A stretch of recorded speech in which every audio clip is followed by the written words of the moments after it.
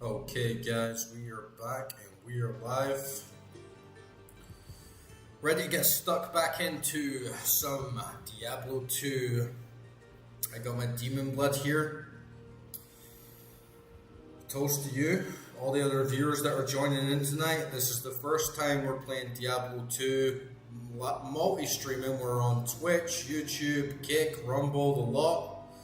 So if you're watching, don't forget to say hi, and if this is your first time on one of the other platforms, shout out to you. Thanks for watching.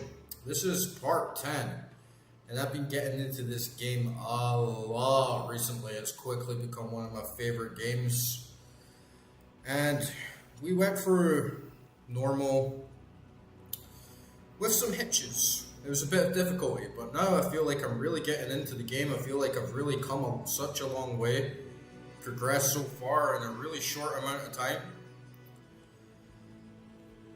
And this run, coming into Nightmare, I'm currently level 47. Really comfortable with my build. That level 2 mercenary shout from the chat last time, such a good input. It's radically upped all my stats. My minions are doing a heck of a lot more damage. And I've also been busy. Haven't done too much, but we did a little bit of grinding. I got the lower rune word in my skull cap, +1 to all skills, which is going to work brilliantly with the shield that I got that gave me +1 to all skills. Plus, I found a sick amulet that gave me +1 to all my summoning skills. And next step, we're currently back in normal, because I forgot last time that there's actually a non-existent level still to be discovered. So hopefully, I'm going to be able to go there and find myself a 4-socket sword, in which case I'll be adding another rune word, which is going to turn me into even more of a beast. We've been running Summoner Druid, yeah, low tier, that's what a lot of you guys have been saying, but honestly, the way it's turning out right now, especially with that level, that Act 2 mercenary, it's going pretty well. My bears, we got Jimmy, Timmy, Steve, we got the Direwolf, we got Oak Sage, we got the Vines, and they're all tanking. They're all doing a shit ton of damage now. Having like no issues on my little grinding session anyway, but we do have Duriel coming up, who gave me a lot of pain last time. So we'll see how we do. And I don't know if you guys can hear it, but outside right now it is absolutely hammering it down with rain. It's like an absolutely crazy amount of rain. You're probably going to see some lightning strikes on cam, and we'll just have to pray to the Diablo gods that it's not going to take out my connection. I do have my power bank here just in case we get a power cut, and hopefully connection's going to be alright as well. Do let me know, guys, 100% if there's any connection issues on your end. I do have everything set up so I can see all the chats at the one time, except for the Rumble crew. But I got my eye on the Rumble site so I can see the chat going up if any of you guys want to join in as well. But just know that you won't be able to be seen by anyone else. And okay, let me just do a double check on this stream health and that we're not getting our connection absolutely fucking wrecked. Okay, no, we're doing alright. I tested my upload speed and we're getting 200 megabyte upload speed. I was like, god damn, that is juicy. Okay. First we need to go back to Tristram to get this secret item. And I'm just going to dump a little bit more into my vitality. You can't really go too wrong with that. And I'm noticing that there's some changes. I am still a noob. Like, not gonna lie, I am still a noob. There's still so much more to discover in this game. But I'm progressing. I feel like I've gone from noob to mediocre, average player, right? So we're getting somewhere for sure. I'm noticing these terror zones appear up on the map. A bunch more other cool stuff. And I'm really excited to see what else is going to open up. I don't know, I feel like getting stuck in a big juicy horde. I also got Molten Strike, which I was kind of reluctant to get because I just wanted to min-max my spells that I already had. But it's actually such a beast of a spell. You just like turn it on and fireballs just start raining from the sky until it goes off. So you can't really go wrong with it. It just like follows you around everywhere. And this Act 2 Mercenary, 150% more damage and health to my minions. Plus I got 606 health right now, so also ups my stats. And, you know, I'm just gonna put another one in Armageddon because it's so fucking good. And did we get a map reset even though I've already done this? I did not know that the maps were gonna reset completely on normal, but we shouldn't have any issue really. Ah, there we go. We found the portal like right away. But yeah, I forgot to do this last time. Chat was telling me again about this secret level, so let's see what this is all about. And hopefully, we're gonna get a 4-socket sword for a big, juicy rune word that will potentially give me even more on the +1 skills, which is just gonna be an all-around buff. Because the thing about like stretching all your skills so far is like you can't really min-max properly, but when you get a +1 to them all, it's like getting 10 levels up in once. So very, very juicy indeed, very juicy. And man, I actually better go back to town, right, and drop all this shit off because just a little bit too much bloat in my inventory, and I definitely... Oh, actually, we don't need to, because first we just need to get that, we just need to get the leg, right? Oh, is that it? Just this, like, exploding bowbine? And it's so nice to come back here. Coming to Tristram, this was the moment. This was the moment when I came to Tristram for the first time, heard that music, started letting it all soak in, I was like, oh shit, that is fucking good. And I feel like good music in an RPG, especially in old school games, is such a definitive factor. It pulls you right into the world, right into the universe, and shit man, when I first heard the Tristram music, I was overwhelmed, man. I was literally like shivers up my spine, like had to take a breath, like had to just step back and listen to all of it. It's just like, man, that is just too fucking good. And if you guys like the Diablo music, do make sure to keep an eye on my YouTube channel because I've been putting together this massive compilation of the Diablo 2 soundtrack. But the thing that makes it different from like all the other ones that you've watched or listened to is I went through every location in game, recorded everything down with all the surrounding ambience, with all the surrounding sound effects. And the RNG weather gods, they did this so good because in like Rogue Encampment, Tristan, every area, like Act 3, everything flowed so good. So everything went into night, back in the day. You hear the rain sounds, you hear the fire sounds, you hear the crickets, and plus I went to a bunch of bosses, like executed them to record down that like big sound of them exploding and putting the staff and like Talrash's tomb in between, so it's like this full ambient atmospheric suite of just like all the sounds plus with the graphics alongside. I'm so like looking forward to getting it out. Mixed the whole thing together, mastered it so it was all like seamless, flows great, like it's gonna be a great video. Should be done after the weekend, so do keep an eye out for that.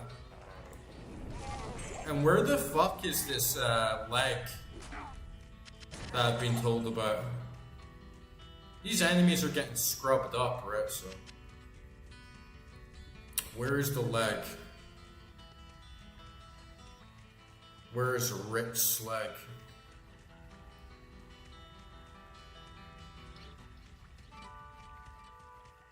mean, I feel it should have been from this cow, right? Where's the leg, chat?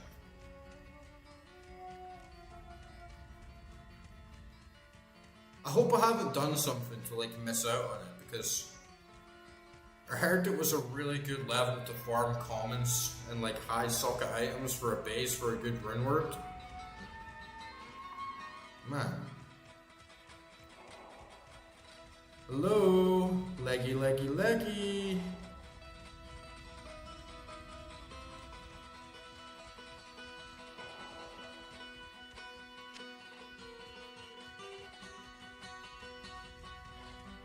Where the hell is this fucking leg?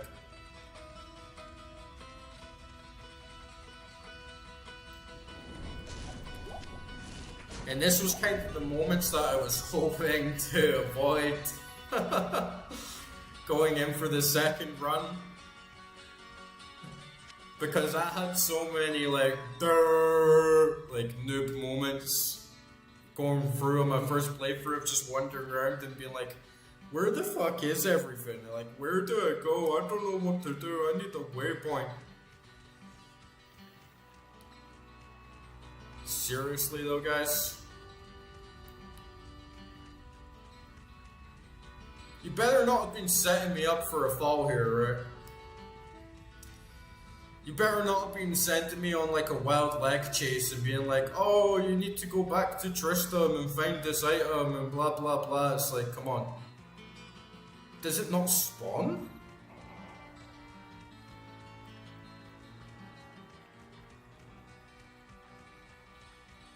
Where the hell is it? Alright, this is, for the sake of the stream, this is something that I'm just gonna look up, right?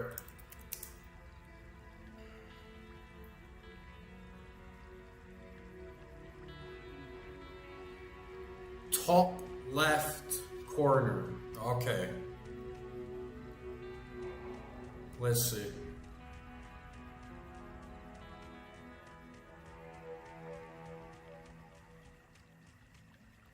Nope.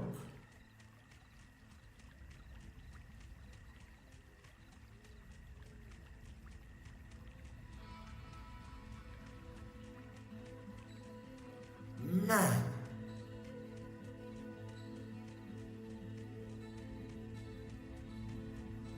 Where the hell is this leg?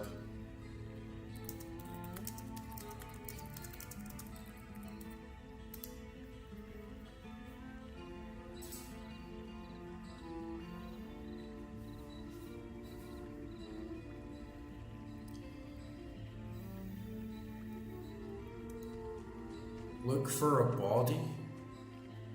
This guy? This thing?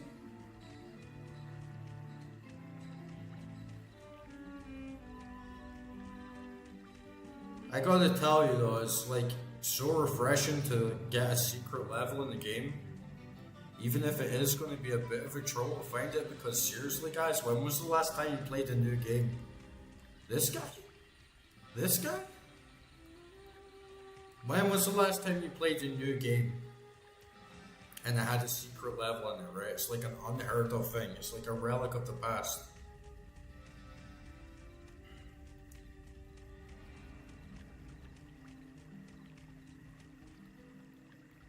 There's no corpse up here. There's no fucking corpse up here.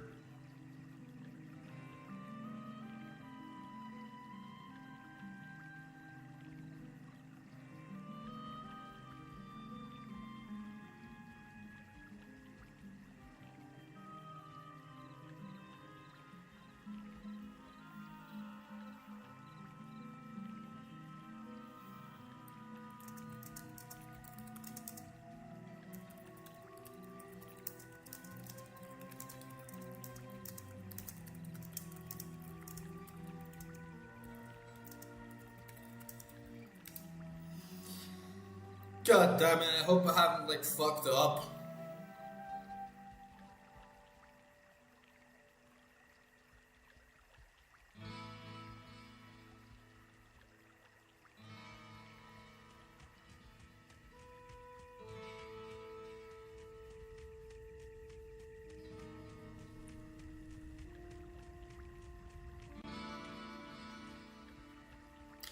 Oh, right. God damn it, it looks like I might have actually missed out on it, because apparently if I already go into Nightmare, that's it. There's like nothing I can do. Shit. Well, that's a fucking letdown, guys. That is a fucking letdown. Too bad I didn't know about that, or I didn't like act on it, like knowing how much it mattered to do right then and there. But meh. Fuck it. We'll just go back out and go back into Nightmare, and hopefully the RNG gods bless us with a common sword, 4 sockets, and if not, like, fuck it. We'll get it done.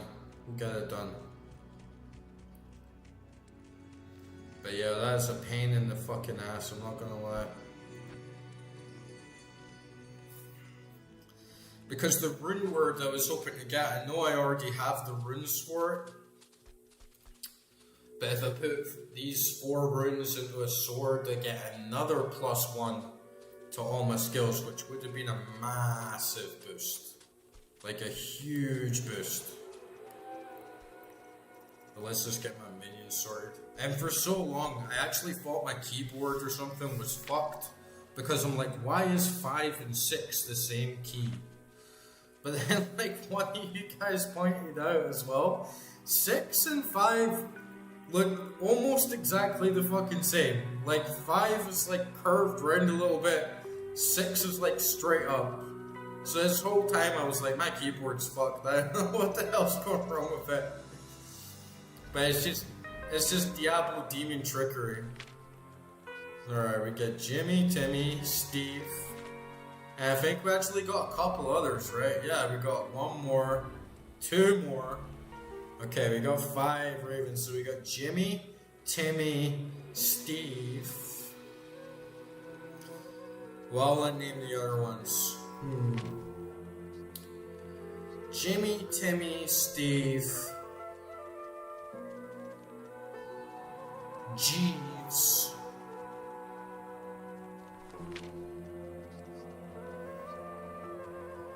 and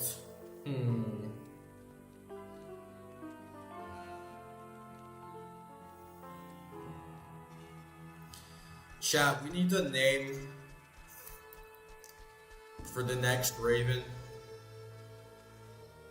The 5th raven can be left to the chat, and chat can name it, okay? That's your quest for today. And I got 5 bitches. I got 3 dire wolves. And I got Big Billy, my boy. We're an absolute squad right now, right? Like, this is a fucking crew. So we gotta do the sewers. And then we gotta get the artifacts and slay Duriel. Okay, I got it. And hopefully, like, maggot lair's not gonna be too much of a pain, because I'm not gonna be able to fit like all my minions down those like tiny little alleyways that they're all in. And look at the state of this fucking stash, guys. I've been hoarding again. I've been letting my mental issues get the better of me, and I'm holding shit like just a 3-socket breastplate just in case I need it, or just in case I want it. 2-socket breastplate, I guess we'd definitely get rid of that, right? And this scythe, it's like, what am I even doing with this shit, right? It's probably just trash as well. It has like 0 sockets. I'm holding on to a few things just in case we need that like extra little bit of resistance for Duriel and stuff, and I've got like way too many rings.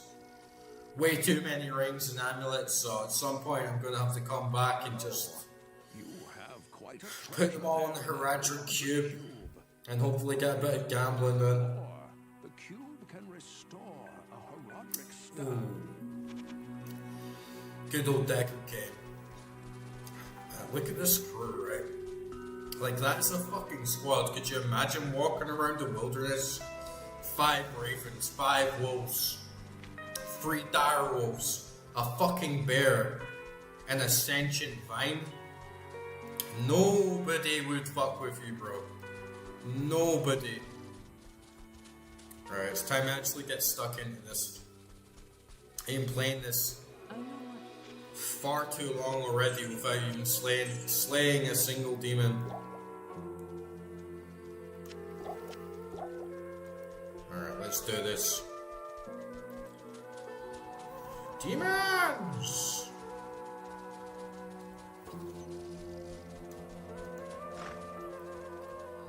I gotta remember to manage my little merc as well. Like, that scythe might have actually been a good pick for him. Might have been a little upgrade, but... Okay. Let's get in there and fight. Let's fight!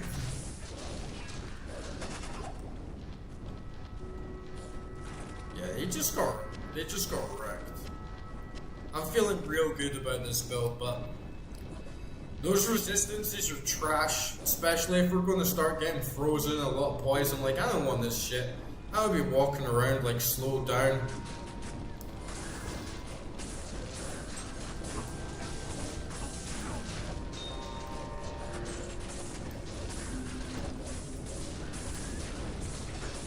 Ooh, and that's why I've been hoarding so much shit.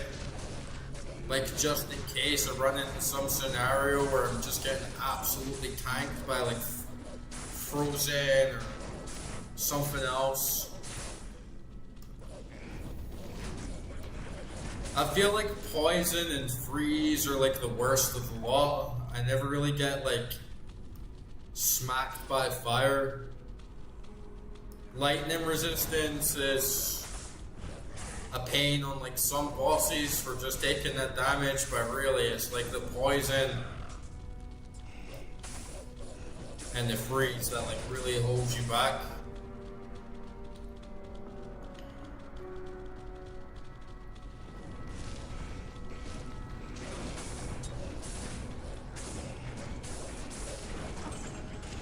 Man, it's been a long day.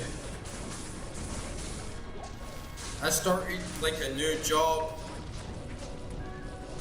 plus like my oven broke today. It's been like crazy weather, so I couldn't cook. Power's been going a bit crazy. What the hell is this? Cinque Quietas. This game has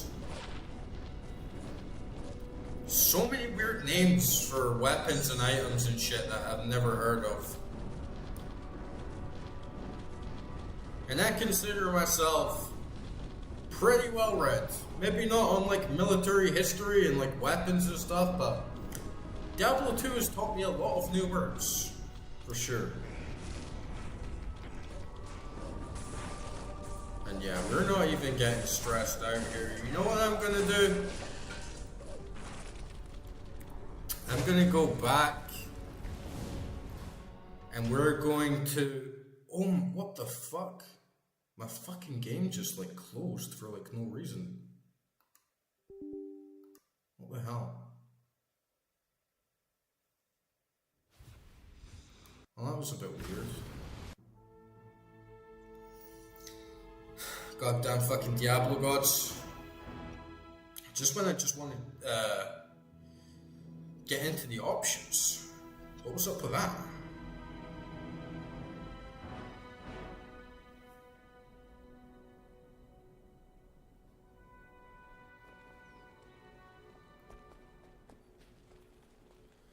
But yeah, what I want you to do was go down, put this up to 3 players, just so we get that little bit more like oomph and like scale the difficulty up a bit. And hopefully get some better drops as well. But it's funny in this game how when you first play it, you don't really care about so many of like the commons and other things that drop. All you really care about is getting those like higher rarity items. Because that's just gamer logic, right? Oh, this is rarer. This is a better color. Therefore, I want this. When in reality, because you can use runes, it's actually that weaker stuff can actually turn into the strongest stuff, just because it can have that much more custom ability. Well, let's do this. P3. Because yeah, those guys were just getting steamrolled, and we definitely want like a good challenge.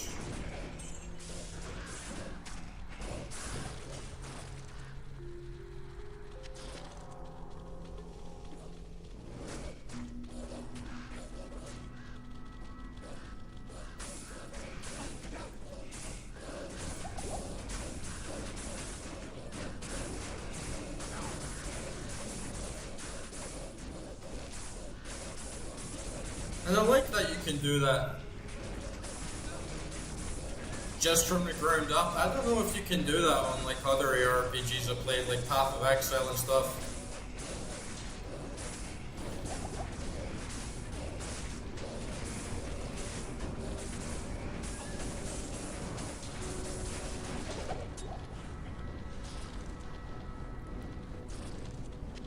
There we go. A rondel. Who the fuck calls a knife a rondel, right? 12% to cast Nova on striking, 63% enhanced damage, plus a socket. It's not bad.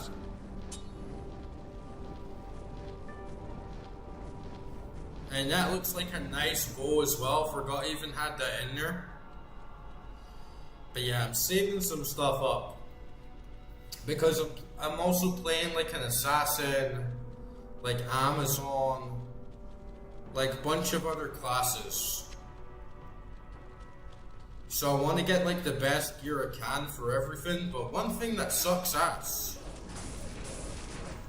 is just the fact that your stash only has like 3 pages. I mean, I guess it's good in a way, because it stops me like hoarding too much useless shit.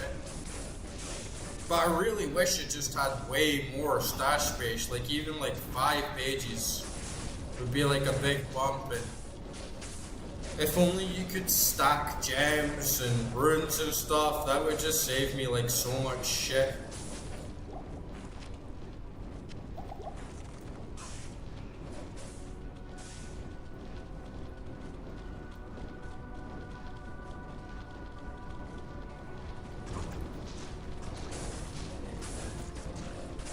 And yeah, that was a weird crash. I don't think I've ever had my game crash. Ever. Since I installed this.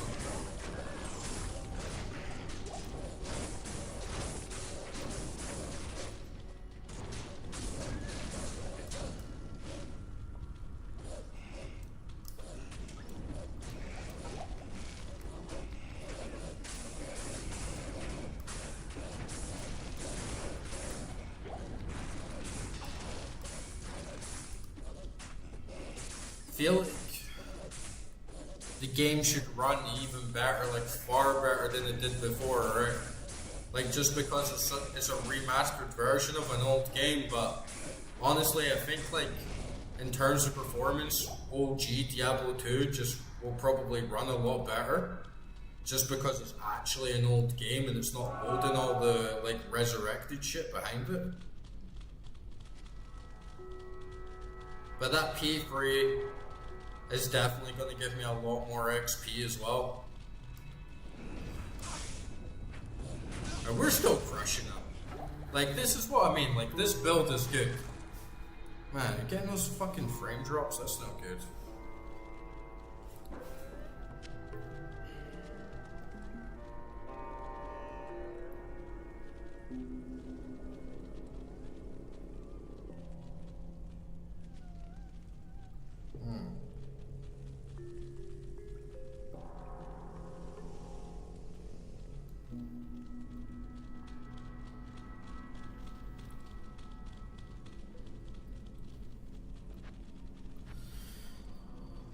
That's the thing with streaming, right? Every day you learn something a bit new.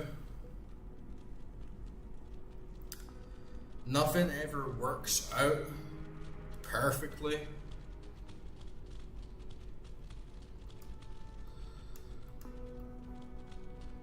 But hey, I've been enjoying it a lot. This was my first time streaming. Like one day I just decided I'm gonna try streaming. I wonder what would be a good game to try. I'll play one I've never played before. Why don't we try Diablo 2? Was completely oblivious to the community still going on around it. It was just an old game that I'd really wanted to try for a long time. And it turned out to be a fucking great decision. Like, connected with so many of you guys, expanded my channel like a fuck ton, got stuck into an absolutely amazing game, got like just the right amount of backseating to like not ruin the experience, but to mitigate having to look everything up, so it was a great choice. And we've been through the hurdles. I've had the streams where I forget to turn my mic on, I forgot to plug my router in, like.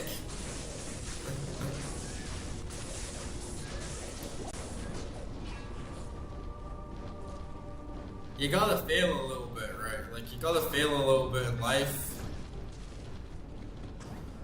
Like, a burnt hand is the best teacher, right?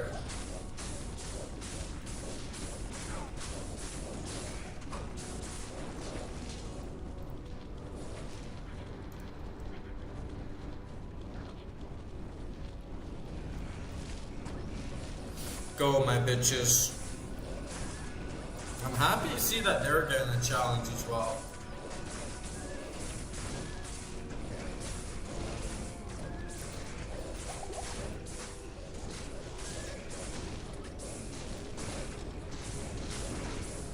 Ooh. Okay, okay.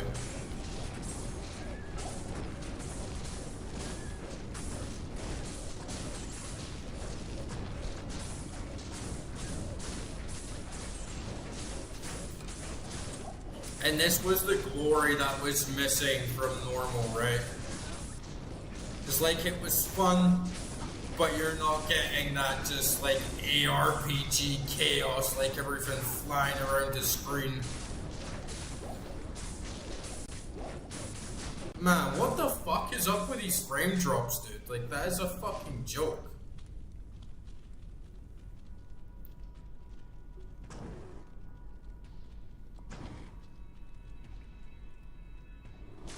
Like, why is this happening?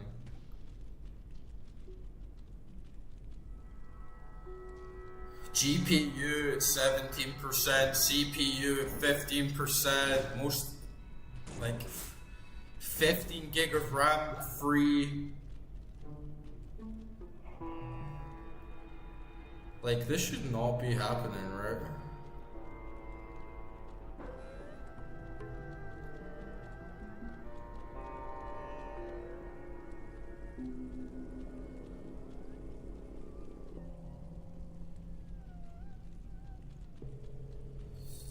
And the whole like second monitor just like keeps flickering. It's like, what the fuck is going on?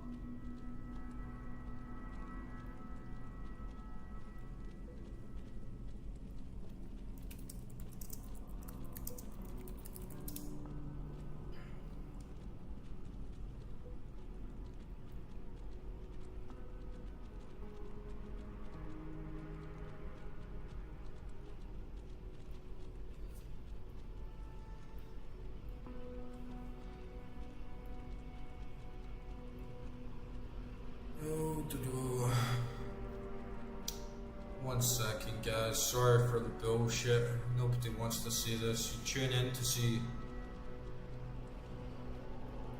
a little stream and then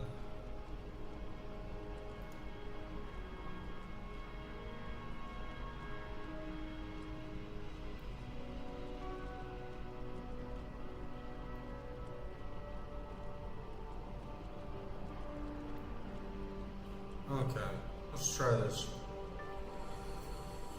Change the old refresh rate. I am overburdened.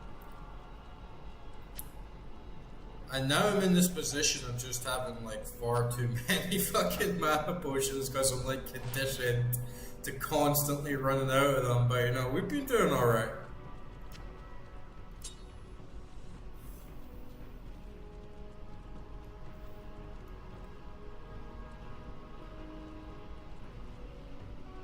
Oh, and I can see those big lightning strikes happening outside.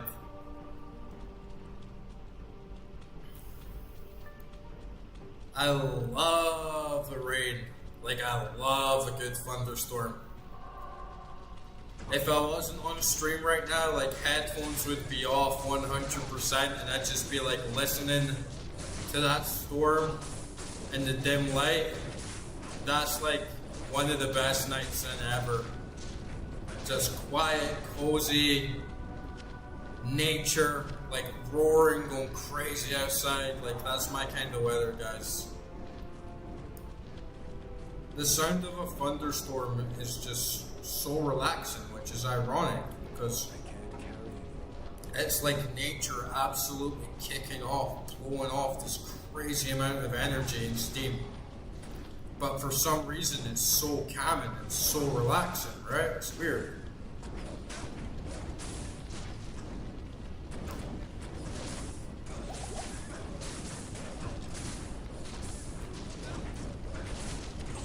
But honestly, like, sometimes the thunderstorms here have been so fucking crazy and so fucking intense that the thunder literally shakes the ground, shakes your whole house. Everything's just reverberating. And when you have that lightning going off, I'm talking like every minute, you're seeing these huge lightning strikes just completely rip the sky apart. You're like, whoa. It goes from relaxing to, damn, man, I hope that I'm going to be able to wake up tomorrow and the fucking earth is still there, you know? It's like the deluge. And the rain, man, the rain pours like crazy. Then you go outside, you can hardly fucking walk because it's just like mud everywhere, man.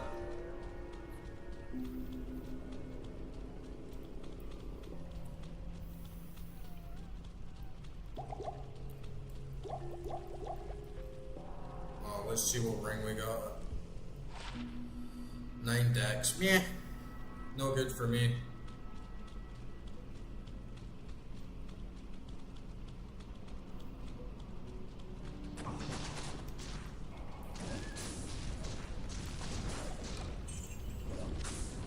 And yeah, my summons are actually getting damaged quite a bit. I almost feel like once you put the difficulty up, once you go into like P3, you're just gonna feel like a pussy as soon as you put it down, right? Like you have it all set up, you're in P3, like you're melting, then you hit like a wall and you're like, I should have put it down, back to P1. It's like, come on, you can't do that, right? So we're kind of locked in right now.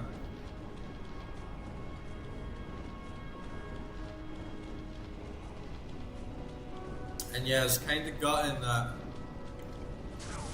I'm not going to get that common sword with 4 sockets so easily from missing the cows. But there's still hope, right? We can still find it. What the hell is an Espen on?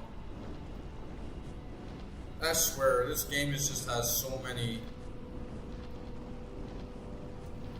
weird fucking names.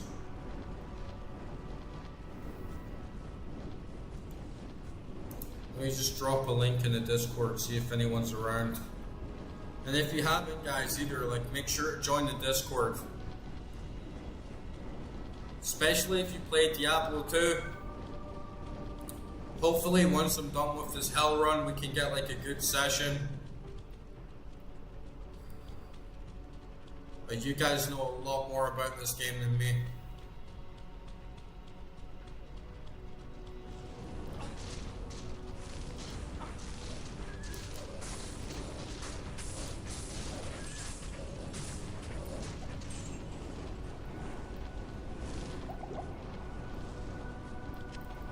And I really need to get into that swing, right? Oh, big lightning there.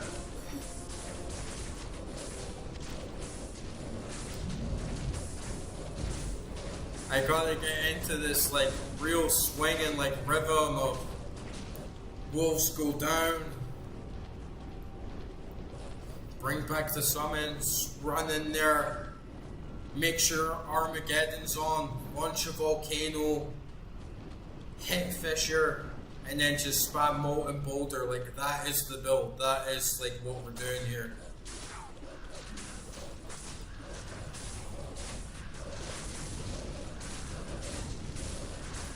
So I just gotta stick to it.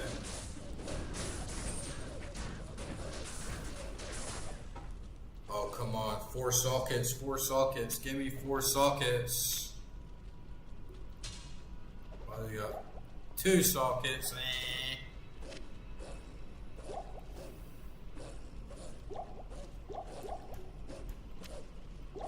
Surely, though. We'll get one eventually. It's just a matter of time, right?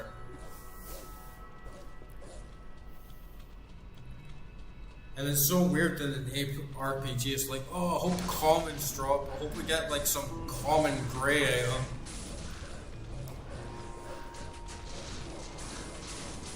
But that's just one of the little nuances of Diablo.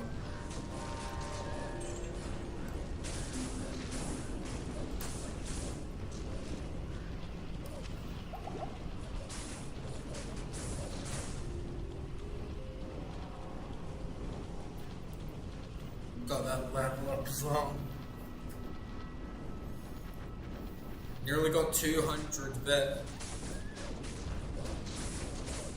I think at some point soon it'll be time to finally upgrade into something else.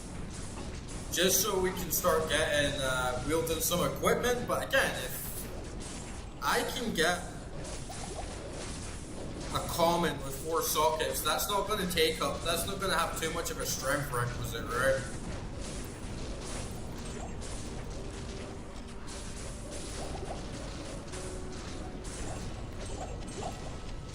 Oh, hell yeah. Man, it's getting juicy.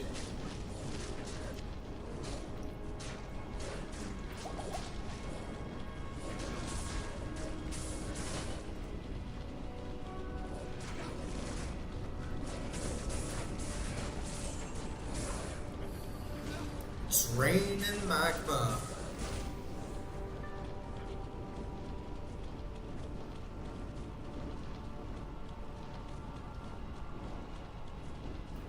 And you really can't beat those legacy graphics, like you just can't. The more and more I've played it, and the more I've actually... Whoa, fuck! That fire shrine just fucking annihilated me. Yeah, the more I've tried Resurrected, like the graphics, the more I've been like, what the fuck are you guys smoking? The graphics look so fucking bad. And maybe it's just because I don't have everything cranked up, but some of the character designs are bad as well. Like I started in Amazon, and I'm like, oh cool, like hot blonde girl. Even for like the legacy graphics from like 2000, it's like, oh, this is a very nice hot low polygon female. And then I log back in, and it's automatically put on Resurrected. I'm like, what the fuck is that? It's like some old granny. It's like, why the hell did you do that? Like, that's not... Like, did they resurrect the fucking corpse? Is that what I mean? Like, Diablo 2 resurrected, and they resurrected some granny corpse after the fucking Amazon aged, like, 20 years, when she was already, like, a nice MILF. Now she's not even a gilf. Like, she's just hideous. And... the assassin, she's like gothic, you know, she's like a cool, like edgy 90s goth chick, right? But then in Resurrected, she's just like this Asian girl. It's like, what the fuck? So I feel they kind of ruined the character design, as well as so many areas just being like way too dark and not having any character or charm to them. There's a few areas where I think Diablo Resurrected graphics look better. Oh, fuck these guys. Come on, Wolves, you gotta have my back. You're running too far ahead. Letting these battle mages get me, man. Oh, he's immune to fire. Oh, okay, it's Nightmare, it's Nightmare. Yeah, get him.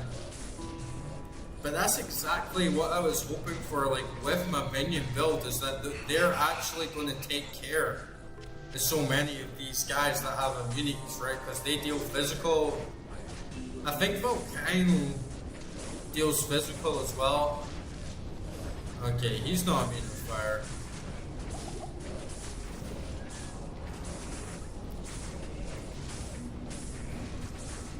Okay.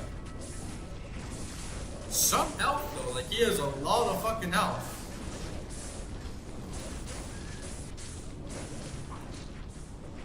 And yeah, you can see like my physical attacks just fucking suck because I've been dumping nothing in the strength for Dex.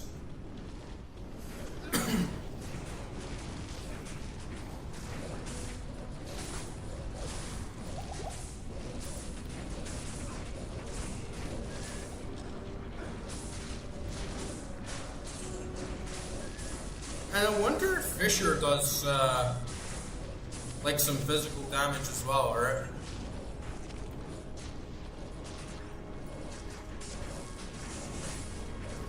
Okay, big bastard. Yeah, this guy is tanky. Hey, Jimmy, Timmy, Steve.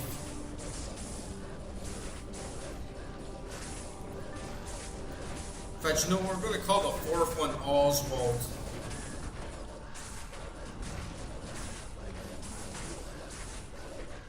Since I already forgot what the fuck I did. Oh, no, no, no, no. No, no, no, no.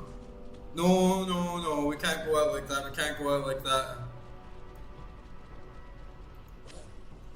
Man, I'm just like lingering on 1 HP, like just like that. I wonder if poison can even kill you, or if you'll just like hover on like 1 HP. Come on. That poison was fucking crazy. Man, I got minus 17 resistance. That's no good, man.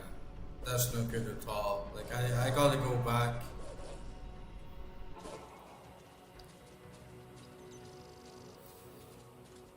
I gotta let that clear out.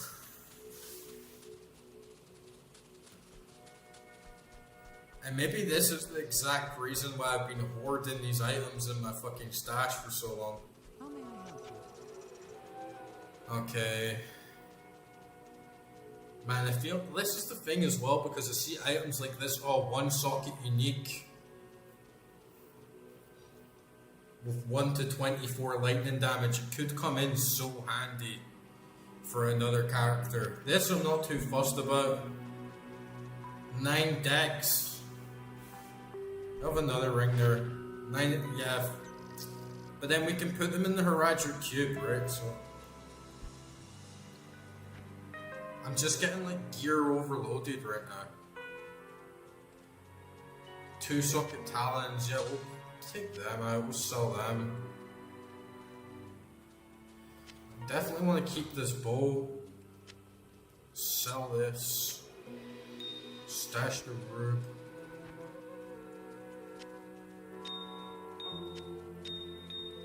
I make a perfect ruby. Oh man.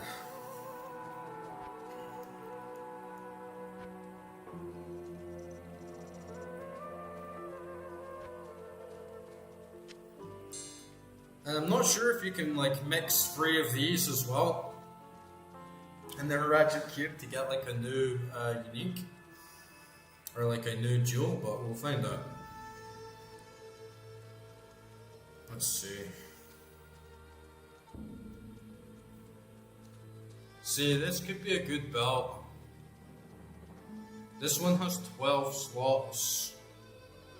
Poison resist +7, but this one, poison length reduced by 26, +18, plus a bit of lightning resistance.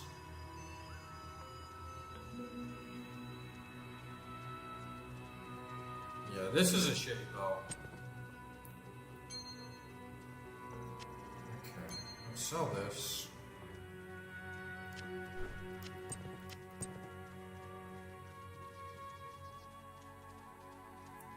What a fucking mess of a stash.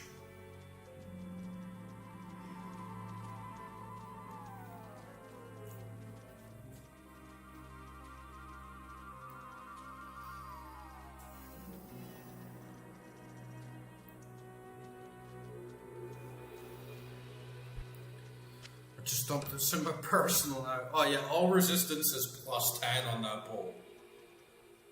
Which seems like it would be very, very good for an assassin or an Amazon. Sell all this shit.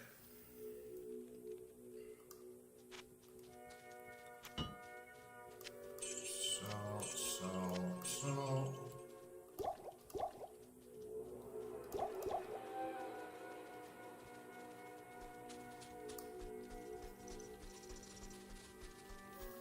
I've heard that you are responsible for banishing Duriel back to... Yes, I am responsible for banishing Duriel.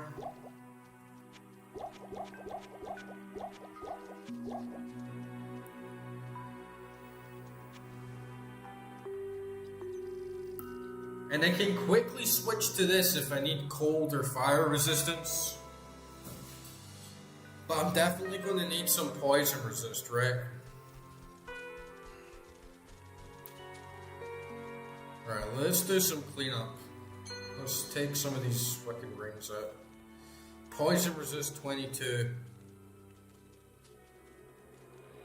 9 to energy, damage resist by 2.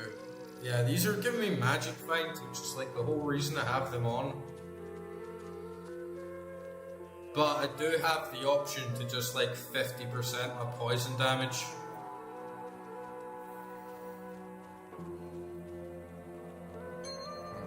Let's mix some things up. Maybe we'll get something good.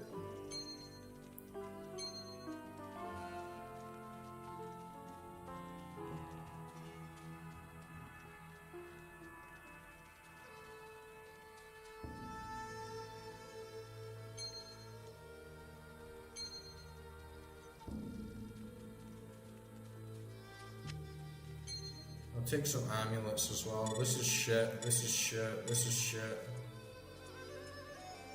That's pretty shit.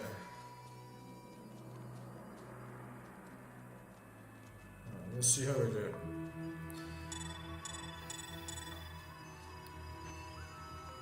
Oh, it's free. My bad. Oh, that's shit. Okay.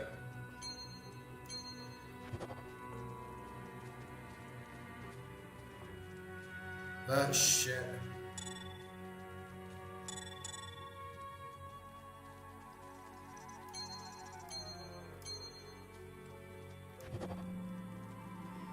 +1 to necromancer skills. That's pretty good for necro then.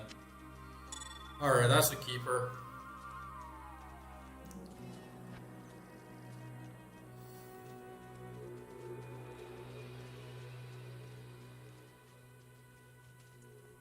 We'll take this like flat lightning resist. We just got one more.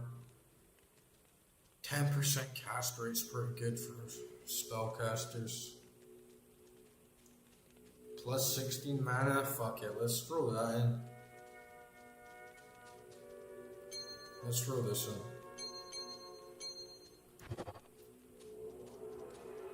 in. Meh.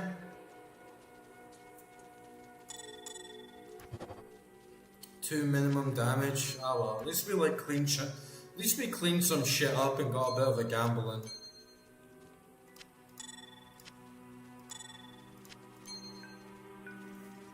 Yeah, in terms of weapons, I have this against like faster run walk, poison resist 30, fire resist shoes.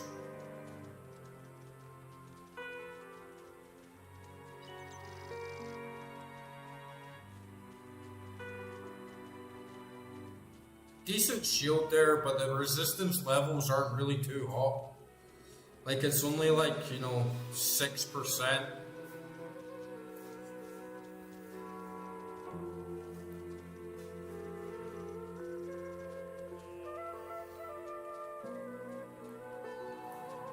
And I'm such a filthy key hogger.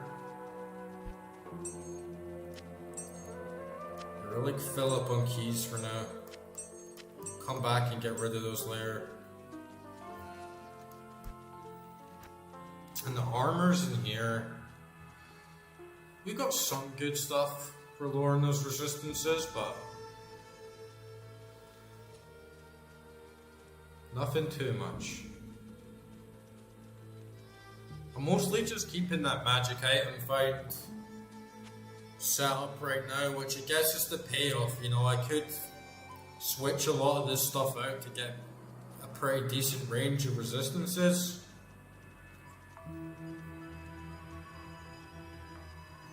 But getting the magic items, just holding out for as long as I can to get more rares seems more valuable right now.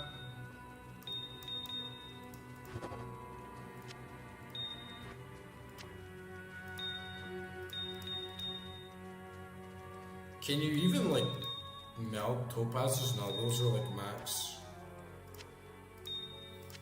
Okay.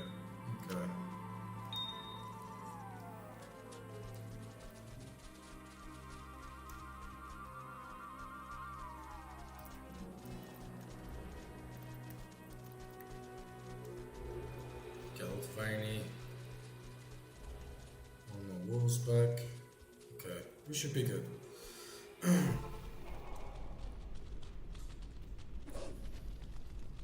I think really a lot of it's just respecting my build. Like if I'm doing Summoner Druid, I just have to accept that I'm not going to be very good up front. Man, he like respawned all his health as well. I wonder if that's like something unique to Nightmare. Because I'm definitely going to have to be on the watch for that. If I'm like transporting in and out. And man, could you imagine if Duriel does that shit as well? That would be devastating.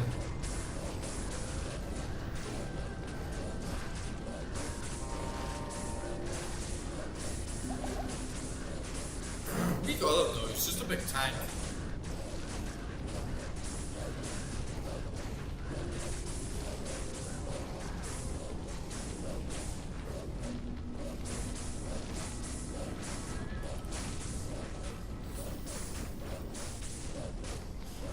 Just gotta stand back, let my minions do all the heavy lifting for me.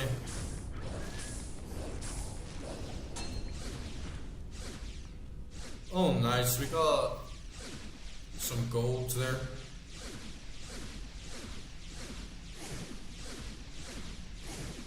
Man, I love those fucking sound effects and graphics. It takes me back to the good old days. Dust. Back in the 90s. Got a free skill, 70 attack, meh. And I'm literally out of fucking scrolls. Shit.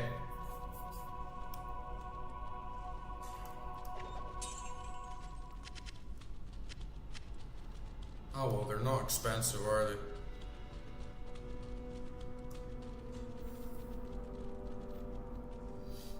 But yeah, in the compilation I'd be making, like the soundtrack compilation, it goes from each area. So it starts off in Rogue Encampment, sitting like right in between the river and the fire sound so you can hear the music.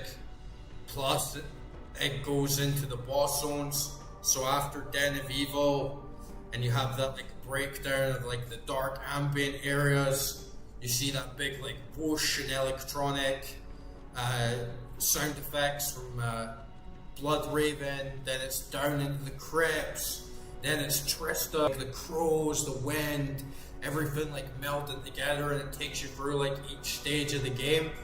I think it's going to be a really great video. I honestly think it's going to be like the ultimate Diablo 2 soundtrack video, just for like integrating so many of the other sounds. So 100%, like make sure They say that the to check out my channel if you guys are interested in that. And I'm sure you are, right? Because the soundtrack's like one of the best parts of Diablo 2.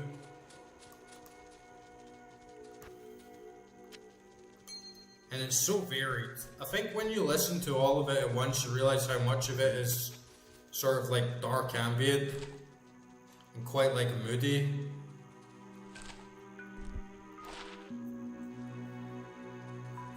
%40 to Deadly Strike. That'll be good for Assassin. Or maybe even one of my other classes. I've been rolling a couple others. I've got a Barbarian, I've got a Paladin, Assassin, and an Amazon. Which is like, you know...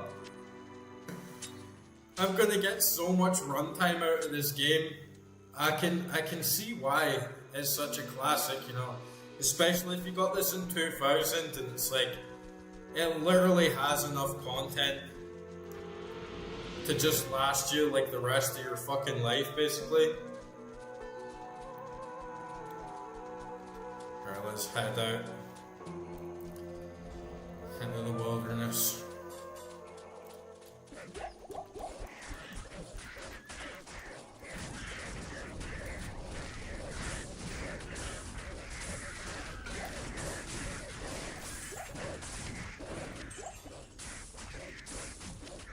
And that was like such a big thing for me as a kid.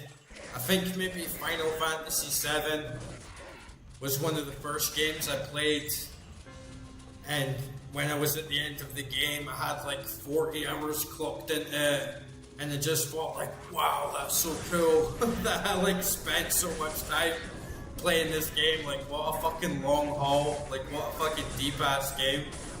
And obviously there's a lot more to a game than just like its length. Sometimes the length can just be bloated, sometimes it's tacked on. There's a lot of joy in just having a streamlined short experience where like everything goes well. But I was really attracted to the idea of just this long as fuck game as a kid. And 40 hours seemed like such a long time for me back then, which it is, but compared to something like Diablo 2, it's like a lifetime sort of game, right? It's really like next level for that. And look, we got real lucky with the lair. Literally fucking 2 feet outside the gates.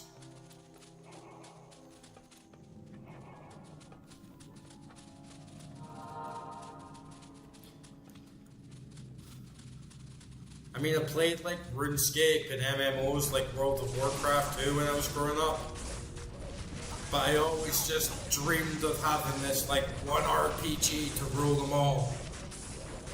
Where you could just play this fucking thing for ages and you get like such a long haul out of it. So many great areas, just like loving the grind, so many good mini games. I think Final Fantasy 12 or like Dragon Quest 8 was probably the best, like the PS2 ever got for something like that. But man, Diablo 2, even just playing like one playthrough on the Druid and then starting up a couple other runs on other characters, you do quickly see like this is a fucking one RPG to rule them all for sure.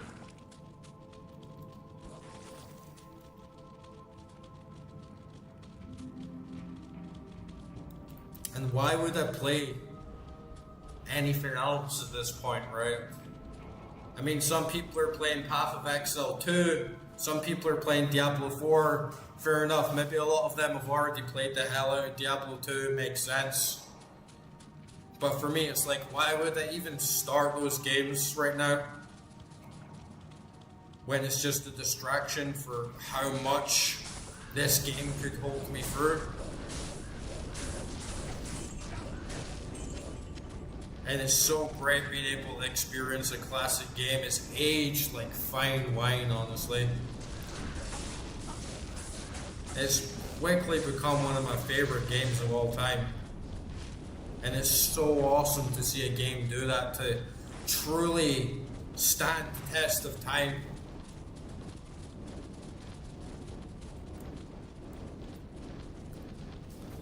A game that can literally last 20 years, 26 years and still be as awesome as it was back then. It's an extreme feat. It's an extreme feat indeed. If you think of like turn-based games and even a lot of other types of RPGs, they haven't aged too well. You can go back to them. There's a lot of like clunky aspects, but with Diablo 2, you really still feel like you're getting the real McCoy. Okay, let's get Armageddon back.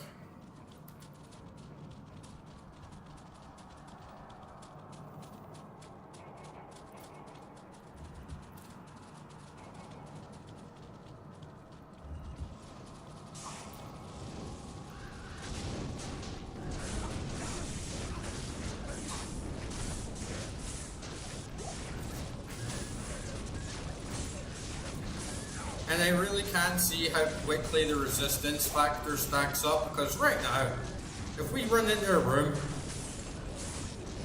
and those guys aren't really like freezing or poisoning or anything, like we're all good, but as soon as they do, that resistance just completely ups the damage.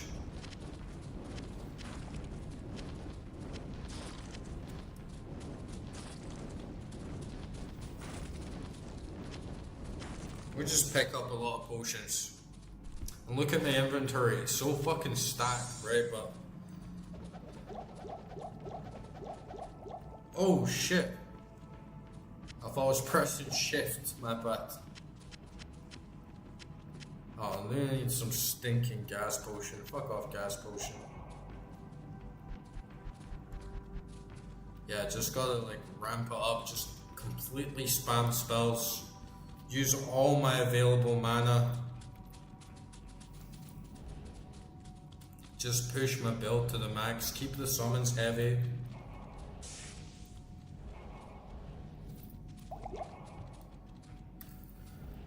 Get the crow, bros.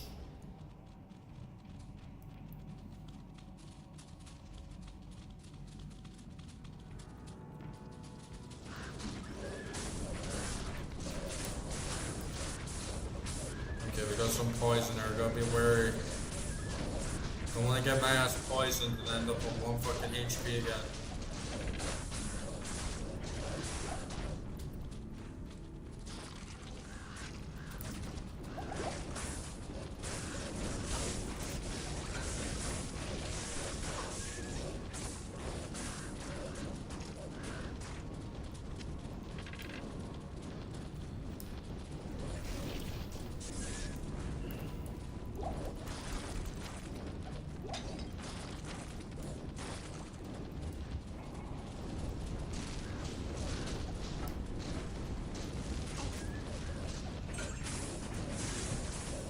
Ooh, okay. That's gonna be a big room here. Get him, boys.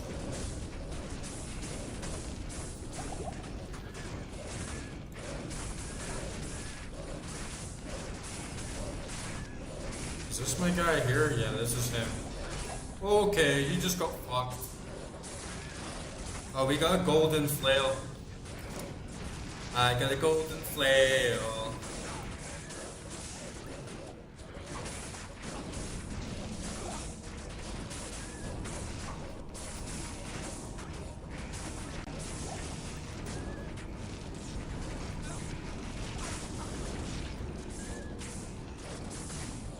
Where the fuck is he? Is this like another unique or what? It's like stuck in this tiny little bit. Okay, die, bitch.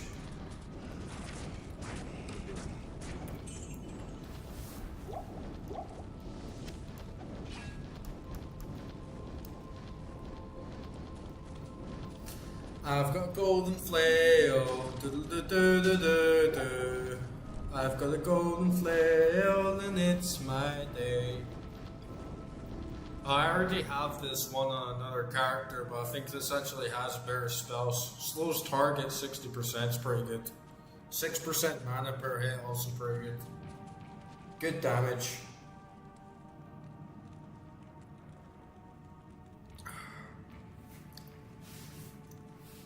I've been wanting to try out a lot more weapons with my Barbarian.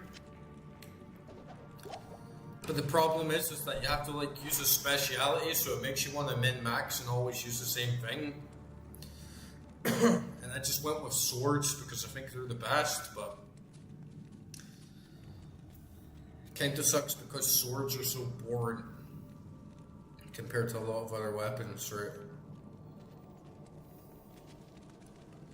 Like, they're the best in terms of stats, I think, but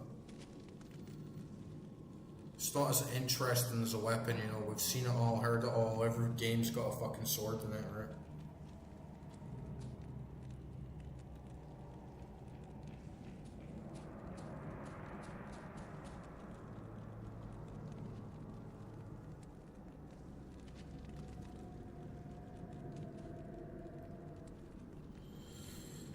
This, yeah. We can compare it to the other one and then just sell it.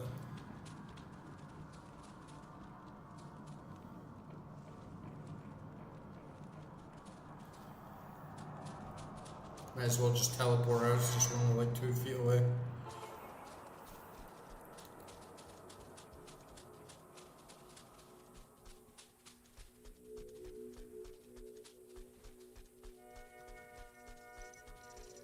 Good day. Yeah, see, this is the other one I have. Is it exactly the same?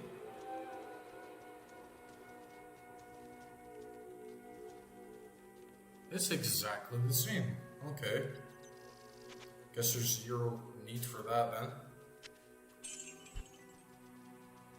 I'll sell that crossbow as well.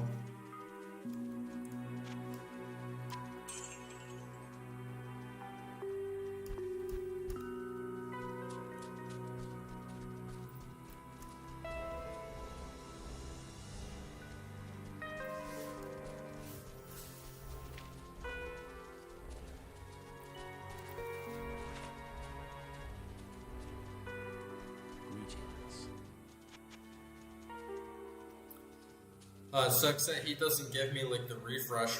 I wonder who it is. I thought it was always going to be like the potion seller, you know.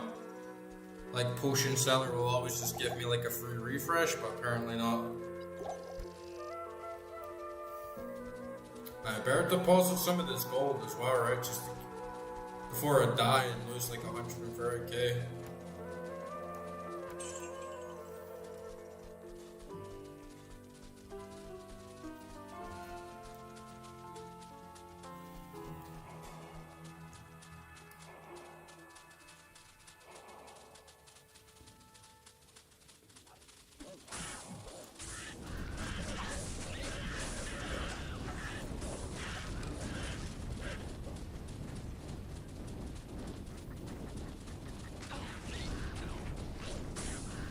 Fucking little scamps.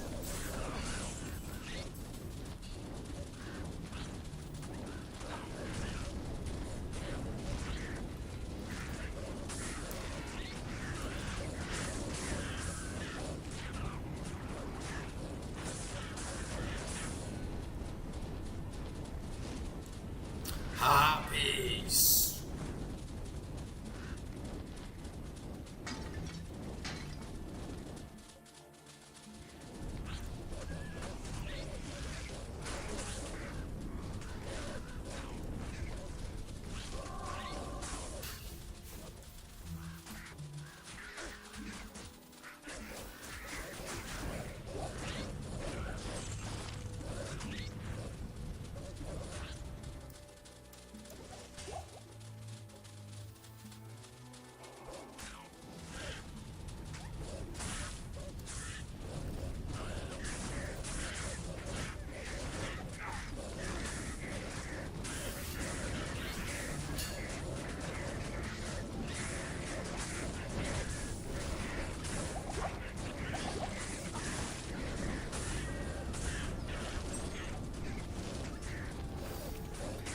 My little Merc is doing really good as well. Haven't needed to resurrect them or anything like that, so it's definitely a good position, and it's a hell of a fucking buff. Like 150%, and then you can see my health is at 826. And I think normal, my health is at like 300 something, right? So it's a fucking lot of health that you get from that.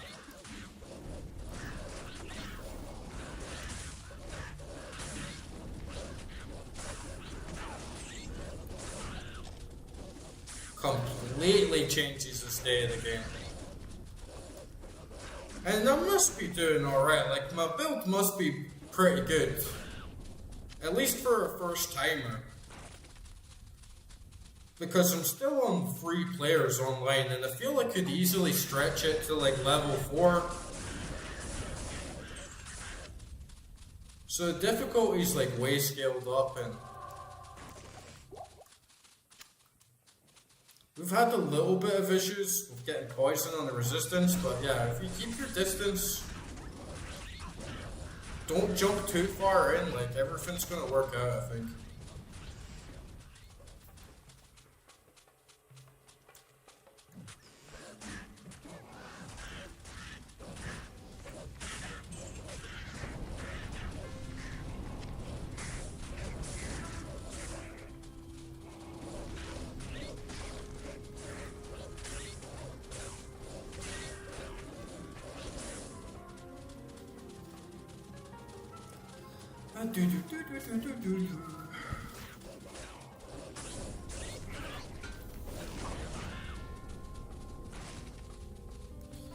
No, I'm not too big a fan of desert areas.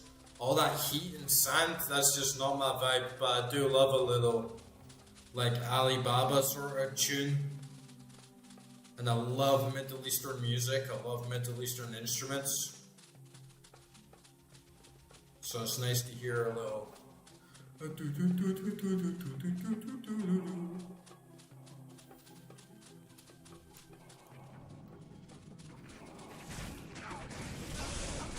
Should have been some genies in this game, right? Like, should have been some lamps and some fucking genies and shit.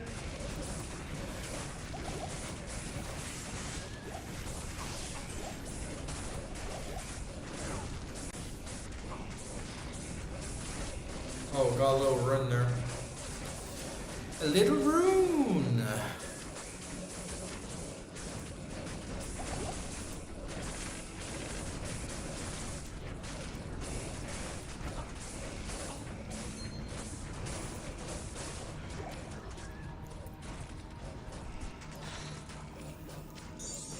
And a shit ring. That purple glow is sick. You know, I want to see what...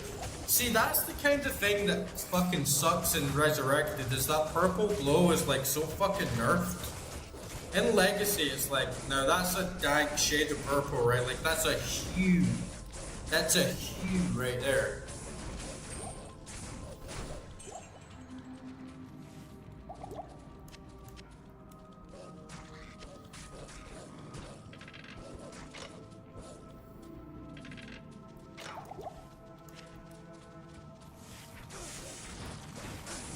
But yeah, I read some crazy shit on like Reddit of people being like, I think Diablo 2 Resurrected is the most faithful remaster ever made. They did such an amazing job. And it's like, what? It doesn't even look remotely similar. Excuse me.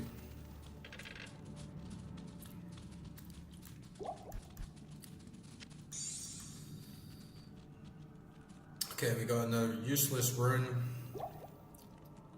A fucking rondo, whatever the fuck that is. Throw that away.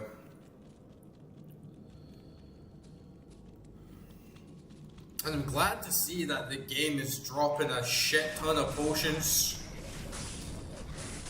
Because on normal, it was kind of a pain in the ass of just having to go back to town constantly for potions. And then it would drop so many health in comparison to mana. It was like it was a fucking joke, you know. Okay, I got another level there. We're getting a good grind here. Like, I'm nearly level 50.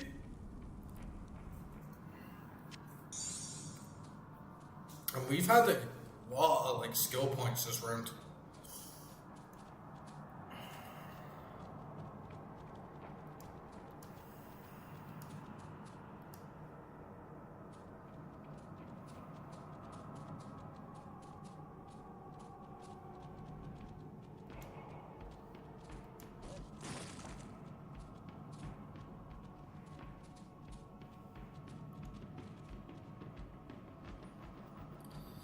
Just check the old stream health.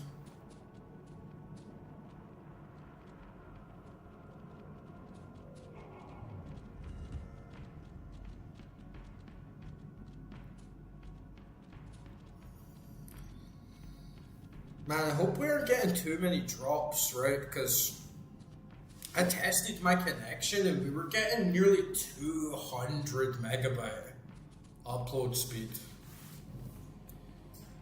But I'm also doing this for Streamlabs, so maybe there's some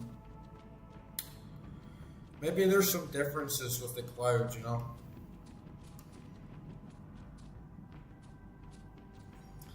And yeah, I think in terms of skills,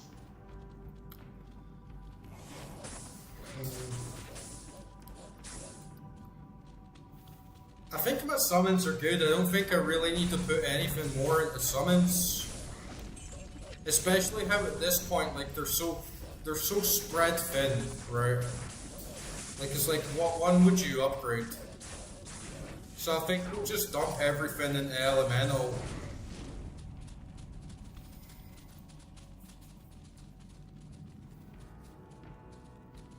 And Fisher is rocking, to be honest.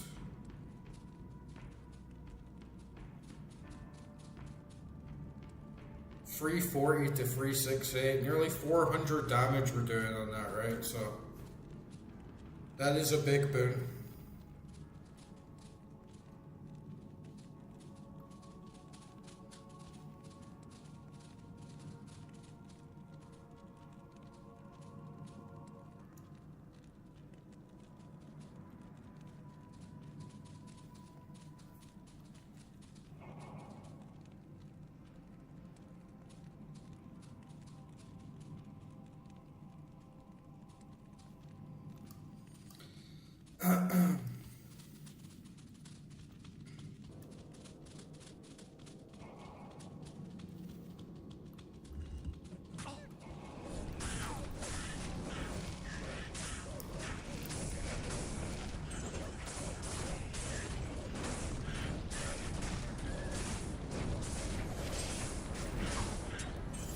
And when you combine everything, like you have 4 skills hitting them all at once, plus all your minions at the same time, like it's gotta be a shit ton of damage, right?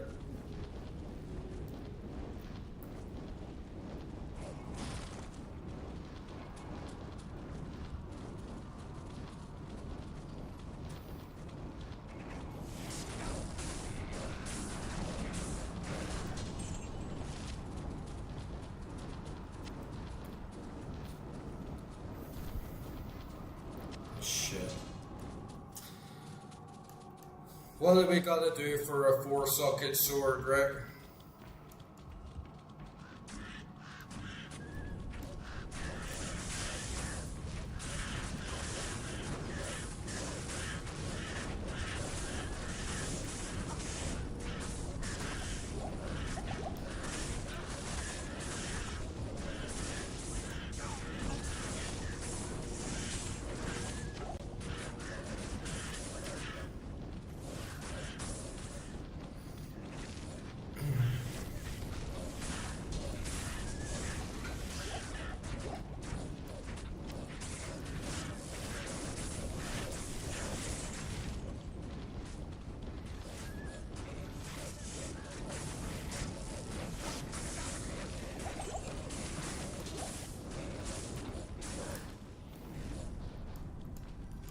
Yeah, these guys are getting fucked up.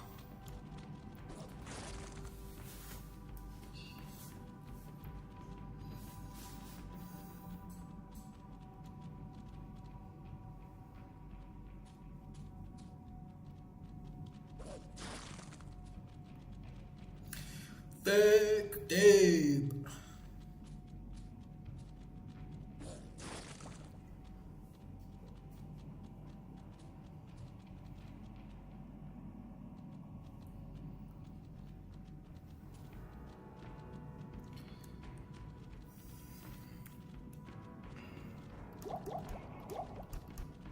And we're not stressing about potions at all.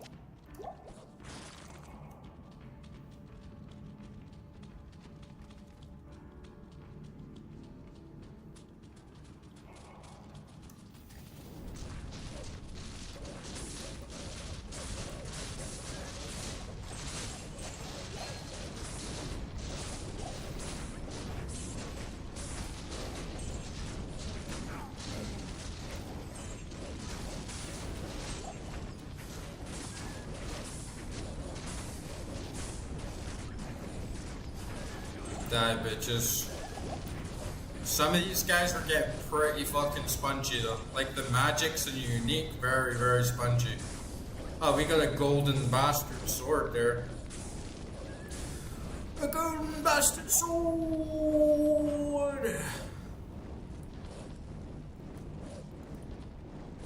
Golden bastard? What do you got? Black tongue bastard sword. Prevent monster heal, poison resist 60. Okay, that's actually going to come in really handy for Duriel and like running through here. Oh, wait a minute, that's actually a lot better than what I got. What are you doing, bitch? Shut up. It's not when they just stand there and grow, right? It's like, shut the fuck up. I'm supposed to have trained you. And what the fuck is a Symbillion? A Symbillion. It's like some sort of little African spear or something. I don't know.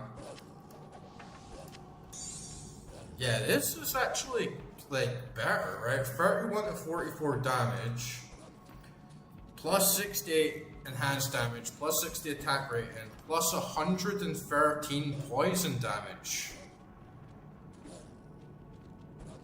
plus poison resist. Oh, but it's a two-hander. It's a two-hander though.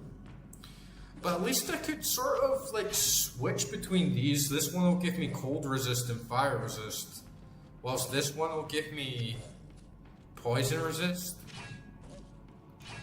But I get that big like skill drop when I move out of this just because I don't have that +1 to skills.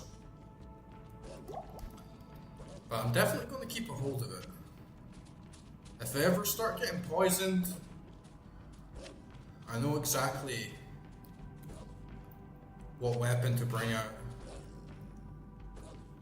Shut up, bitch. Stop growling. Fucking hell.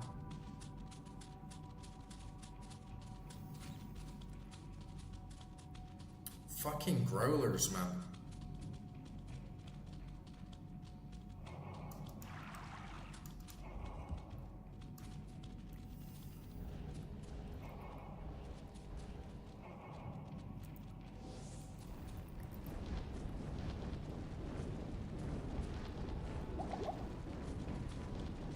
Oh, Viney. Mr. Vine!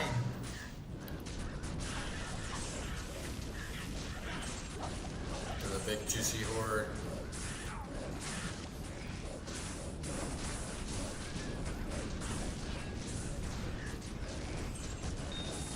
And one thing that sucks about your minions as well is that you can't prioritize a target. Like obviously you want to prioritize the shamans and the ones that can revive the others. But they're dumb, they're bitches, they don't understand.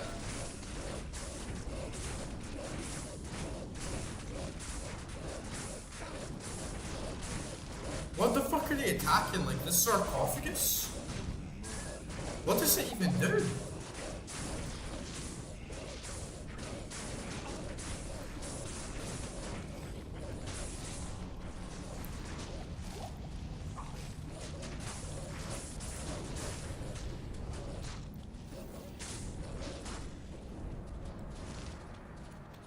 It's like it's an inanimate object, bitches. Leave it alone.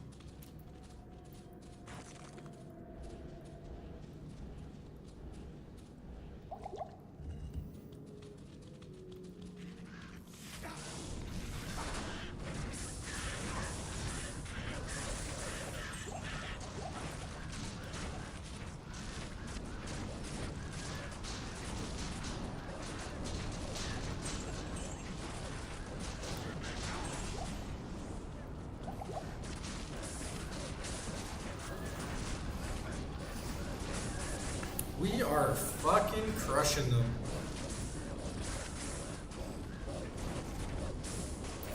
And I do like playing on 3 players because you can see that XP bar go up at such a steady rate. Right, when I was playing on like 1 player, 0 players, it starts to slog, man. Once you start getting like past level 40, it starts to fucking slog.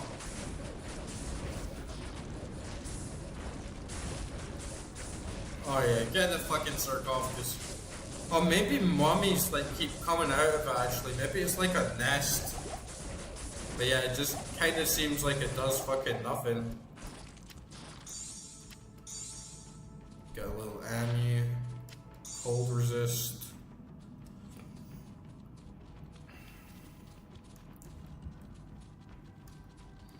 It would be cool if you could kind of be a bit more tactical with your crafting, but I guess it's just pure gamble. You know, like if you found 3 amulets of cold resistance at like 10% and throw them all together, you maybe get one back at like 25%, and then you keep grinding those. Eventually you get one that's like 50%, but you put all those together, you know.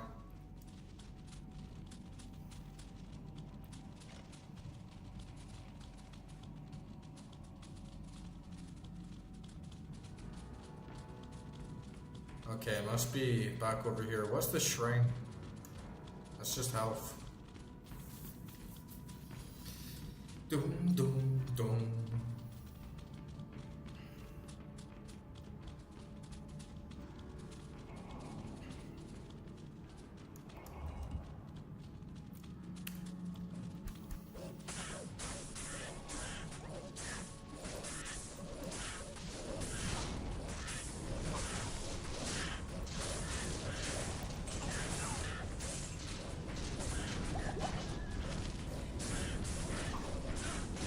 Oh, nice. My Merc actually levels up as well. I did not know that.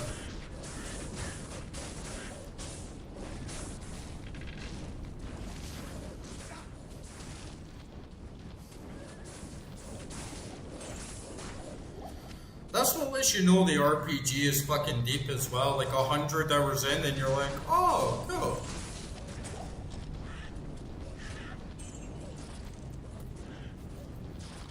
Can't level up his stats though. He's got better resistance than me.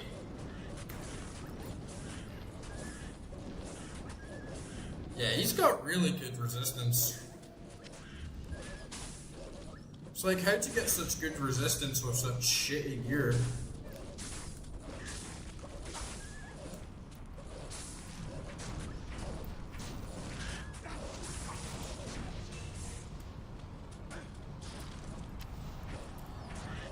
I don't think you can put armor on him, like...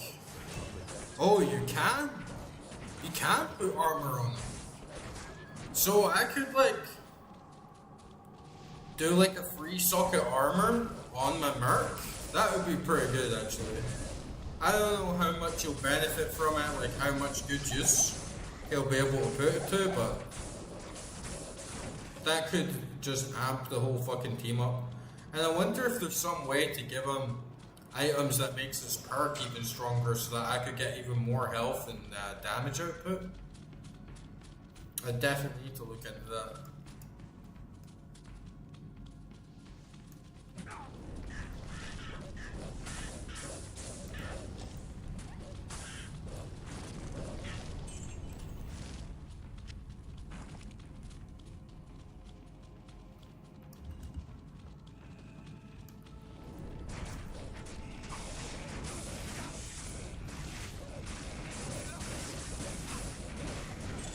Get him, Billy.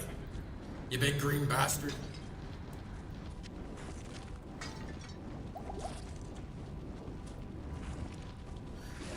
My big boy, Billy. Billy was a big boy. Breaking down the doors.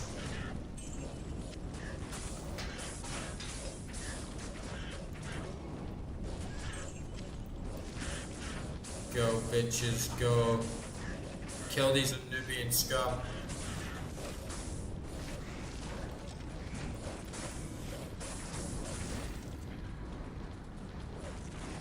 Time to go beast mode.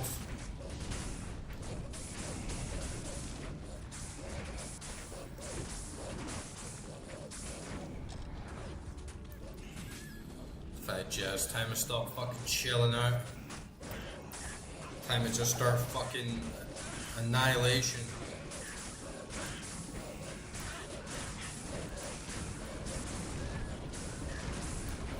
Fight!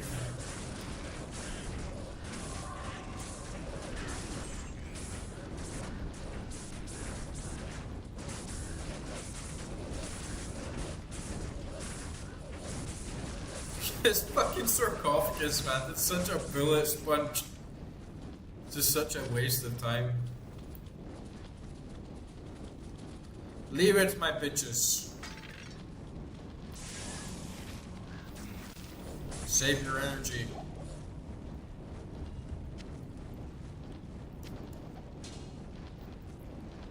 I wonder what this Sammy is. +1 strength, more shit.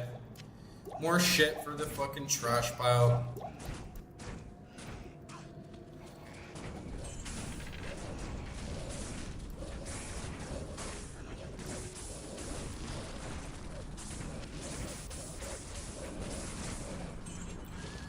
And I really do not need these fucking health potions in my belt. Just get the mana in there. Finally running out, so I will start picking up mana potions now.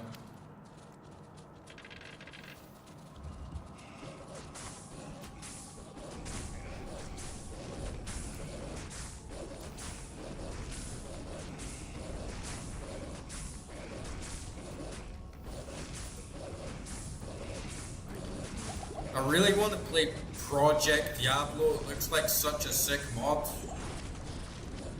And just for all the enhancements that you get, like a bigger inventory, stackable items, like upgraded stash.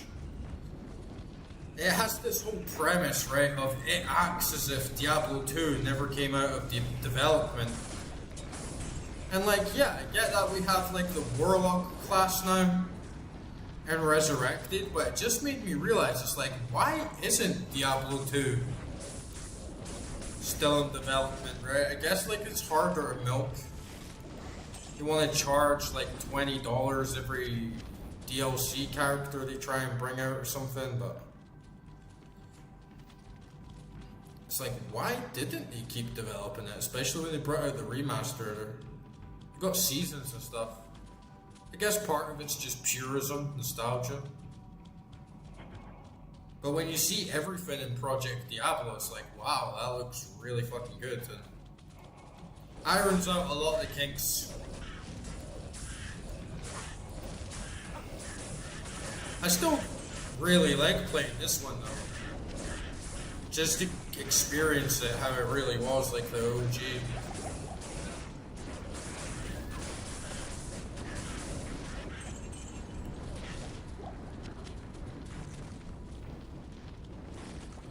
Bitches! Okay, here we go, super chest.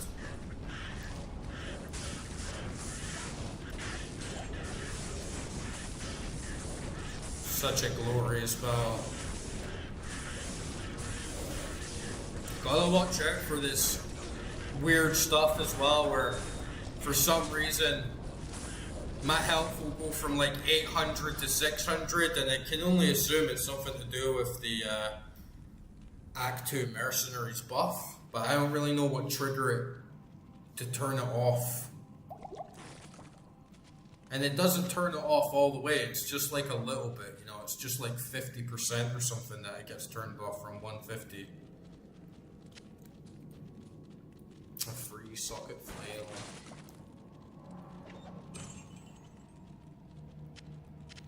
Man, we're getting a lot of rondos.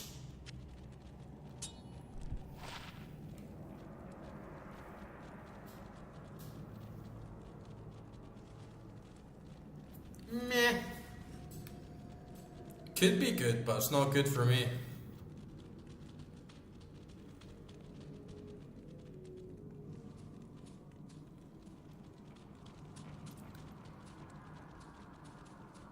Oh, foolish for even assuming that we need the cube, right? Because we hold the cube through. We take the cube with us, right?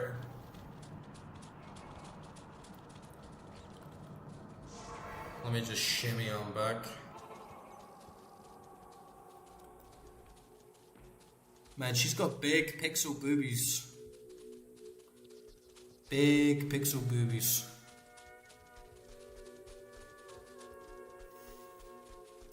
It is an honor to serve you. Oh, you served me well, maiden.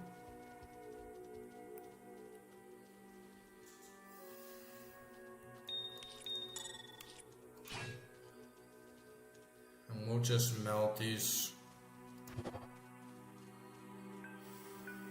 Melt these as well. Plus 9 life. Meh. Come on. Fucking plus 9 life. That's another thing that seemed cool about Project Diablo is it takes out all the boring loot. It's like, who the fuck wants plus 9 life on a fucking drop, right?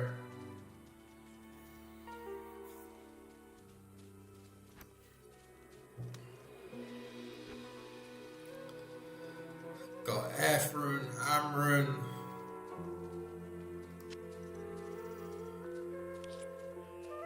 Nothing really too cool there.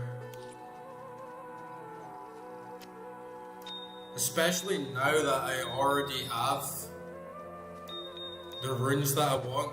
It's really all about getting the sword now.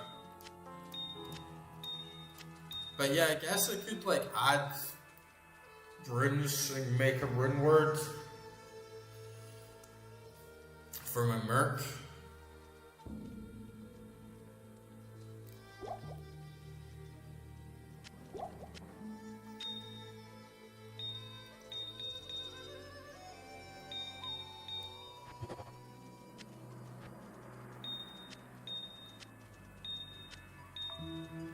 Let's keep them all nice and tidy. And yeah, I'm not really fussed about this fucking rondo. Just let my inner hoarder get to me now, but I'll definitely keep this sword. Definitely keep that for the poison resist.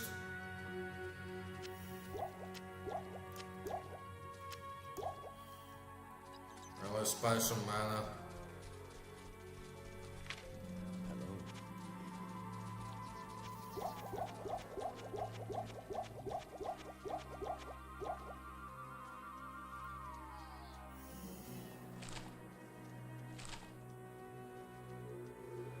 Sell this.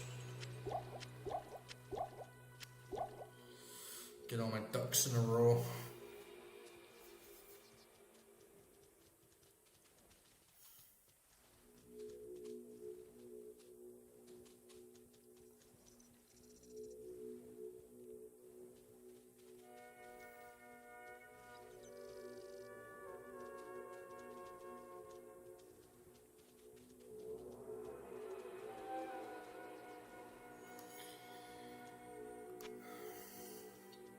Yeah, I'm just gonna go for a piss, guys.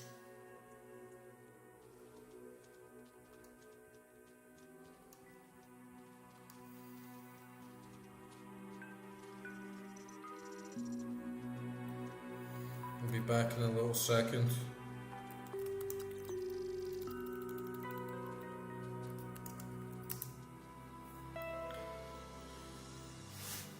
Two minutes.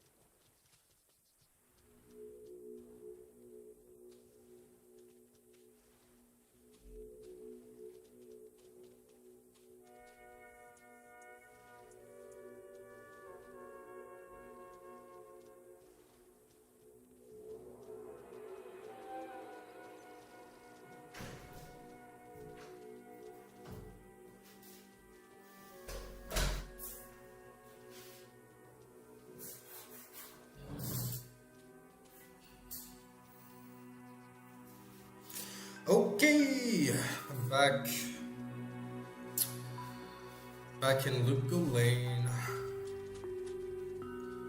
Man, it's fucking hot tonight. Like it's, you know when you work at a desk, plus you're a gamer, plus you're doing the whole YouTube thing, it's like, man, it gets fucking clammy. Oops.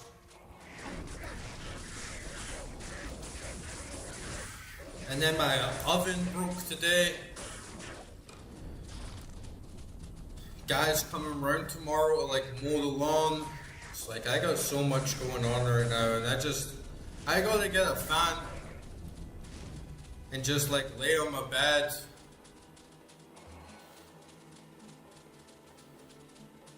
Oh, that's just great. Lovely, lovely Twitch, right? You want to get some AI views? No, I don't want AI views, thank you very much. And on the last stream as well, like the one person that was on Twitch was just like some fucking OnlyFans bot. It's like fucking hell. And you know, I've never really used Twitch that much. But a lot of it just seems like fucking cancer. Like the first time I really used it and like went on the page, the first thing I get recommended is just this like girl with like huge tits doing all this like financial domination shit and like spin the wheel to see how much money you can give her. And this is like the first recommendation that I get from Twitch. I'm like, why the hell are they allowing shit like this? And then every viewer that like comes on in the chat is just like an AI bot or like some dumb shit. It's like, come on, Twitch. I've never had that on YouTube at all, but yeah, Twitch for some reason is filled with like softcore porn and like Amaranth figures just sitting with their legs wide open. And then you hear about all this stuff about, oh, if you're streaming, you should do X, Y, and Z. Make sure you're always talking. And then you click on the stream like, oh, okay, who's live right now? And then you see people with like hundreds of views. And it's just some guy not even talking, not even doing anything. Just like raw, boring gameplay with like some shitty music on Spotify like playing in the background. And it just, I don't get Twitch. I don't get Twitch. Maybe I just need to use it like a little bit more and like try and understand it.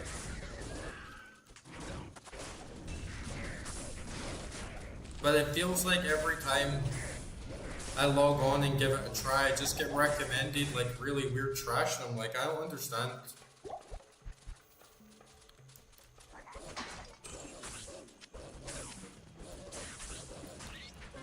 And I feel like enabling financial domination from like busty dominatrixes on the platform is just like sus and weird. It must just get them a lot of money. But obviously, you would think that the most vulnerable people to those sorts of practices are like dudes sitting on Twitch with like nothing else to do. And I just think it's really sus that like Twitch would even allow that shit on their platform. Basically allowing prostitution and like solicitation of like sexual services like through their platform, and just so many women using it as an avenue for like thirsty gamers to advertise like some sexual stuff. It's just like, is that really what the platform's all about?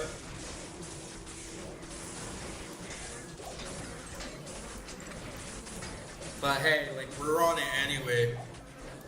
Trying like the multi-stream thing, right? So we'll see how it does. I don't think Twitch is really even that good for getting viewers. Like I feel like you already need quite a big following to even have people watch you on Twitch to begin with. I don't think it's very good for exposure at all. But another thing that I was trying was using TikTok to post like shorts, and I just got like burned out from it. I mean, I guess I could say it's like I don't really need to use it. I can just log on, upload my shorts, close the app, and that's it. But the users on TikTok seemed really brain dead to like a bizarre degree, just talking very weird, very strange comments, and then you click on their profile and it's like some 12-year-old kid or just strange stuff, and they're all posting really cringe, like shitty memes, and gaming communities like all like Roblox and stuff. And then every time you like scroll through the feed, all I could see was just the most repetitive content, just either people dancing or a girl dancing with a big butt, and people dancing in like the middle of supermarkets just trying to get as much attention as possible, people just doing lip syncing videos, and it felt like this is just fucking weird. Like, you must actually have to have like 2 brain cells to actually watch this. And then you'd see the comments of like some, you know, 16-year-old girl in like yoga pants, like showing off her big fucking ass, like dancing around in the supermarket. And then there'd be like 40, 50-year-old guys who on their profile and picture have like picture of them with like their wife saying, "Oh my god, you're so beautiful, any guy would be so lucky to have you." It's just this weird like simp culture. And it's like, guys, what the fuck are you doing with your life, right? Because like the fact is that so many people complain about women these days, about like doing the whole OnlyFans shit. But the reality is that it's men who caused it, right? Because there's so many guys that's actually like, "Oh wow, a girl, I'm just gonna send her money." Or there's literally guys out there that have a kink for just, "I wish a woman would take all my money and treat me like trash." It's dystopian times, guys. It's like a mental disease, like this cultural phenomenon around the world of this disgusting mental illness. Just a horrible, horrible condition to be put on the planet, where you're literally doom scrolling through TikTok, or you sit on Twitch and watch a woman play a game with her legs open for hours and then donate money. It's fucking weird, guys. It's really like every day we fall a little further from God's light, and this is like one of the things that's at the core of it, of a modern society. And I can't really blame women for it too much. I mean, yes, they're like, the women who do this sort of thing are like succubi, right? Like, they're not moral people. And it sucks women into a really bad life. I've had ex-partners, and they're like good girls, you know, and then it comes out that, "Oh, I used to be like a cam girl and used to do all this stuff, and now I really regret it and I wish I could get away from it." And it's a stain on their soul, right? It's a stain on their life. It's something that they have to keep hidden. It's something that they don't want to talk about. It's something that they feel ashamed about a lot of the time. And it's because women get like suckered into it and pressured of like selling your body, sell your soul to the internet for like a cheap buck. And for like a lot of these women, I wouldn't go as far to say like, "Oh, they're victims," you know, because they know what the fuck they're doing. They're not victims. They just sit with their legs open or whatever, and people throw money at them. Like, there's a lot worse positions to be at, right? But in the long term, it's like, if guys could do that as well, you'd realize that so much of your time just gets completely wasted and like taken for granted, and then it turns out that you have like 0 real skills Like you have limited life experiences and forming like a legit like long-term like intimate relationship or like relatability with like other people that like ruins you from the inside out. And I'm not saying like every single person that does it is soul's gone and like rotted. Some people do it as a professional choice, you know, they want to be like a porn star or whatever, and maybe it's a good fit for them, you know. But for most people, for like most girls and most guys, it completely destroys society, man. It's really not right at all. And I just think it's so weird that Twitch becomes a platform that facilitates that, and it's like a front page for like OnlyFans and Fox. But I think it must just really come down to there's such a high demand for it, right? So fucking weird, man. And it's also just weird that, like I was saying on TikTok, there's like old guys and guys from all ages, and they're just gonna sit on TikTok and follow these like little young girls and just sit on their phone all day, looking at them, watching them do some stupid little dance to some crazy annoying music and lip sync and just go and look at their ass. Man, this is Mara, right? This is the world of illusion. This is the world of flesh. This is how Satanism rules the world. Because Satanism, to some degree, it's a state of consciousness, right? It's a state of deception. It's this focus on nothing but the material, on nothing about those like base desires, to the point you become completely oblivious to the wider world, the wider context and spiritual things around you. And because so many women can get away with, I'll just dance and flash my ass off and everybody look at me, it creates this cycle. It creates this really abhorrent cycle where women don't feel like they need to improve. Women feel like they're blocked out from the surrounding reality because they're so focused on absorbing like the vast amounts of attention and everyone looking at them. It's very fucked up. It's extremely fucked up, guys.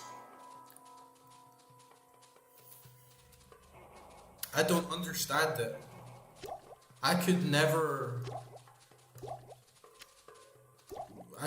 do that. I could never just sit and watch a girl and follow a girl on TikTok do annoying fucking dances, or sit and watch like a girl on Twitch with like big boobs like play a game all day. Just I don't get it. I don't get it.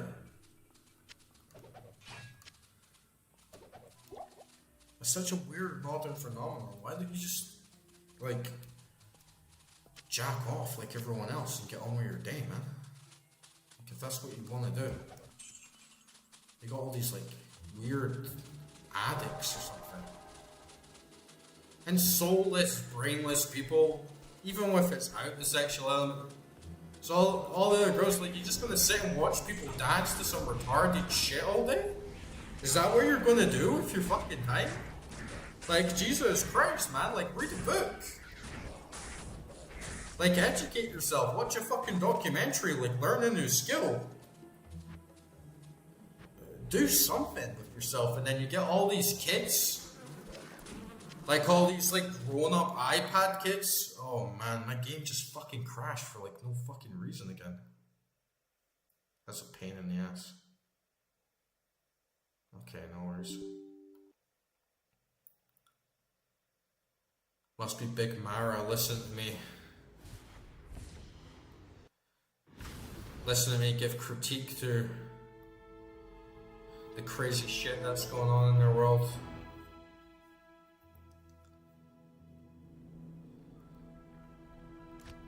But yeah, you get all these like grown-up iPad kids.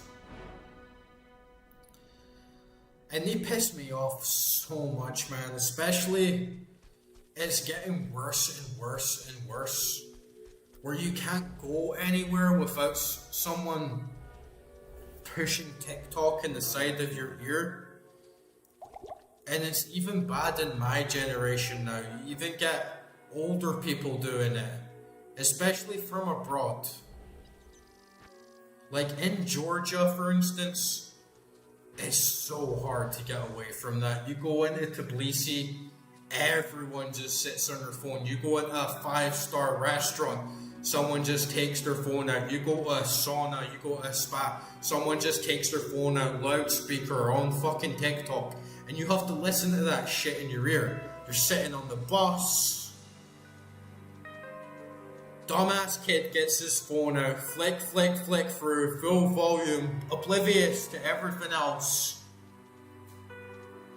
It's a sin, man. It's a sin.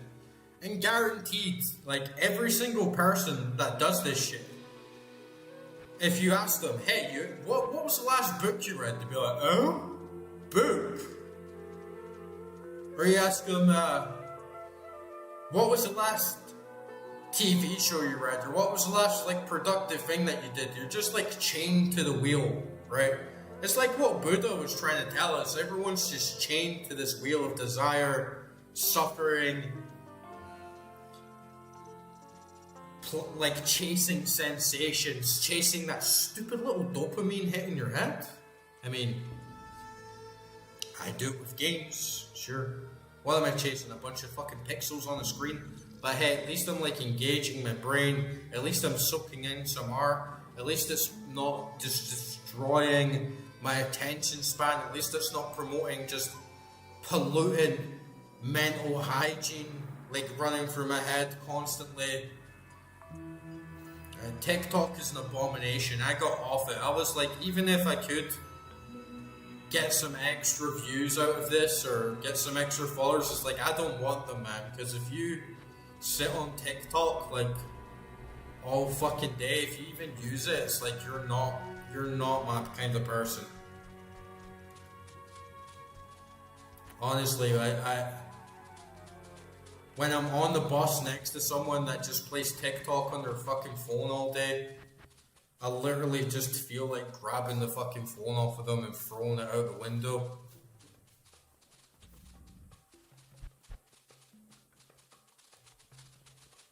And it's so disrespectful to like everyone else in the world and everyone else around them. It's just like zero respect, zero self-awareness of what would be nice for anyone else. Just completely stuck in their own world. All there is me and my phone. Nothing else matters. And then you get this shit as well. Again, it's quite bad in Georgia. I had it a little bit back home in the UK, you know, when Facebook like first came out. After a few years and you're like, oh, I don't have Facebook. I don't have Instagram. And people are like, what? You don't have social media? Like, you're weird. Like, why don't you have it? You still get that shit in Georgia. People are like, oh, what's your Instagram? It's like, I don't have Instagram. And people are like, what? Like, what is this guy hiding? Like, what a fucking weirdo.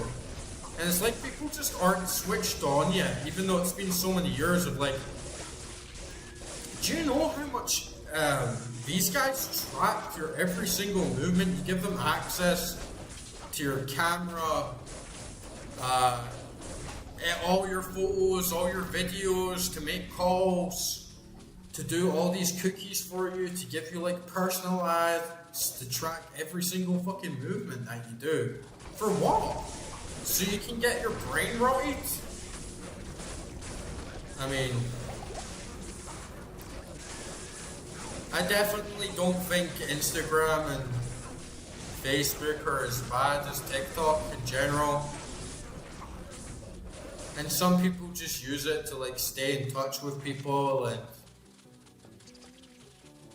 communicate and stay in touch with their friends and post stories and memes and keep track of their pictures and stuff, and that's fine. And I even like shorts as well. I like a lot of short content. I like YouTube shorts. There's good reels on Instagram, but I think YouTube shorts are the best for actually having like original content and stuff that you can like get into. Whilst like Instagram shorts and TikTok, it just feels like everything just becomes a trend and a pattern. And then everybody just tries to copy and adopt the trend because it's like all the algorithm pushes until something else dies. So like everybody just uses the exact same music. Everyone uses the exact same format, template, just to try and get in on that attention economy. Like, oh, everybody look at me, everybody watch me.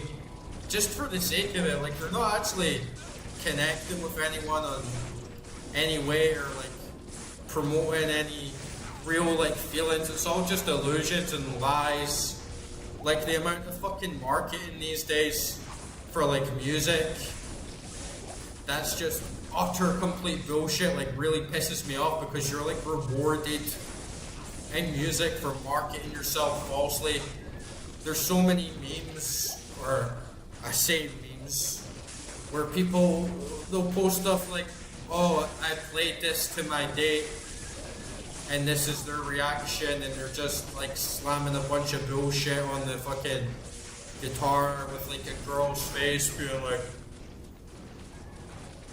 and everyone in the comment section eats it up and believes it's real. It's like, this is like the 40th video of a musician that I've seen doing it this way. And some of it's just the consumer. We blame so much on these platforms a lot of the time, but really the platform is just an opening for like human behavior, right? Like, the platform is not making people lie. The platform and these musicians or anyone else that just uses deception to get views is really just manipulating natural human behavior. Because people eat it up. People eat it up. People actually if you're just to post stuff that's really genuine and sort of like honest, nobody gives a shit. It's all about making people stop, making people angry, starting arguments,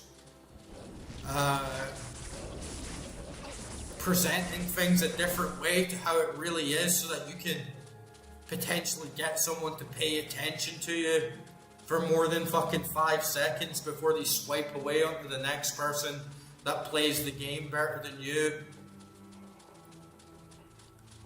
Because nobody really cares. I feel like nobody really cares about people anymore because we're all just sort of parasocially connected to each other like through screens. And there isn't that same level of like genuine connection you had when things were like in real life, right? So we're kind of in this final stage of the Kali Yuga where everything is just falling down and the illusion is probably like the most rampant that it's ever been. And just having, I'm not trying to talk down on everyone, right? Because I'm not like some enlightened God, but it's really having an impact on us all.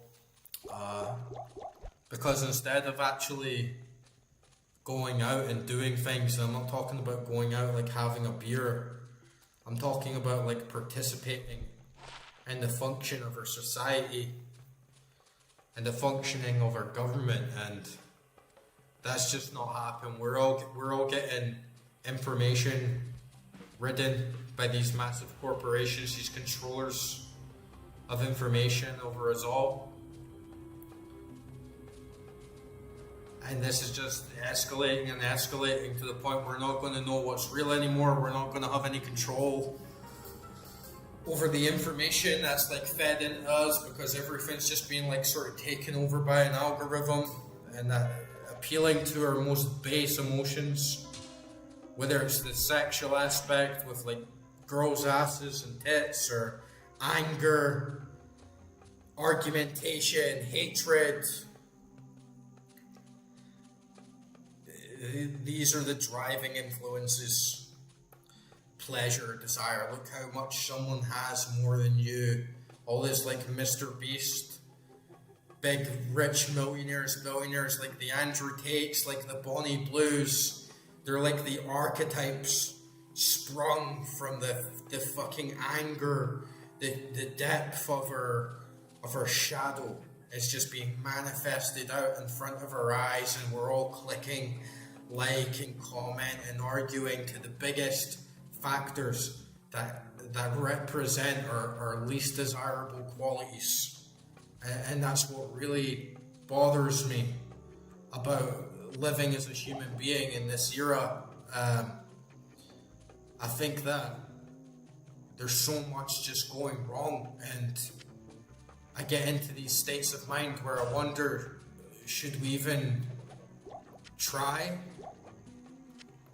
to like make a difference, or is the answer just meditating until we fade away and manage to pass on to another level of existence? It really gets to me. I don't know if we should stand and fight, or if this is just the natural cause. This is just the natural causation and flow of the world's energy and the world's metaphysics. Good to see you. Is there anything we could actually do? Can humans actually be saved? Do humans deserve to be saved? I'm just gonna throw this shit in my stash, because now you get an insight into my hoarding mentality, right? As I get so worked up in these big chains of extractions, I'm like, I don't know if I should keep this or not. Fuck it, I'll just leave it for now until I finish my fucking mind spaghetti. But yeah, I don't know, guys. I don't know if like this is the Kali Yuga and humans need to die that final death. If eventually it's like the times of Noah, and we just have to wait for a big transformation or the apocalypse until the world is reborn and built again from scratch. But honestly, like the more I live and the more I think about it, the more I think that's true. I think we are like so limited as human beings, and we can't really control the collective consciousness of people. And there's no one really there that can be strong enough to be like a unifier, right? Like we're in such desperate need of a hero and a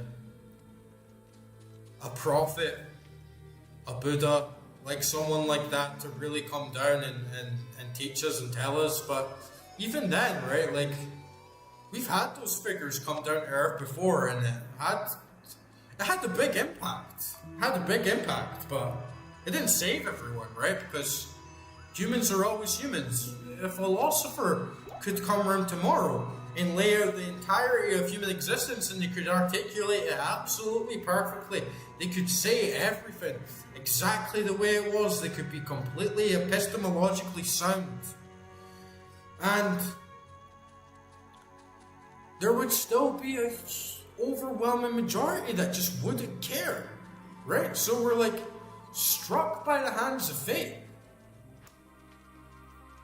Not even Christ could change humanity, right? Not even Buddha could change humanity. It's like it's this fundamental aspect of our entire existence, of our base level consciousness that we live on, and you cannot change it. You cannot escape it. Satan rules the material plane, and those that can ascend and transcend their consciousness to a higher level can see other things, can have enhanced insights, can have enhanced perceptions, can see a world and maybe even be saved at the time of death, right?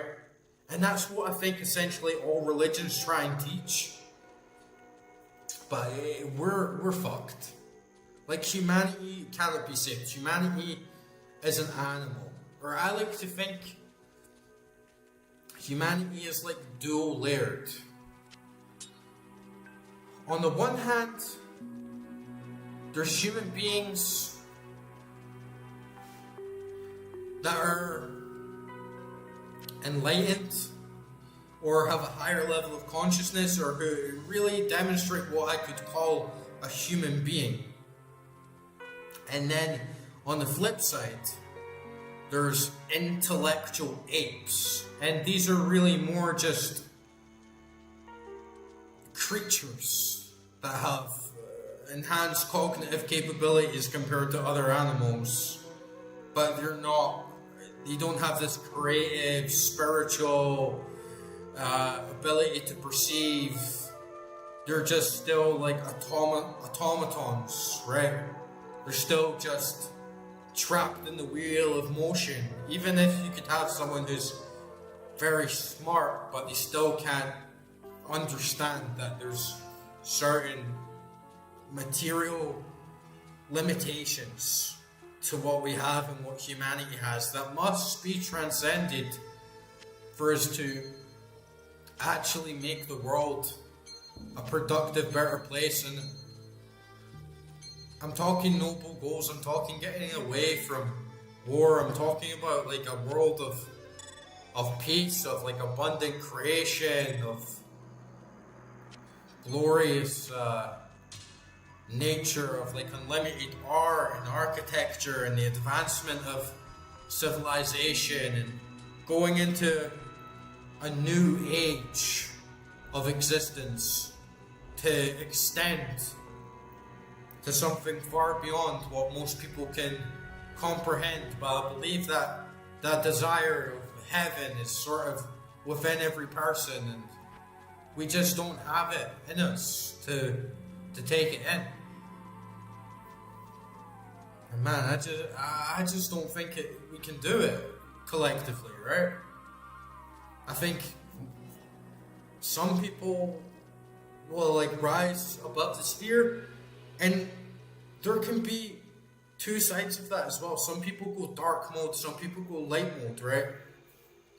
Like, there are very, very intelligent people that understand the subtle mechanics of the universe and metaphysics and how chains of influence and how power works. And instead of copping out, they will use that to their advantage. Like, you know, your massive, like Jeffrey Epstein characters. Like, these people are smart, these people are sophisticated, they're psychopathic, they're turned off to the whole matrix down below them, right? They're not tuned into that, but they're controllers. They're people that try and control the masses. And to people who do good, they're kind of on the sidelines, right? Like, they're not really there. They're kind of just copped out, because that's like the pure way, is to not get involved and to not absorb your soul in all of the nonsense, and to like get out. I've been researching this link. And it's tough, man. We live in a tough world.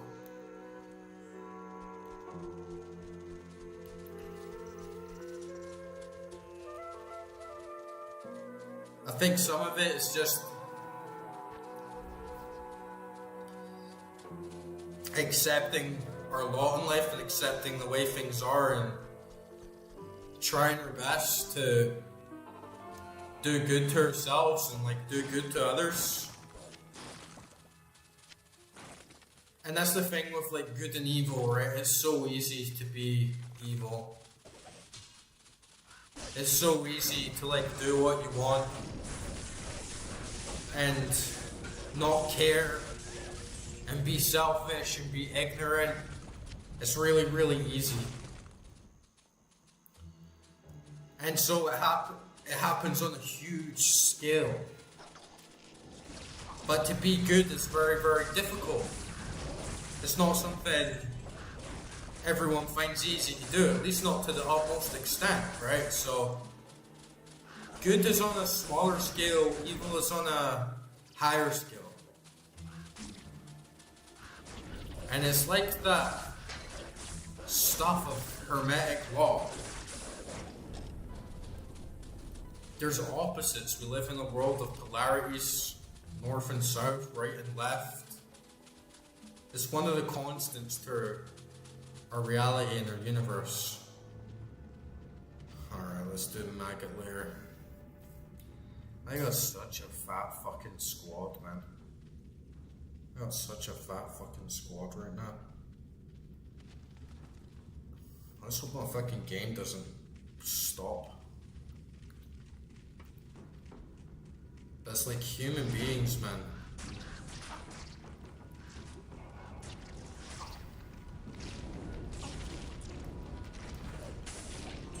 So much of us is just animalistic, and even like an insect in nature. An insect or animals, they don't think outside their box, they don't think outside their head. But I'll tell you this as well, like human beings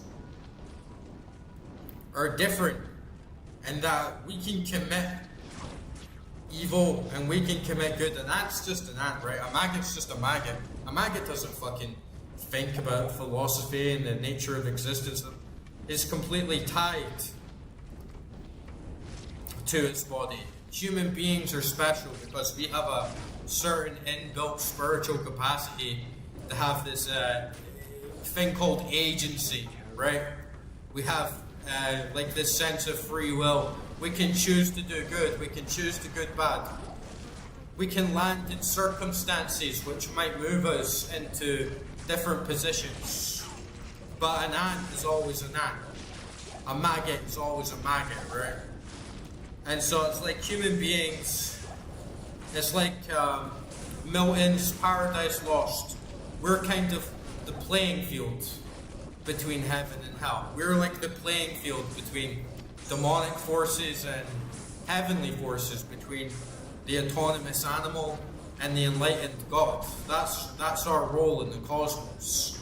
We're sort of sitting in the stratosphere, like in between, neither fully alive and neither fully dead. We're at the crossroads, right? We're a point of inflection where things could go either way, things could go both ways. It's a very, very special condition. And I think that power is a part of the reason why there's so many darker forces that try and keep us oblivious to it from birth. Because that power could be one of the strongest things in the entire universe, right? Like this idea of free will, of agency, of like upper consciousness, like the ability to choose, the ability to transcend the mortal coil, the ability to transcend your body and not just be an ape, not just be an intellectual ape, but be this fully realized, almost like demigod figure, is very, very dangerous to those that are governing us, to those that are in full control of us, who try and govern the tides of information, who try and control and watch your every movement. Why wouldn't someone noble in power try and do what was good for humanity? Why wouldn't the people in power try and do things that moved humanity upwards instead of just like an economic slave object? It's because they're either sold out to those dark forces or they're so consumed by them. They're like the ultimate autonomous object, like serving that end. Like the energy is just completely overriding their consciousness, and now they just autonomously act within their interest. And that is why it's doubly dangerous for us to not be aware of this stuff, and for us to not practice enhancing our own perceptions and being aware of who we are as an existential being. Because if we don't nurture that, we don't take care of that, we could turn into a terrible, terrible being. You know, you could turn into like a fucking Stalin or like a fucking Mao Zedong, right? It's just a dangerous path. Motherfucker, I got a 3-socket dimensional blade. It's like, we need a 4. We definitely need a 4. Impossible. But yeah, I really hope that things can be different on this planet, and hopefully in ages to come, maybe after an apocalyptic event, maybe after something big happens, the world can be put into a better place and we can go back to like a golden age of humanity, like outside of the Kali Yuga, and actually attain something beautiful, to create something that even aliens on other planets and things way off in the future could be like a being that truly inspires an entire universe and sets like a good example. I really hope that can be a reality one day. But as it stands, like right now, people just don't take enough responsibility. And yeah, every day we fall further from God's light. We all need to collectively be enhanced individuals. That's really the only way I can see a way forward. You can't collectively change society. You can't collectively change culture, just one man alone. You have to look inwards to your own self. And I believe that even with that power, the world can like change around you. With that enhanced perception, with that enhanced clarity, with guiding your thoughts in a productive way.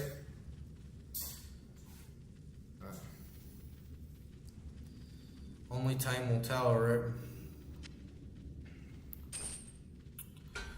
Only time will tell. I am overburdened. And this pike is kind of shit. I so wish I could get that 4-socket sword.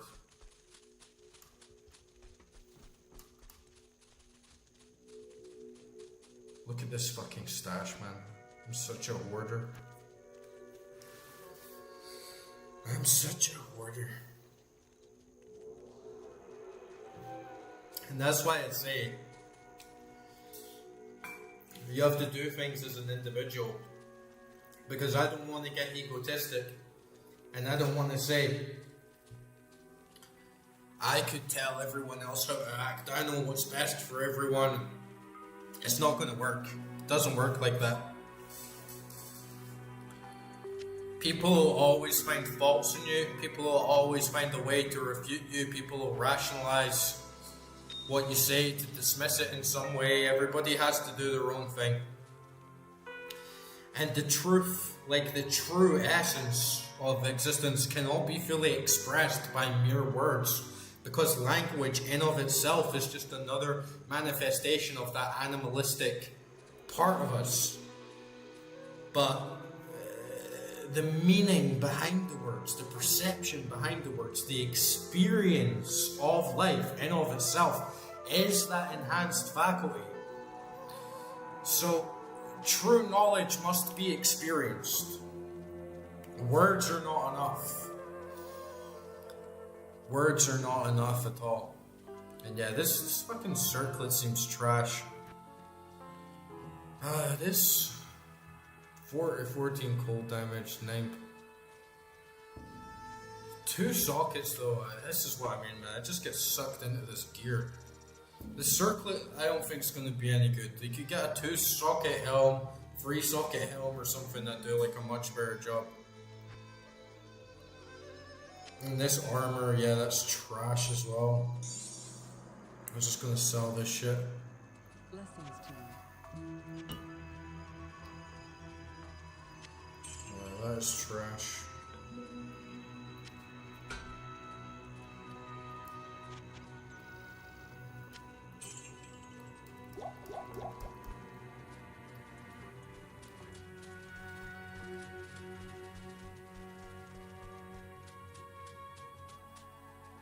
back in my portal. Still got to kill the rest of those maggots.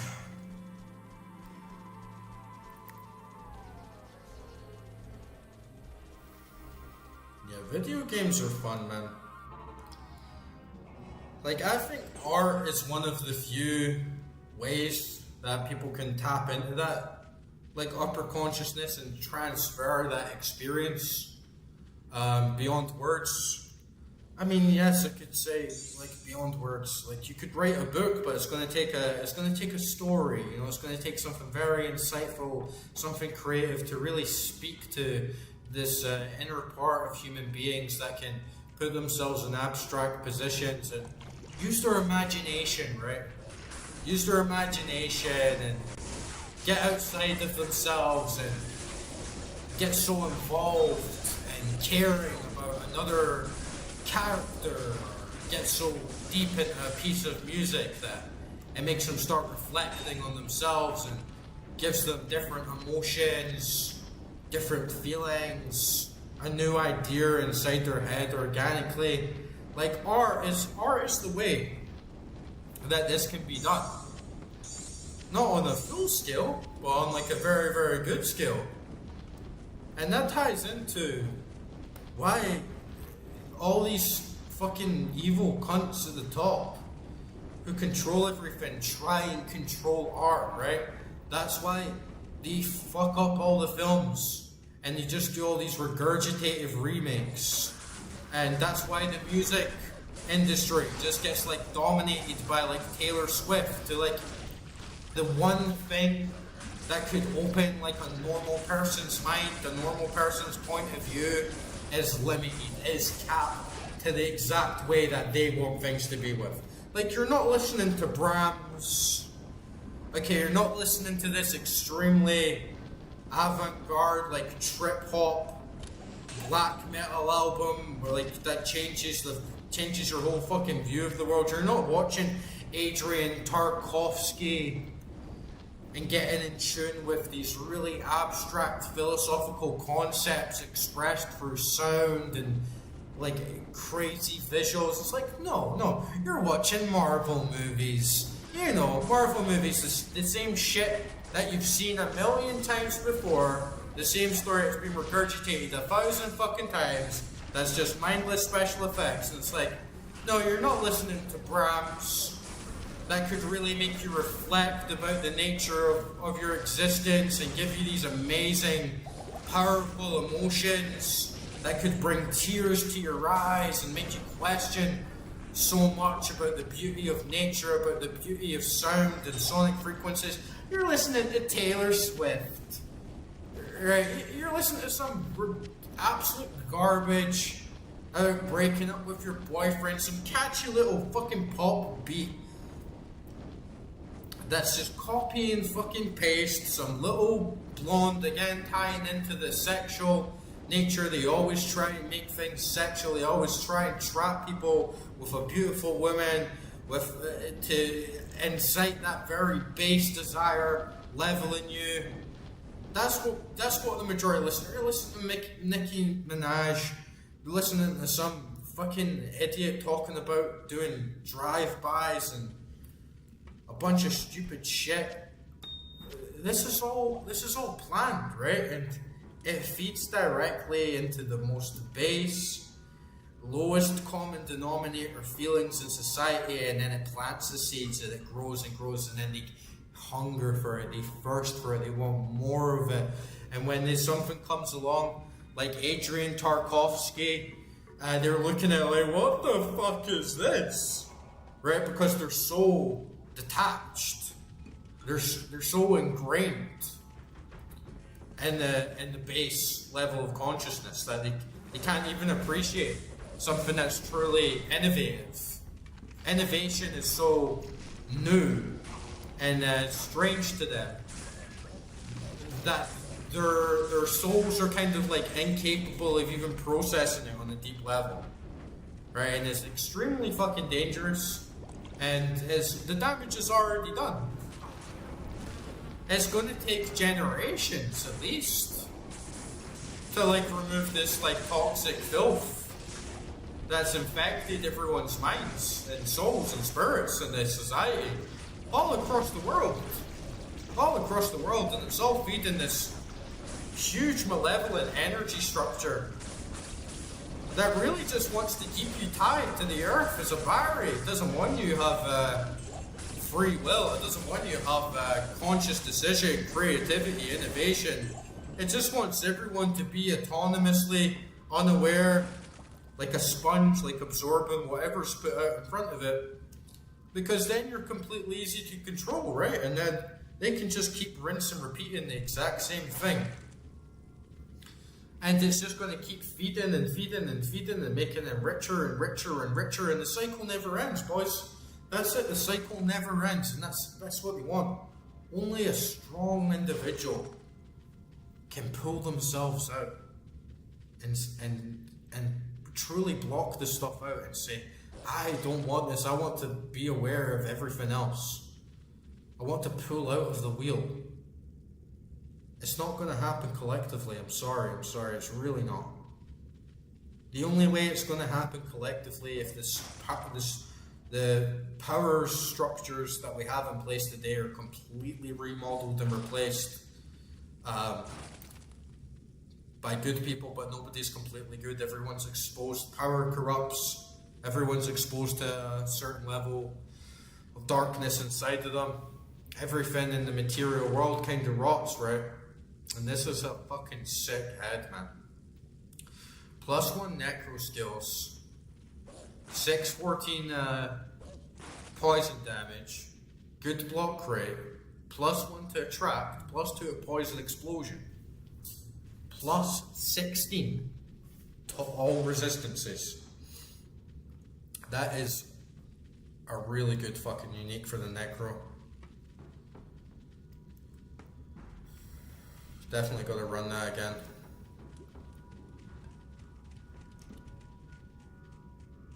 That's definitely getting through the fucking stash full of shit.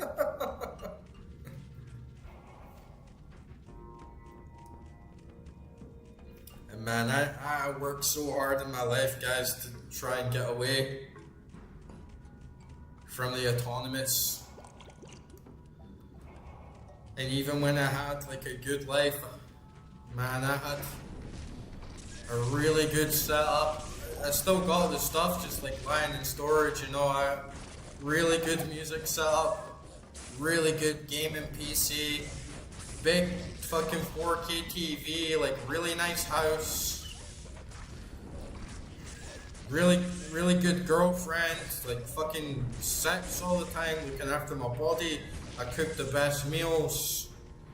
I went to the gym every day, doing butterfly strokes, strength conditioning. I was doing Muay Thai.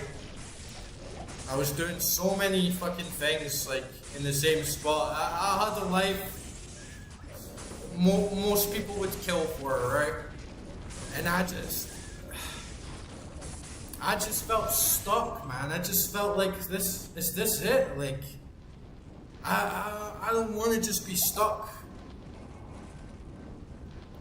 Like, I don't want to just be stuck in the same place, seeing the same things. Like, even with all this, I'm just satiating this material part of myself. And I truly believe in a higher world.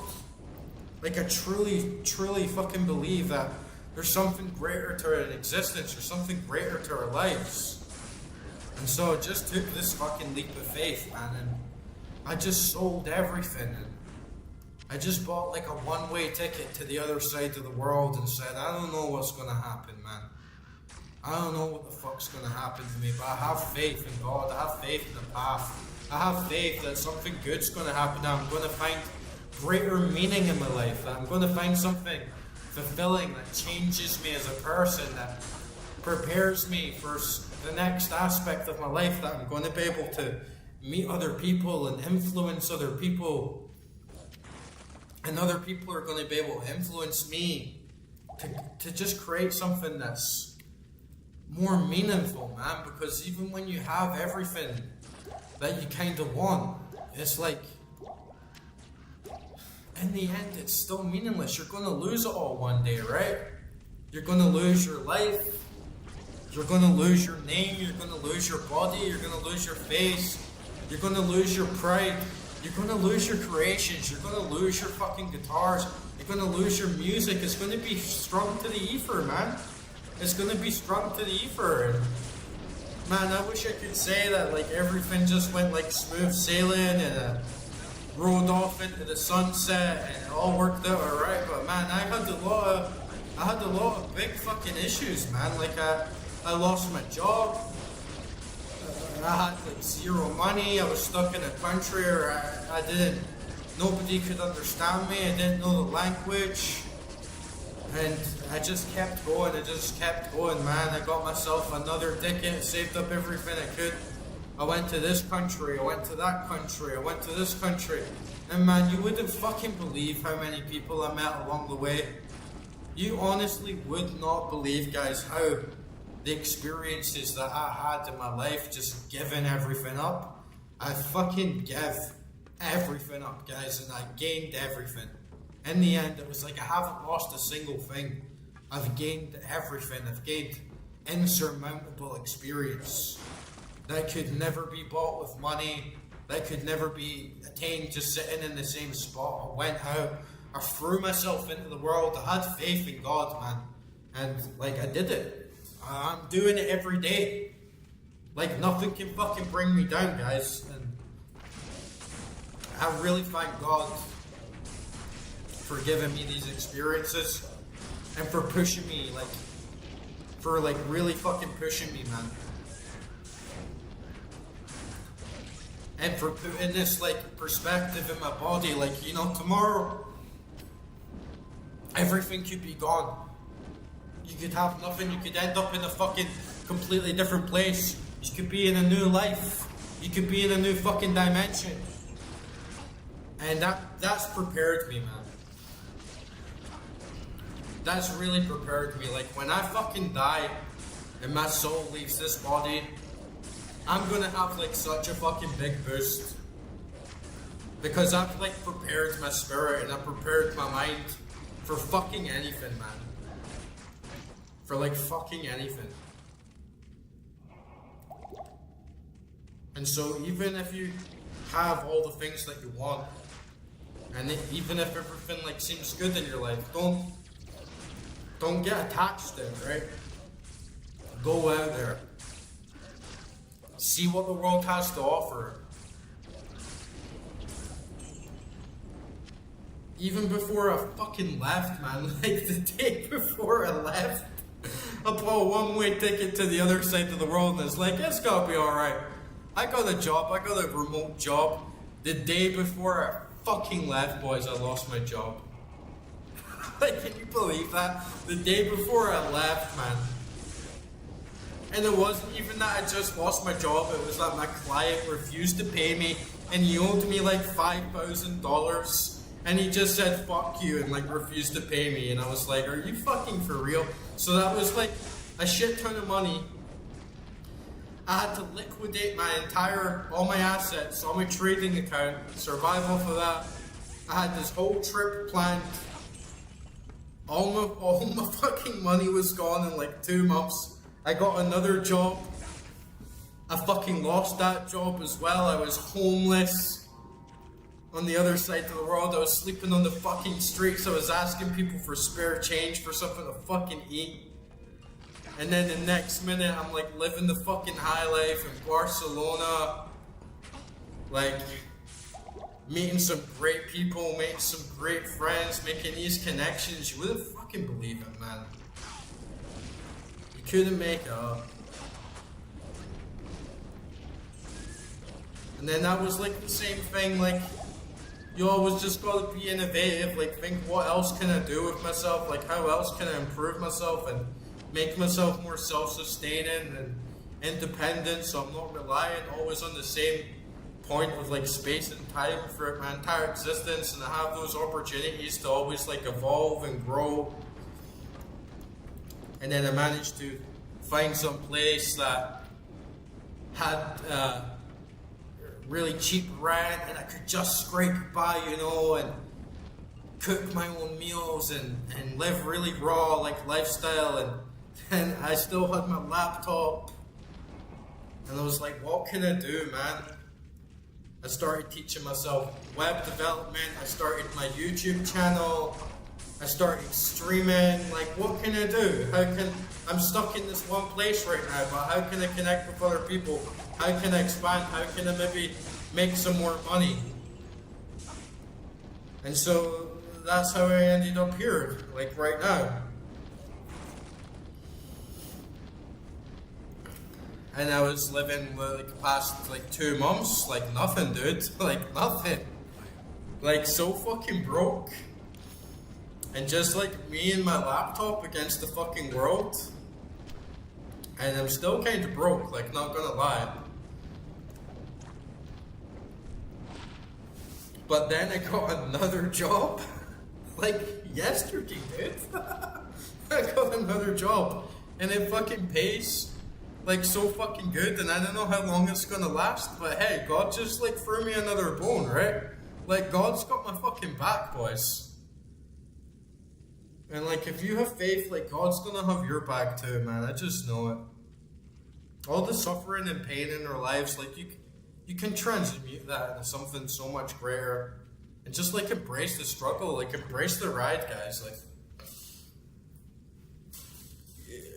it's crazy, like how many times in the past like year everything's went up to down to up to down to up to down to up to down, like fucking homeless, nothing, getting my cock sucked, sipping fucking cocktails, staying at the fucking Ritz, fucking homeless again, fucking trying to get some spare fucking change, meeting a new girl, meeting another fucking girl, traveling to this country, traveling to that country, just fucking throwing myself on. I'm just gonna get a plane ticket and follow my number, right? Follow my numbers, follow my lucky numbers around the fucking world, and it's finding people who love me, man. Like finding people who love me is finding people who support you, you know, like on a really deep level, who like get you, and then you're like friends for life. You create these unforgettable experiences, and then you're there in your life. You're there to pass on the torch. All these people know that like that supported me. It's like if shit ever hits the fan for you, but you just fucking save up the last of your cash. You come wherever I am. I got your fucking back for life, man. Like forming brotherhoods, forming friendships, forming like true bonds. And I gotta say that sort of life is so much better and so much more fulfilling when I die and I go up to heaven and see those pearly gates and like St. Peter like watching over me and asking me like, what have you done with your life? Like, what have you done with yourself? That's like so much better, right? Than just being like, I just like got ripped and had a lot of sex and like sat in my house and ate like really good food and just like sort of pleasured myself, and you know, like the world is there for us all. And I really see that the world is a gymnasium for our spirits, right? Like you can use the world and everything going on to make you stronger. You can let it swallow you and like eat you alive, man. And so many people, they just eat them up. And even as a kid, like I was homeless at like a really young age. Like I was homeless at about like 15 years old. And so I knew what it was like to have like fucking nothing and like grow up on the streets and like go for trash, like looking for food some nights to survive, and sleeping out in the freezing cold and the rain, and being starving, like being hungry, and like really, really fucking struggling, right? But at the same time, I knew like how liberating it could be to just be like free from the system and for just like every day you don't know what's gonna come next and like winging it. And like as a kid, as like a 15-year-old, that taught me like so much. Like when I was growing up, like I was such a nerd. I was such like a weeb and like always watching like anime and just like an otaku sort of thing, right? Like, and I don't really think I had like inner strength or courage or like tenacity and wit and like the ability to like really defend myself and like stick up for myself. And it wasn't easy, man. Like it was like traumatic back then, but I also know if like that stuff didn't happen to me and I just had like a normal life and mom and dad were there to support me and went to school and got a degree and got a job and blah blah blah, I would have never learned to be as creative and innovative and like hustle, you know, like really hustle and get down on the street and like make stuff happen and connect with so many other people and like learn how to stick up for myself. And it's like a journey, man. It's like a big adventure, you know. It's like Bilbo Baggins in the Shire. Not everybody's got that in them. So I'm really grateful. Like God gave me that mind and that body to and that opportunity to like experience all that. Like even though I suffered and it was so fucking hard, I'm like really grateful for it, right? Because if that shit didn't happen to me, I wouldn't be who I am, and I'm proud of who I am, right? I know I'm not perfect. I know I've got like a lot of flaws and like a chip on my shoulder, and I've still got like a lot of room for improvement, but I'm a lot happier in my life and my existence than I was just making money, working out, and having sex. It wasn't like everything I could do with my life, and I used to just think that the value of my life was weighed up in how much money I earned or how physically fit I was and how attractive I was and how many women I could sleep with, and that's just like not what it's about, man. Like it's just not what it's about at all. And I can see those. Ooh, man, look at this big money maggot. Come on, bitch. Fuck you. Get Jimmy, Timmy, Steve, and Oswald. Come on. Get in there and fight. And yeah, chat, we still need a name for the 5th Raven, so like I'm counting on you guys for that.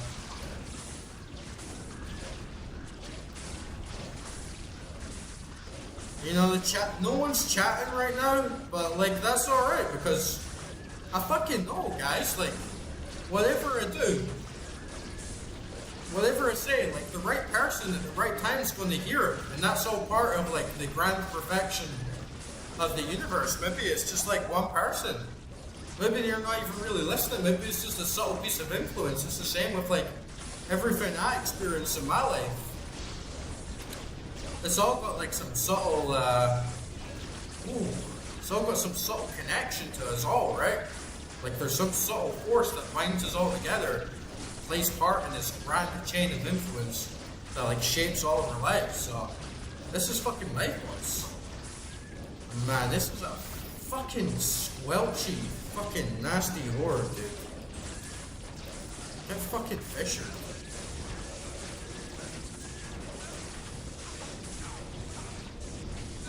Oh man, I don't know if I could go on this type of adventure, right? Oh, that scream. Yeah, scream, bitch.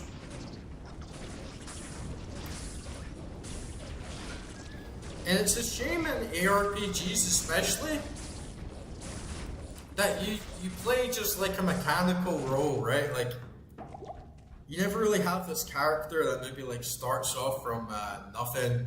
Like they kind of try and do it like Path of Exile and stuff. Like you wash up on the shore and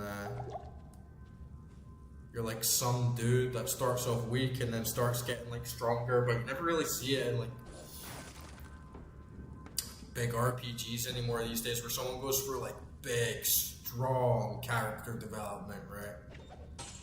Like rags to riches shit and being like a little bitch to like a strong cunt, and then struggling to face like your fears and like overcoming a lot of stuff. Those kinds of stories are just not really present so much in games, and I think like games, even though like I was saying, like art has got such massive potential to like have this great effect on the positive aspects of the human psyche, I feel like video game writing is like really fucking weak, and it's like so hard to find a good game that actually has like genuinely good writing. But at the same time, I love that like cheesy, like abstract level of expression, and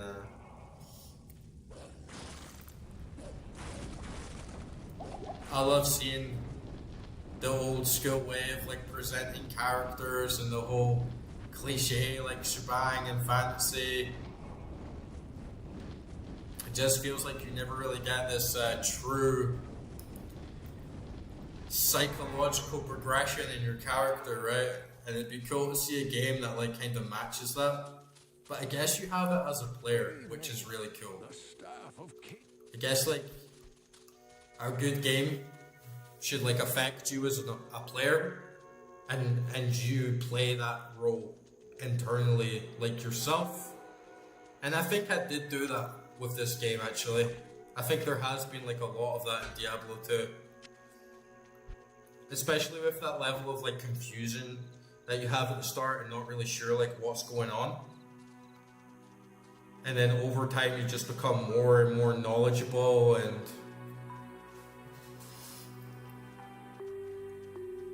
understand like a lot more. I can't. Oh man. This stash needs fucking clean though.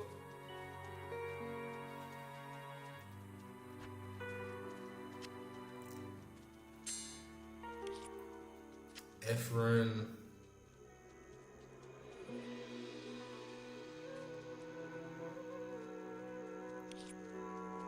Is that like the only one I have?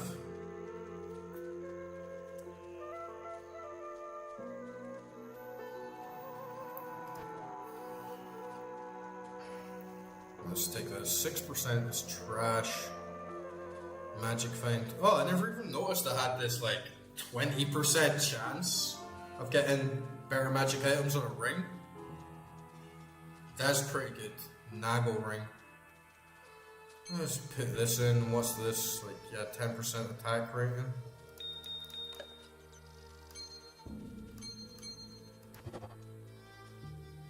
Meh.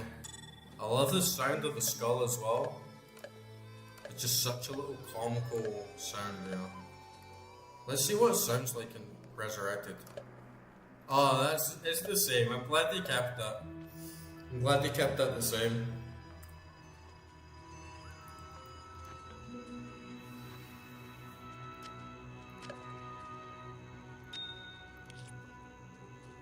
Okay, we got perfect diamond. Nice.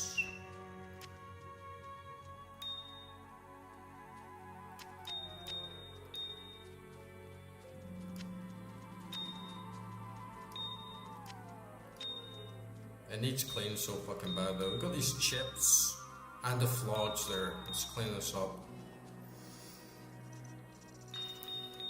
Ding ding ding. Ding ding ding.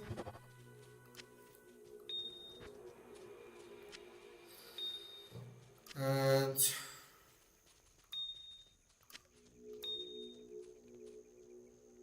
yeah, I wonder if you can put these jewels in to get another jewel. So let's see. That one's kind of trashy. Trashy. Okay, let's try the jewels. Nah, jewels don't work. Shit. Oh well.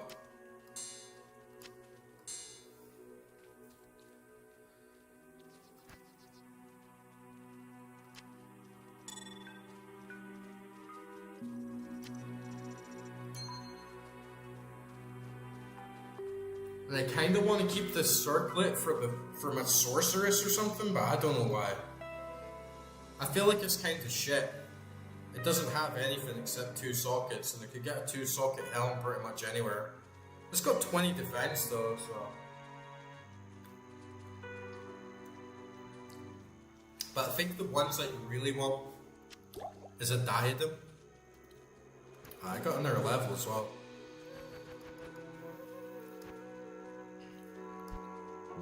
And did I max out Fisher? Next level, nearly 450. Alright, nice. I thought you could only get a skill up to 20, but I guess it's because I have those +1s stacked in as well.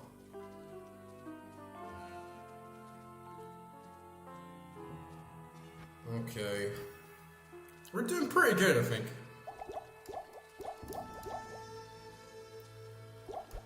Pace is a bit slow. We could speed it up a bit, for sure.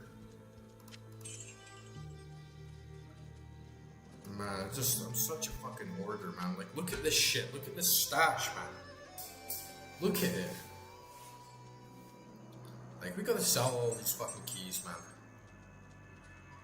At least.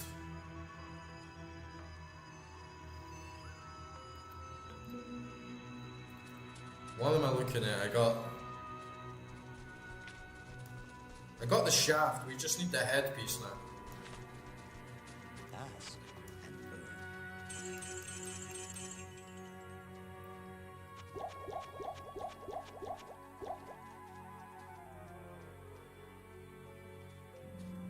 And we got a lot of good items. Like, we got a lot of uniques.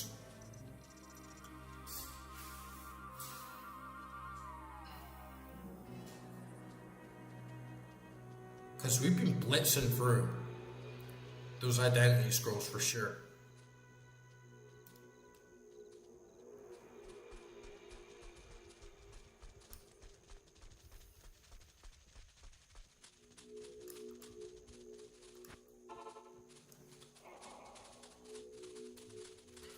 And yeah, I just hope that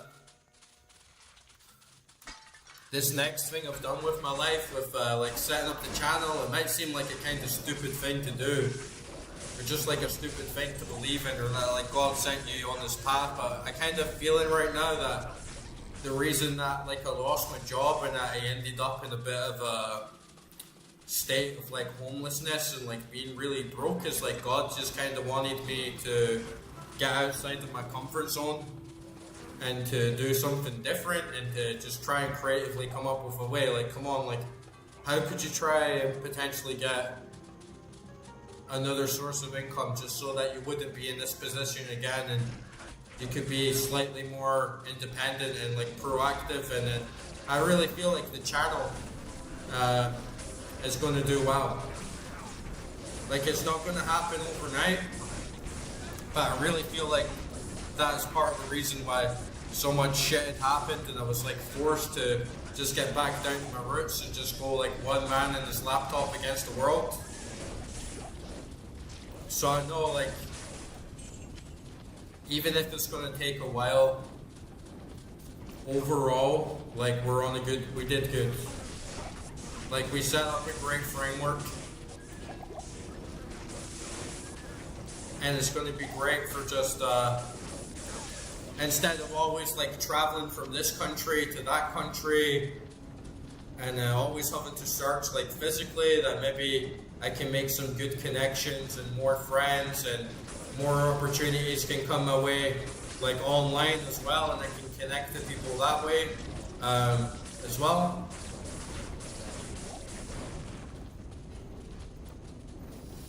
I tell you what though, like, I kind of miss being able to swim every day. I used to swim butterfly stroke, and that was like my favorite thing to do, man. I used to swim butterfly stroke like at least 1 hour a day, sometimes 2 hours a day, and then I would go to the gym like right after and start like lifting weights, and I was like pushing myself to the fucking extreme, man. And then sometimes after that, well, pretty much every day after that, I'd walk 4 miles with like a big, like 10 kilogram on my back, sometimes like 20 kilogram on my back. And then I'd go home, trade stocks, practice guitar, practice music, work with like some of my clients, and do like my other like remote job. And that was like life. And then when I had like spare time, like every night I would either like watch a film or I'd just play video games like all night till I fell asleep. And then get up the next day and like rinse and repeat. And it wasn't like using fucking steroids or anything. But the one thing I will say that I was doing like to cheat on like my energy levels, I was taking like a fuck ton of Rick Simpson oil. And that stuff was like so fucking powerful, man. So fucking powerful, especially when you're swimming. And that leveled me up a lot. That like managed to like numb my mind out and like calm my body down enough so like the rampant levels of like physical and mental strength didn't like wear me down too much. So like yeah, shout out to Rick Simpson oil. That shit was fucking amazing, man. That was fucking amazing. I might as well just keep this in my stash for now.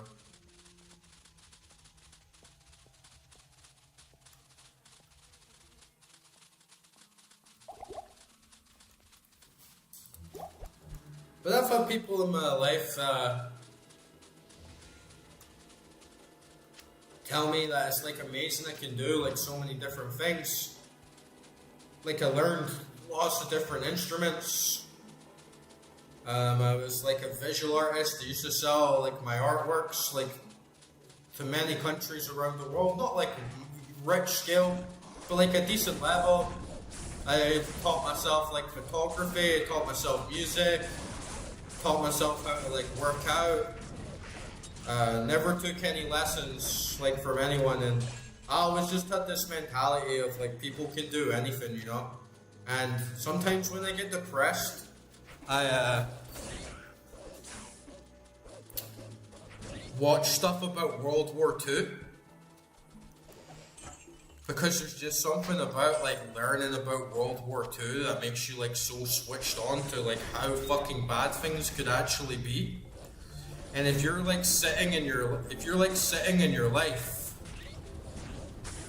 like all these incels, for instance, right? Like there's so many incels, and they're like, oh, I can't have any sex. Like I might as well just like end it all, and so depressed. And it's like, bro, imagine like marching into the Battle of fucking Stalingrad, right? Or imagine being rationed on like half a slice of bread every day, and you don't know if like the Russians or like the British are gonna like fucking bomb you like dressed in fire bombs and shit. And people really suffered. People like suffered so much back then, and it's how I can quit things easily. I know like some people get like addicted to smoking, and yeah, I can crave a cigarette, like don't get me wrong. It's just like other things, like there's people today, if they didn't have TikTok on their phone, they start getting all fucking pissy and depressed. And it's like, bro, remember the Battle of Stalingrad, man.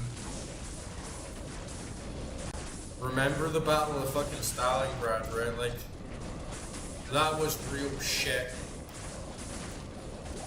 And the Crusades as well, like, if people can walk to fucking Jerusalem from France to fight a war against the Muslims, and then people are like complaining about not being able to get some pussy, it just like really puts things into perspective. And I've had those moments as well. I'm like, I'm so depressed that my life or stuff that's going on around me, and it's like, hey, Battle of fucking Stalingrad, man. Nothing's gonna beat that, right?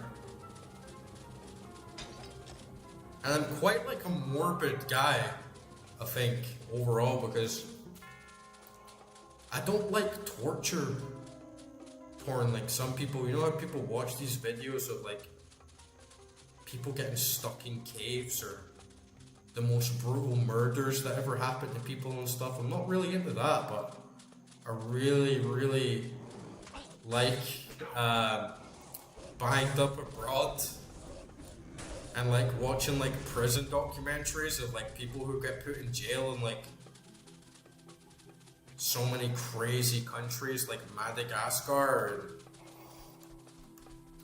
like the Philippines and stuff, and it's like, bro, that is fucked. Like, that is the kind of stuff you could say it's like, man, at least I'm not there, right? At least like my life's not that fucking bad. And sometimes you even see people in those situations where they're like still doing better than a lot of people in like modern society.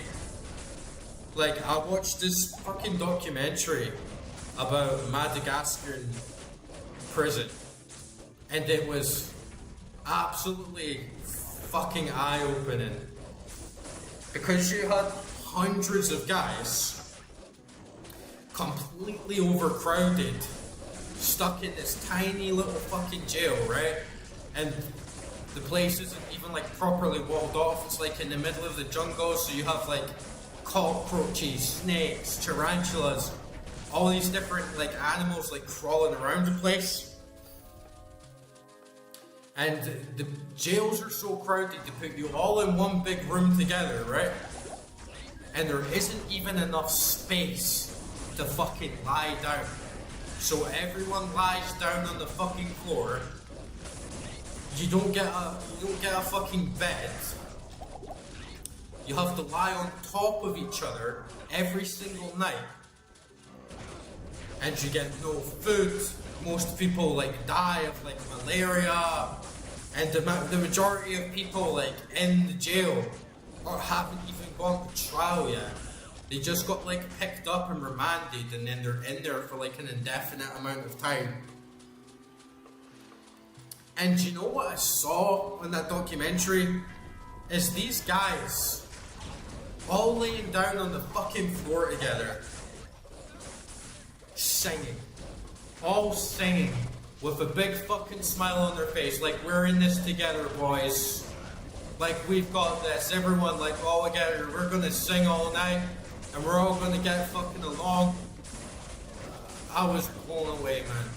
I was blown away at the humanity in those scenes. I was just really touched, honestly. Could not believe it. Just really shows that, like, even in the darkest moments, like, there's still this spark of, like, light and goodness. And then you see, like, fucking other jails, like American jails, and jails in, like, the UK. There's some, like, really mean, like, nasty bastards, like, really nasty, like, prison culture in there, right? And they get, like, TVs and, like, free meals a day and, like, their own bed. And these guys had less than nothing, right? Like, and they were singing. They were fucking singing. It was one of the most amazing things I had ever seen, honestly. I think I was literally fucking crying the first time I watched that. I was just like, that's fucking mad, man.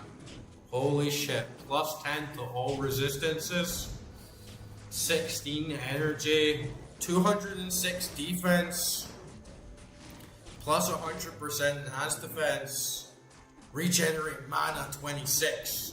Oh, that's actually pretty fucking good. I mean, I have to drop this for like my magic find, but honestly, that's pretty fucking good. My resistances are shit right now. Especially poison, which is going to be a big problem running into Duriel. Oh, you're gonna die. What the fuck even is this thing, man? Just this fire tower sitting there doing nothing?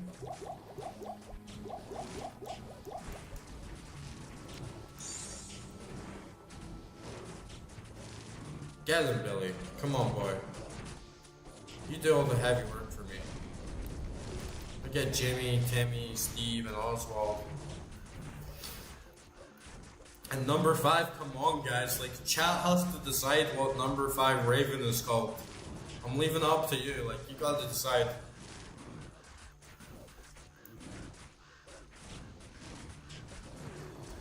I'll get another heal. But yeah, should I put that on now? I mean, I'm playing on level 3, I'm playing on P3, so I feel like we're still gonna get decent magic find, and it's already at like a decent level. So like, fuck it, this could come in so fucking handy. And my resistances are still shit, I'm still gonna need to do a couple things, but at least they're not minus, except poison. What the fuck is this thing, man? Fuck that. Just leave it, guys, it's not worth the effort. They fucking tank so much damage, dude. It's like the sarcophaguses. I can't carry anymore. It's an absolutely crazy amount of damage that they absorb. Look at that, nice blue, nice spiky blue. It is very 2000s, right? Who the fuck has blue armor? Who the fuck has blue armor in 2026, right? You just don't see that anymore.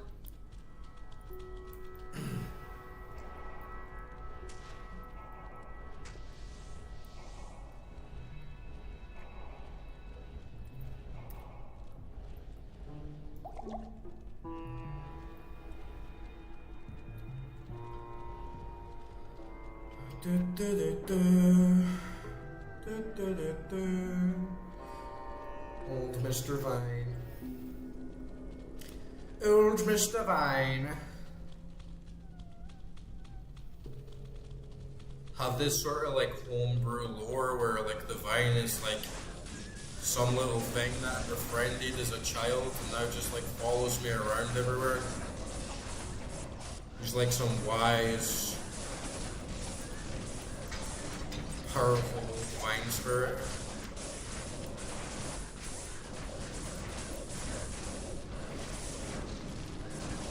I feel like you know you're getting into a game when you just start homebrewing your own lore in the background.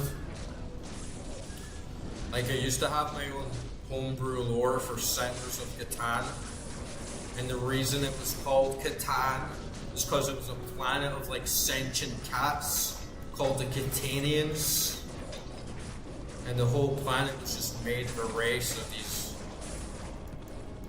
trading cats, these like war-hungry, fighting, trading cats that eventually learned to like sail the seas, and it was a whole vibe. And for all the versions of Settlers of Catan that they did, having a legit like Settlers of Catan, like with cats, is such an oversight. It's so obvious they should do it, and he just never thought of it. It's like, come on, it's staring you right in the fucking face, like Settlers of Catan. Catan.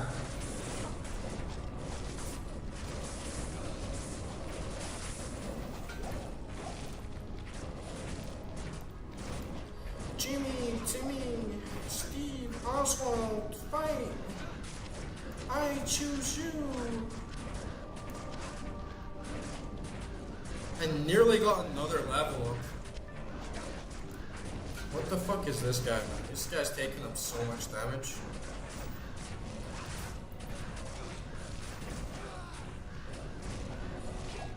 Alright, you got squished. It's that Fisher. Fisher just took him out.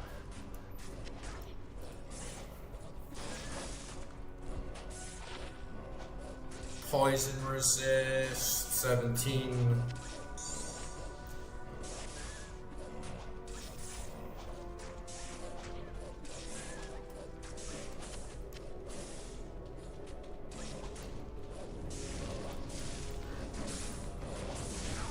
Yeah, I wonder how hard Duriel is actually going to be. The one thing that actually kind of stressed me out is when I was in the sewers, I came back out to slay this unique, and the monster had like completely healed itself. So it kind of stresses me that I could potentially go into Duriel, use a teleport out just to get out of her way after all my minions are dead, and then she regenerates her health, because if she does that, I'm like, fuck, man. If she can heal herself, that would like fuck me up. I'm basically just relying on cheese, you know? Oops. that I can keep portaling in and out and use my minions to tank her while she like takes a bunch of molten boulders to the face.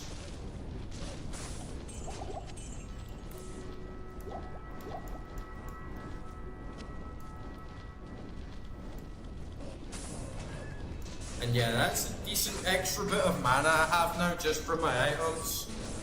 Like 212 mana is pretty good.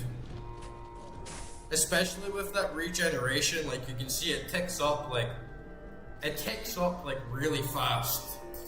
So it's going to take a lot of the burden off me of just constantly having to go back to town.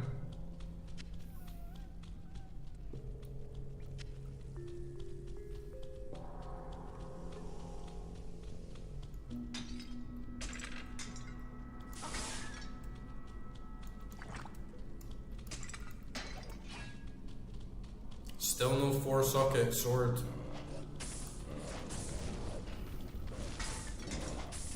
I might actually benefit a lot from taking my magic find off actually if it's got a higher chance of dropping a comment with 4 sockets.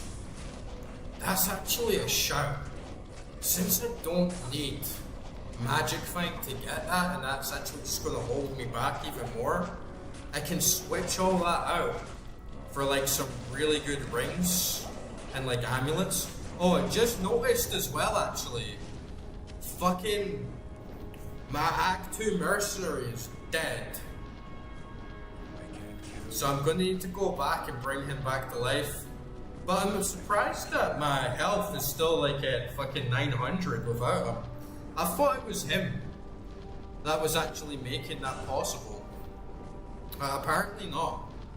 Or maybe I just like maintain the buff even after he dies.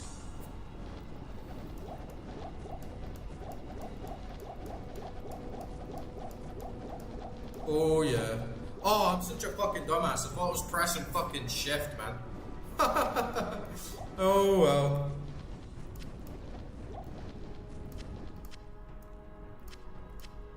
Get all my potions. All my potions.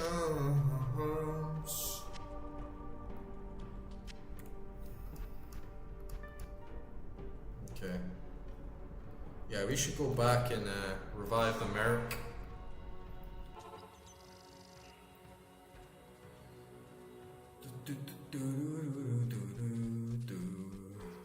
We gotta revive the Merrick.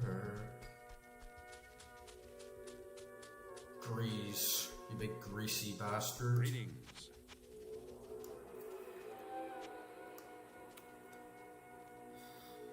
And yeah, we should definitely put some sockets in there, right?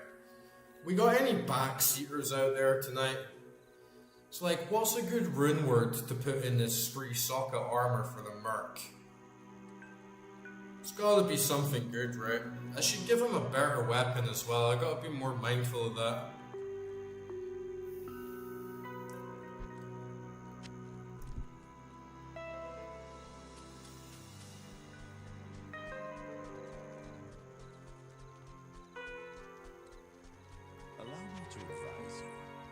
Like, if I find a really good weapon that I'm not sure if I could get rid of, I can always give it to him. Get rid of this charm. 30% cold resist, like again. I feel it's worth holding on to. But you can't hold on to everything, that's the fucking thing. What have I got in here?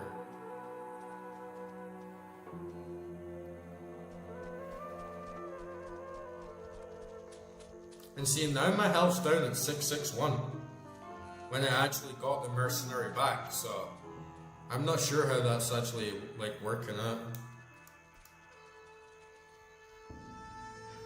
Like, look at this shit. It's a fucking disgusting pile of junk. It's all pretty good though, it's pretty tempting to hold on to. This at least I could give to my paladin, put in his private stash.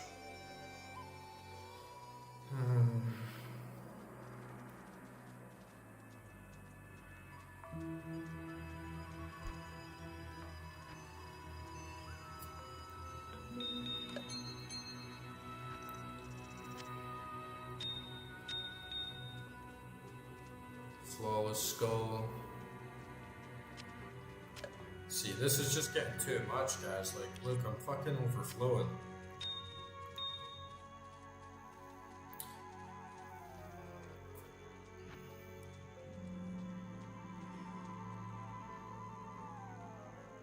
I'll chuck this in.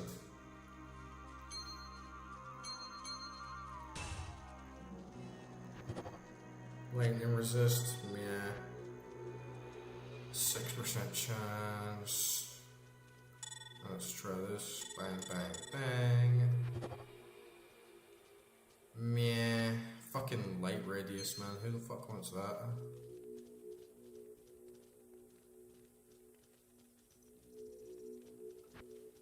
And you have like no space to like dump this armor.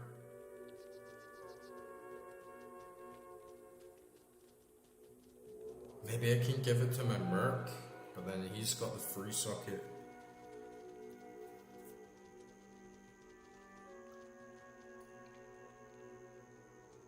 This is shit. I can let go of this shield. Yeah, I'll let go of this shield.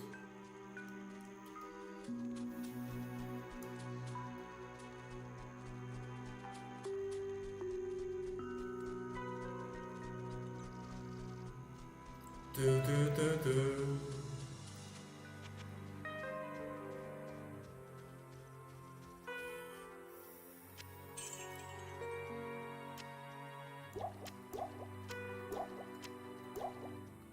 Okay. Oh, did I level up again? Nice. I'm level 62? No, it's because of fucking Diablo fucking shit, man. I'm level 52. In what fucking reality is this a 5, right? Like, this is not a 5. This is clearly a 6. Absolute fucking insanity, man. How did this pass? It's like, bro, you know that the 5 looks like a 6? I bet Blizzard was like, let's just troll them. Like, I think someone better check Blizzard's accounting books. And just to make sure that their fucking 5s aren't actually 6s. If this is the sort of stuff that they would pull.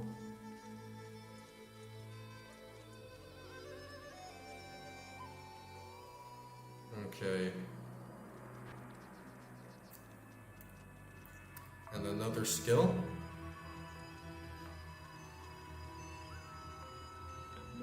Yeah, Armageddon is a good one.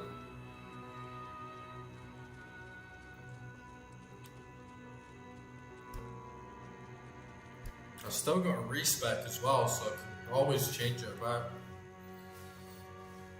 I read that you can actually cast Armageddon when you're shapeshifted, which would be really cool, but shapeshifting sucks because you can't cast any spells, so it might be okay if you could like summon minions as well, but yeah.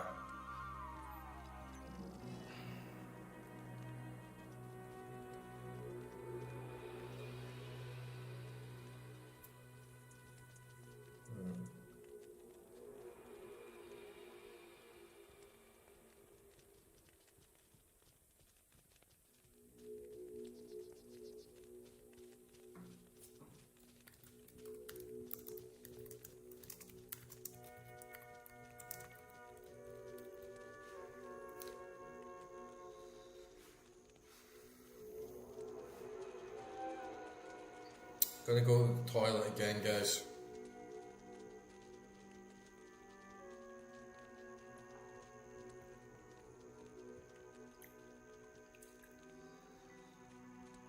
I'll leave you in the dark dungeon. You can listen to that dark dungeon ambience. Now just pray that nothing comes around the corner and tries to kill me, right? Alright guys, be back in a second.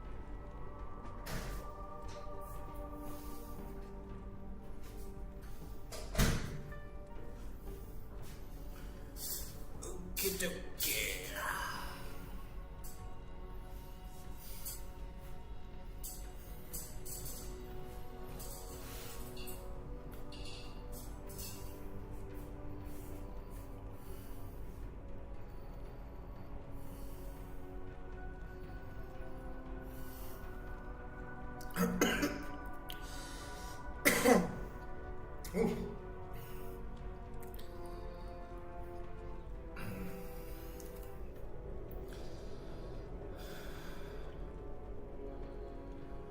Yeah, you know what?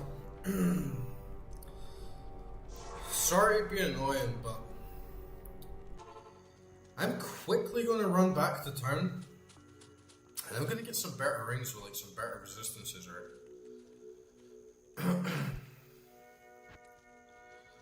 I got this one 22% cold, 13 lightning, plus poison length reduced. Right, so that's pretty good compared to just fire resistance. Yeah, this is a good one.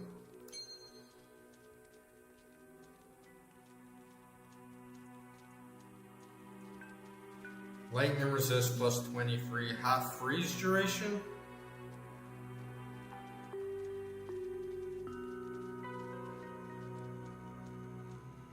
So you can get good half freeze duration is really good though.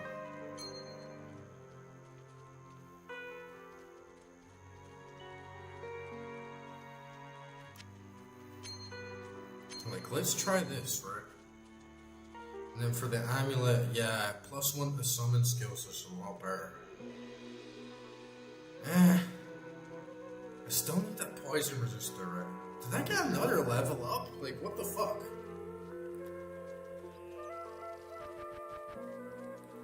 Leveling up like so much tonight.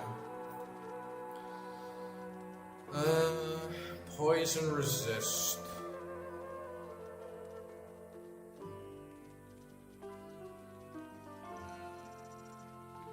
But then that's +10 to everything. I feel like some shoes or some gloves is probably my best bet. That's poison resist +19.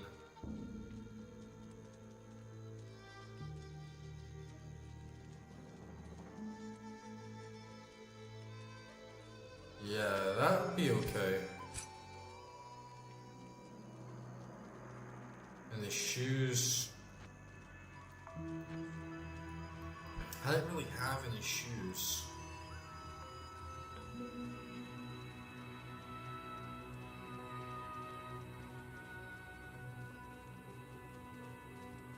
%30 faster run and walk, yeah, that could be better.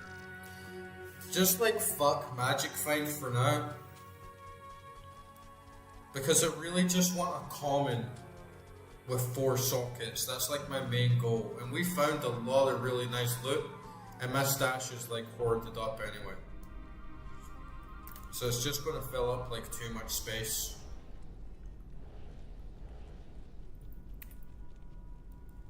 And yes, man, look at that mana recharge. That is fucking excellent.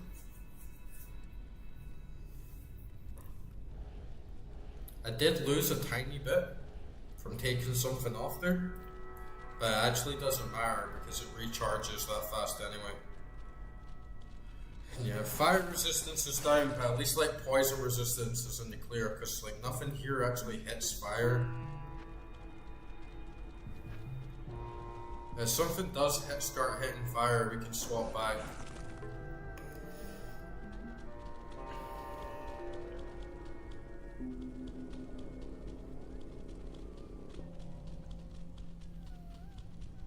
And that faster run speed is going to come in really handy. Especially on Duriel.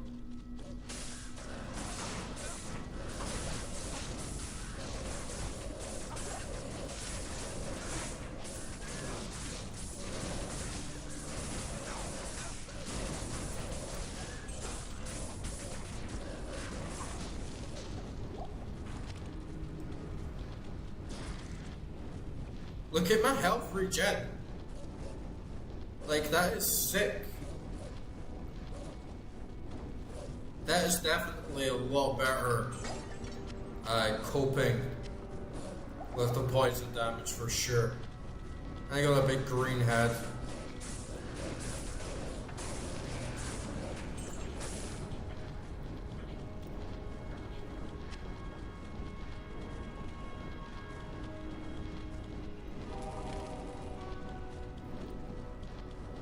Got a little fire shrine.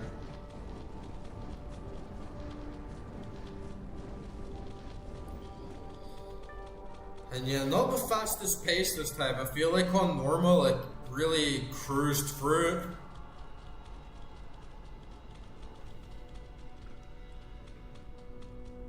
This time it's going a little bit slower, but I guess there's just so much more enemies. It takes that little bit more time.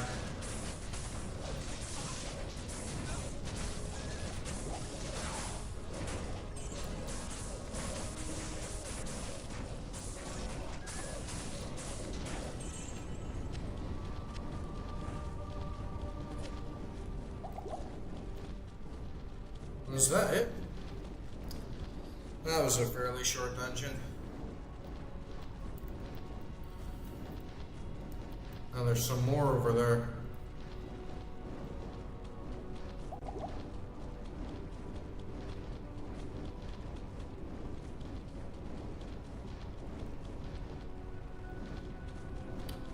Falcon Mask. Falcon Punch! What's this belt?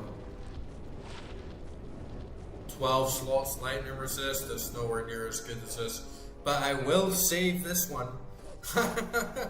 I will stash this one, okay? Because I need more 12 slot belts, 100%. So a nice little small charm. Plus 2 decks. Meh. Into the bin.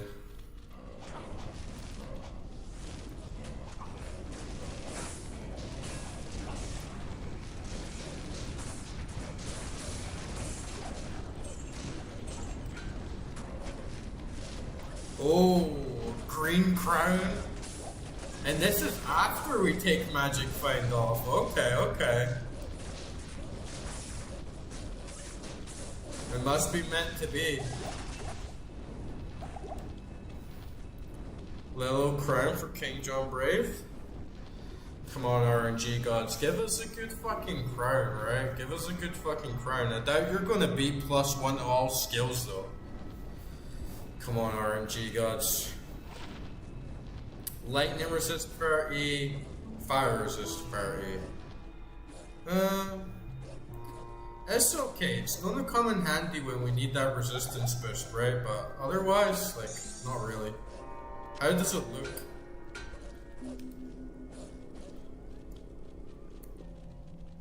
Oh, nice. It's kind of like a gnarly crown. But yeah, it's nowhere near as good as a runes. That's why I'm chill, like not bothering trying to get the magic items, right? Because what we really need is a common sword with 4 sockets to make some ultimate shit.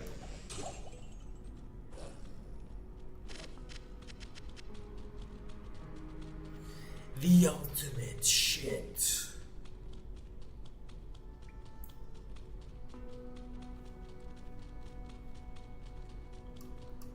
Man, fuck messing around with the ultimate shit. Fucking ripped your asshole apart.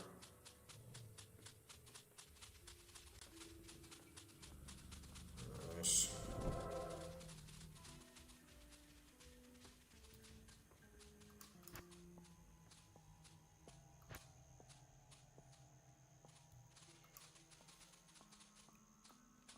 Feel claw vapor's gotta be around here. Claw Vapor Tempo. Yeah, we got Claw Vapor Tempo, we got 2 things going on there.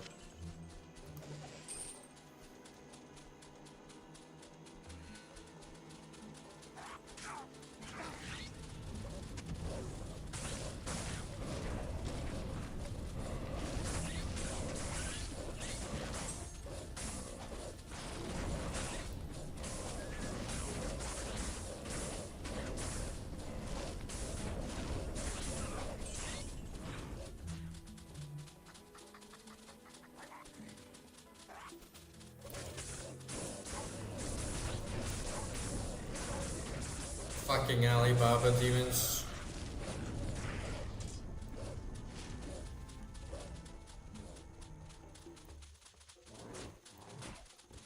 What's Billy doing all the way over here, right? Good Billy.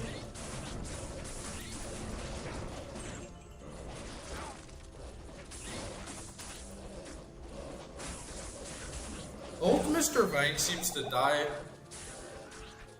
very fast now.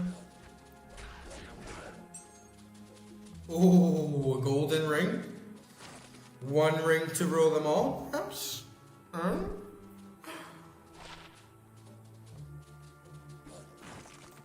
Oh, it's another Nago ring. At least I know what to use, because if I do want to get Magic Find again, I can just put 2 of those on and like automatically get +50 Magic Find. And what else does it do? Yeah, there's like no resistances. It's pretty shit otherwise. Might be good for another class though.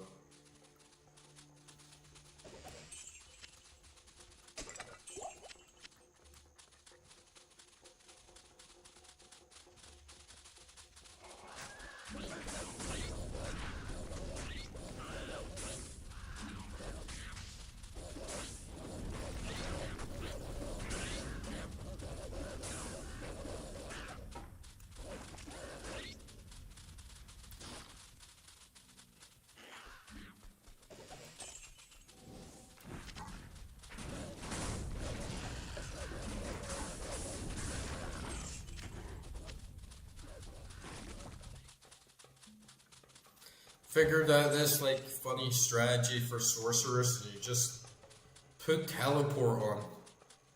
Get a pair of like very fast run speed gear, and then just run through everywhere on the map like fast as hell with Blaze like behind you, and just kite all the enemies. If you ever get cornered, just teleport out, put Blaze down again. And you could just run around the whole map and they all chase you and just die. It's pretty cheesy, but it's fun, and I like that strategies. Kind of feels a little bit like Divinity in its own way. It's more creative rather than just getting raw skill dump. It's like how you can be a little bit more creative and just do something a little bit different.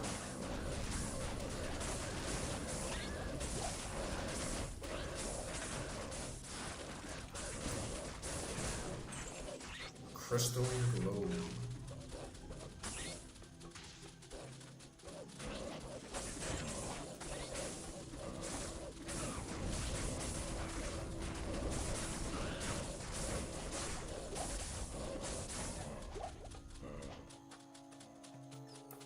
I feel like we're going the wrong way for the Valley of Snakes, but I can't see the entrance anywhere else. Maybe it's down there, actually.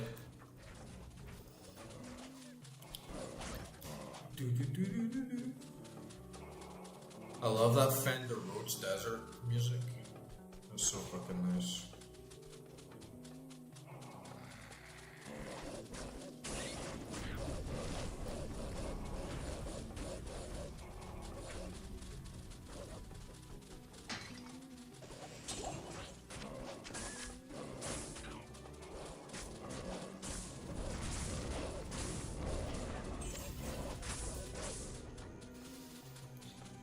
Oh man, it's really nice at just the end of a long fucking day.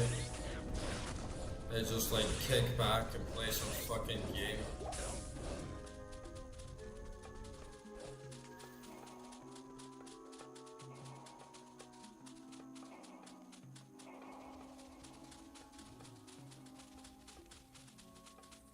Oh yeah, here we go. It's right here. Sometimes the exits in this game can be so elusive.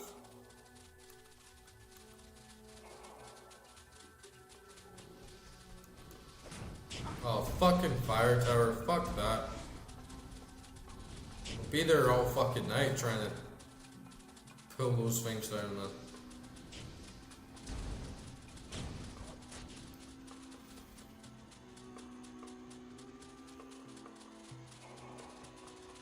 This stamina is tight as well. I don't know if your stamina goes up each time you level, but I feel like it does. Oh, the fucking dungeon is right here, man.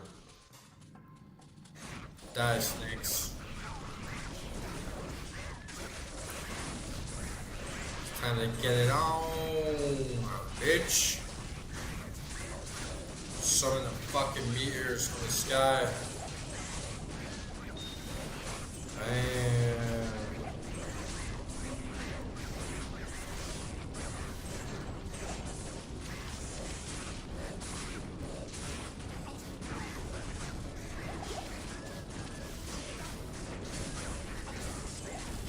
Jimmy, Timmy, Steve, Oswald. Fucking attack.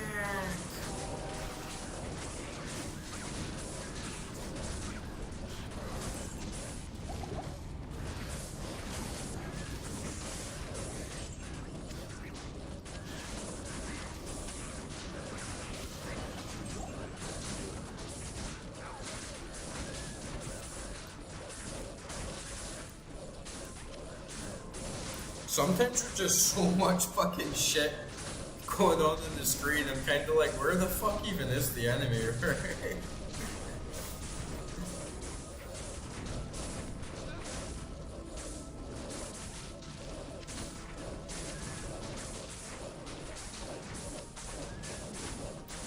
Like, man, they fucking... I guess that's where Armageddon is going to come in handy, right? Because you don't even need to see them. Definitely going to be on the lookout for these guys as well. These guys piss me off.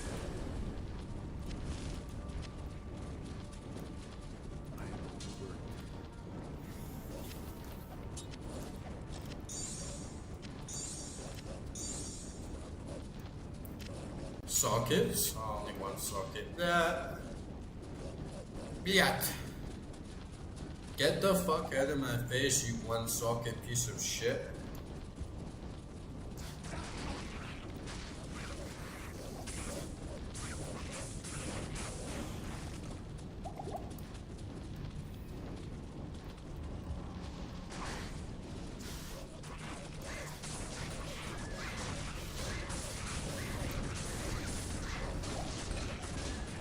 right, boys. That's right, boys. Mondo cool. To fucking war. Slay the foul skeletons.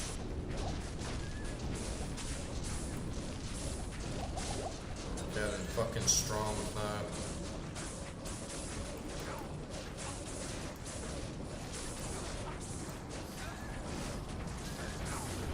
I feel like I need some notification just that these guys are even gonna be there, right? Because I'm so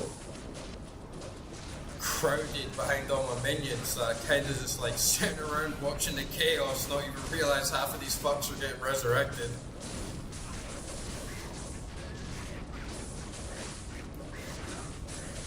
Die, bitch, you fucking salamander. I remember the salamanders, like the Nagas they're called in Icewind Dale. Man, those guys were fucking tough, but it's such an epic fight.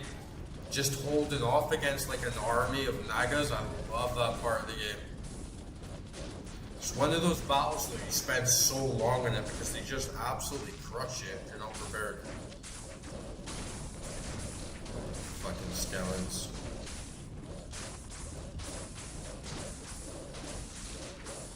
Yeah, these new ranks are better though.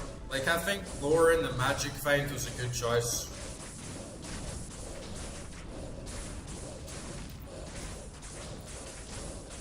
Just definitely gotta make sure that all my minions are still summoned. What's up with old Viney, man? He just dies so easily. I feel like old Viney, he just lasts like fucking 5 seconds and he dies, man. But everyone else is good. Billy is like never died.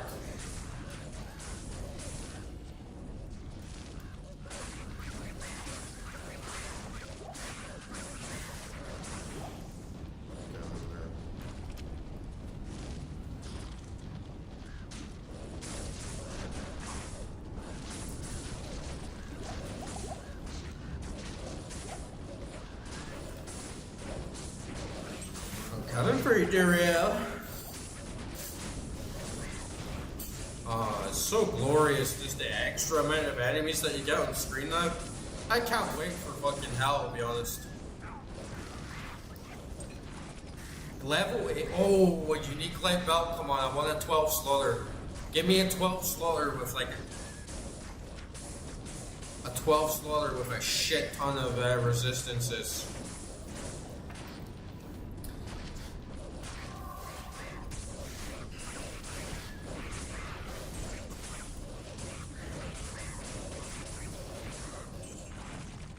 Okay, what do we get? What do we get? What do we get? 11 strength. It's only got 4 slots, man. That's fucking shit. It's like, why are you even wasting my time giving me a 4-slot belt and Nightmare, man? It's like, you must be having a fucking laugh. You must be having a right fucking laugh giving me a 4-slot belt at this point in the game.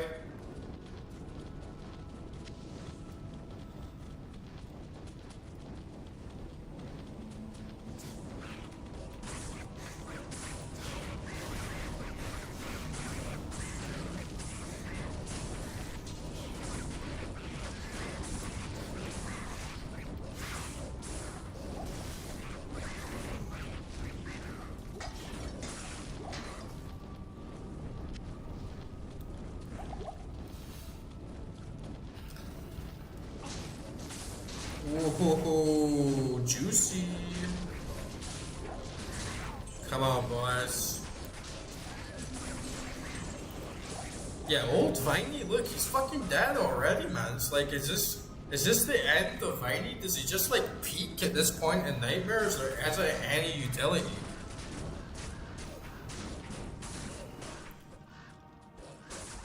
Fucking old Viney.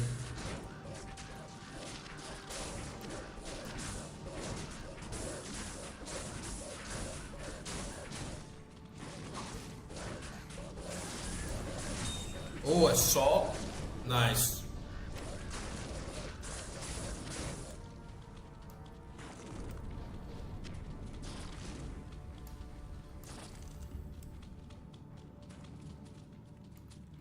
Bang. Yeah, we're blitzing through this now. This build is... Like, if this is low tier, high tier must just be, like, fucking insane, honestly.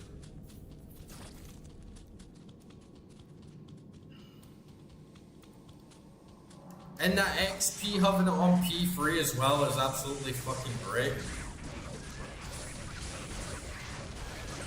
Like, we're gonna be level 60 surely by Act 3, right?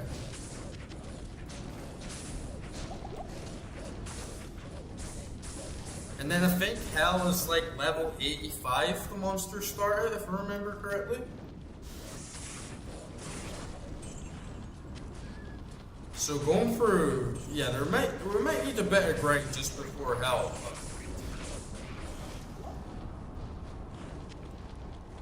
We're gonna fucking do this.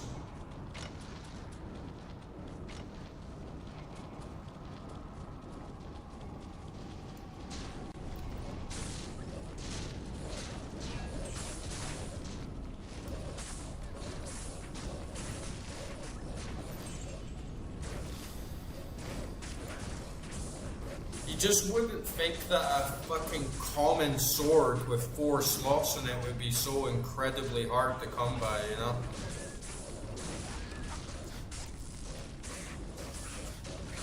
We found greens, we found like big set items, we found lots of gold items, found like every fucking weapon, bows, rings, amulets, like a lot, but we still haven't found just a 4 slot longsword.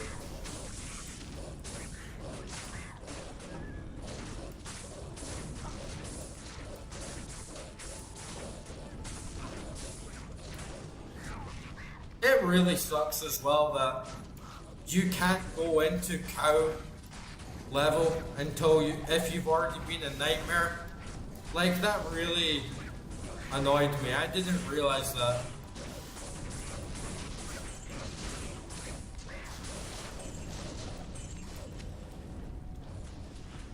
We can get it next time. Now, that would have been the perfect place to farm that item that we need.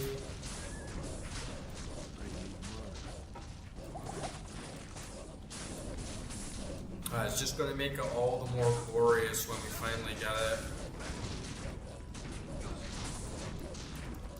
And I'm totally going to get Enigma. Like, I made up my mind. As soon as I saw, like, oh, you get like +2 to all skills, I was like, I'm getting it. I'm getting it. I don't care if it takes me all fucking month, I'm getting Enigma.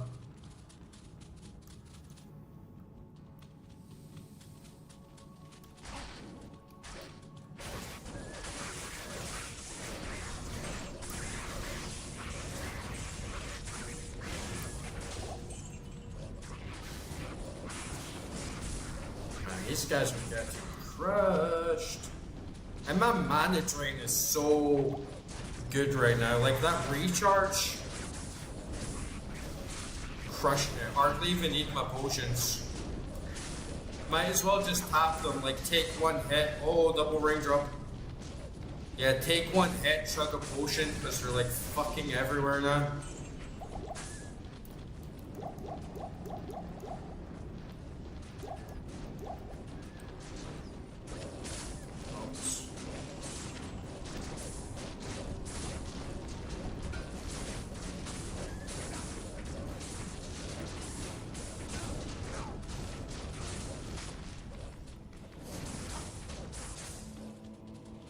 Get him, Billy. He's over here.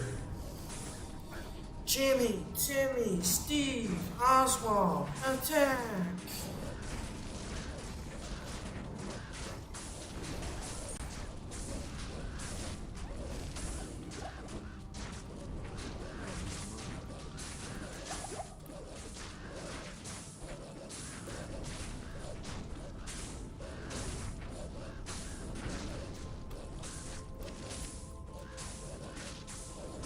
Charm. I've never saw unique charms, because I don't know if you can even get them. Okay, those are shit. shit. We're stocked up on little gems and rubies and stuff now. Ooh, railroad.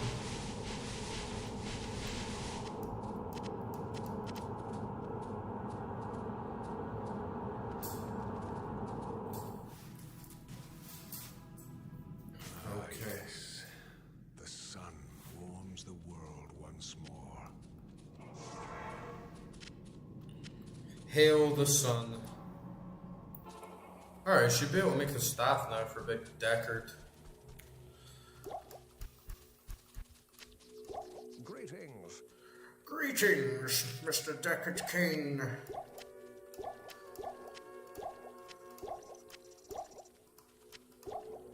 Deckard Cain is a fucking Chad.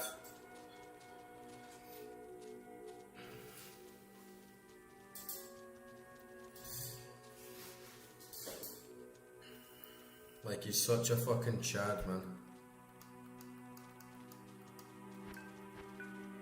Look at this, man.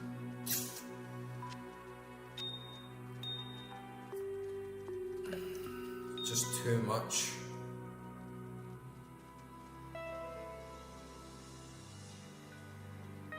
Too much shit. Whew. How'd you even decide, man?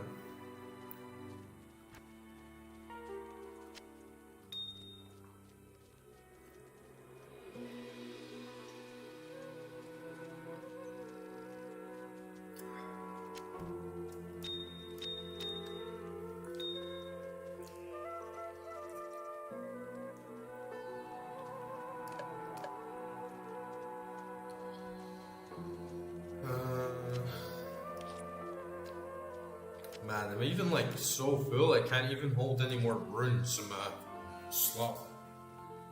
I'm definitely going to need to get rid of some of these jewels, right? Because you can't even do anything with them. You can't fucking put them in the Heraldric Cube. In fact, let me check.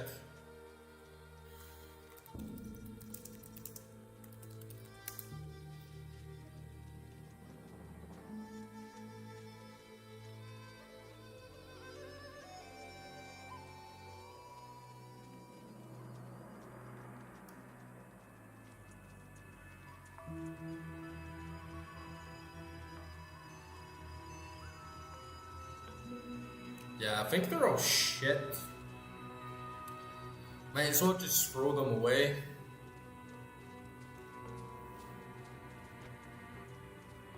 It is an honor to serve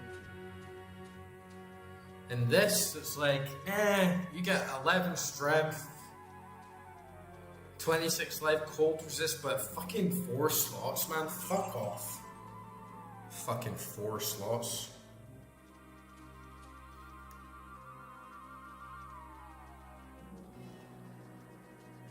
It's like, don't insult me with this shit 4 slot belt. You'd have to have some crazy good stats for me to keep that.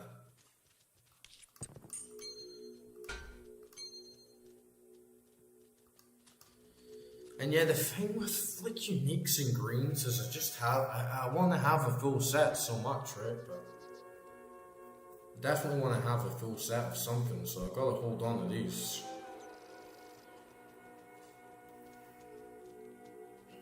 I'll put these flawless skulls in. Put these rings in. Oh, I want to keep that one though. Fuck. We get one shit. Yeah, this light radius. Come on, nobody wants that. 1 strength. Come on. We need some juicy loot, right? Fire resist 26. 1 maximum damage. That's shit. Plus 10 energy. Yeah, come on. Fire resist 6. Trash.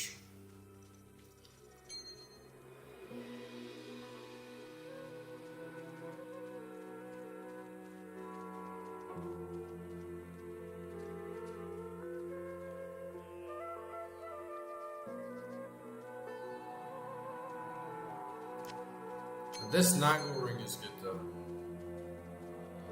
I stack 2 of those and get easy magic find. So these are junk.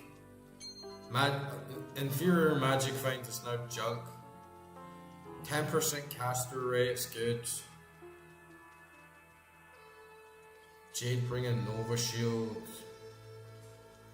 We'll throw this poison resist. Oops, we'll throw this poison resistance. We already got another one.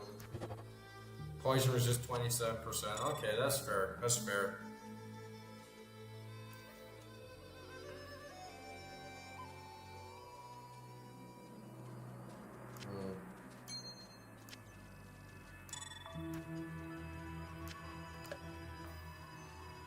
And this can get sold.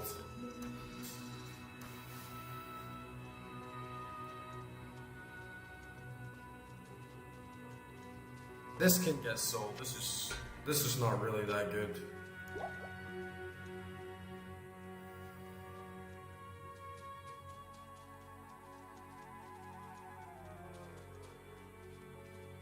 Eisenhart's case.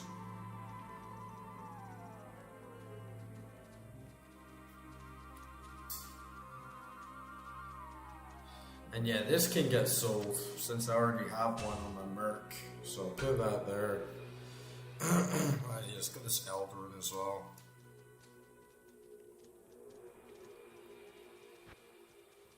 I don't know why my clicks don't respond to my staff sometimes.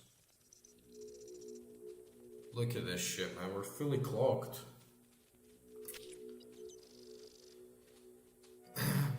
This is no good.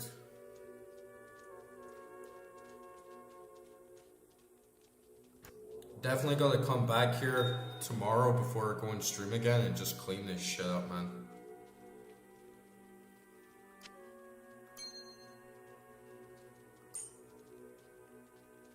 Clear these out. I guess I've got that shaft in there as well though, right? I'll make the staff that should free up a little bit of space.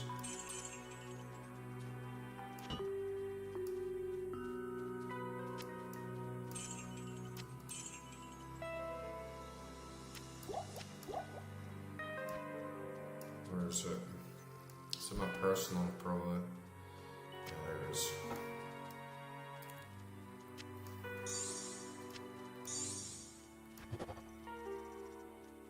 Okay, nice.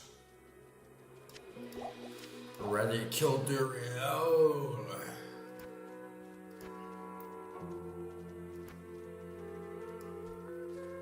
Excellent. You have a Herodric staff. Carry it with you into Talrash's tomb. Find within the tomb the chamber whose floor is inset with the circle of 7 symbols. Good old demon Place blood. the staff into the receptacle you find there. That will open the secret passage into Talrash's burial chamber.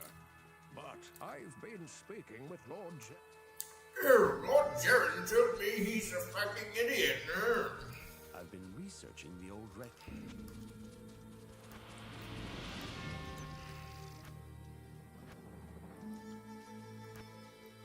Oh, now we gotta go to this ejaculator's haven.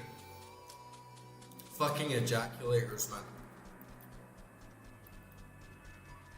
It's so dumb that Jaren's like, oh yeah, the harem guilds. Oh yeah, the harem guilds are chill. I just let them all into the palace and have orgies across 4 floors. They'll all be good. Like the harem guilds, they won't get up to no mischief, you know, they just want to have fucking orgies all day. And does Jaren really seem like the guy to be having a fucking massive orgy palace, right? Troubles began here. I allowed the terrified harem guilds to join me within the safety of the palace. All was fine until one night. Screams echoed up the stairs. Oh, the terrified harem My guilds. guards arrived to find the poor girls being slaughtered by a merciless band of hell's spawn. Like, what a naive My fool, brave right? guardsmen tried to push the demons back into the mysterious rift from which they came. The harem guilds come out, we're so scared. Can we all come into your palace and fucking jizz all over the floor? Through the rift into the palace. There must have been hundreds of them. I hired Grays and his mercenaries to help protect the rest of my fair city. Drognin believes that the arcane sanctuary lies buried underneath this palace. Since Lutgalain occupies the site of an ancient Vigerai, I have heard of your many deeds of skill and bravery. I feel I can trust you with something I have been hesitant to speak of. Drognin and I have concluded that the Dark Wanderer who passed through here recently was Diablo himself.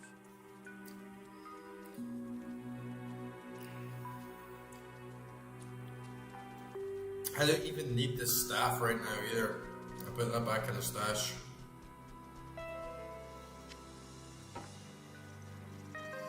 Just when I thought I'd freed some space. Just when I thought I was out, they pulled me back in.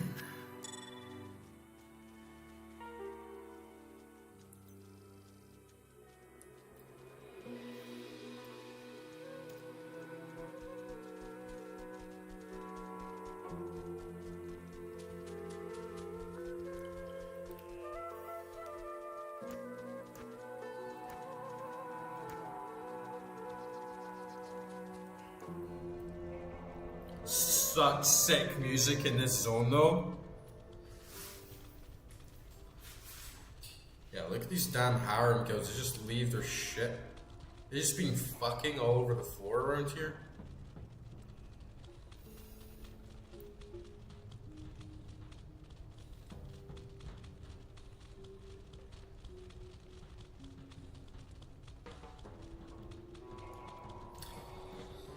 Oh, you poor benevolent orgy guilds. Okay, let's do this. Die, ejaculators.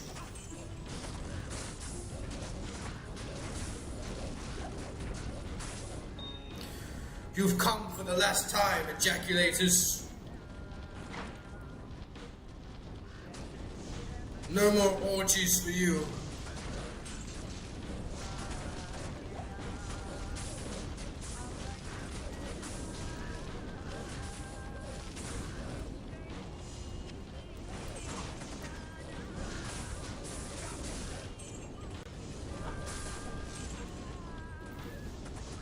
Oh yeah, they're getting screwed.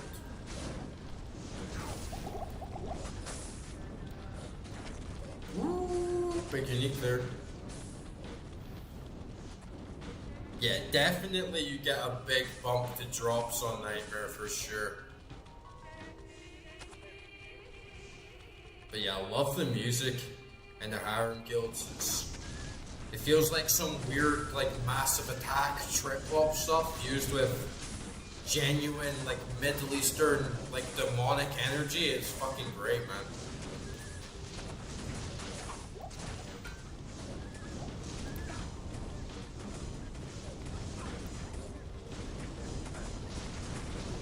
The whole soundtrack's fucking amazing. But Tristram, like Harem Guilds, like Rogue Sanctuary, these tracks really stand out of just completely unique. There's no other tracks like them in any other game.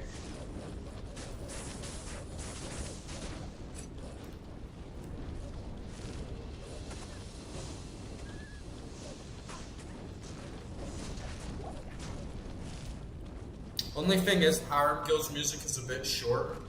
I wish it would go full breakdown and just keep that like upbeat tempo and just start feeling like the fucking walls are breaking down, like you're coursing through this other dimension sort of thing. But then it calms down and does the doom doom, like detective noir sort of vibe.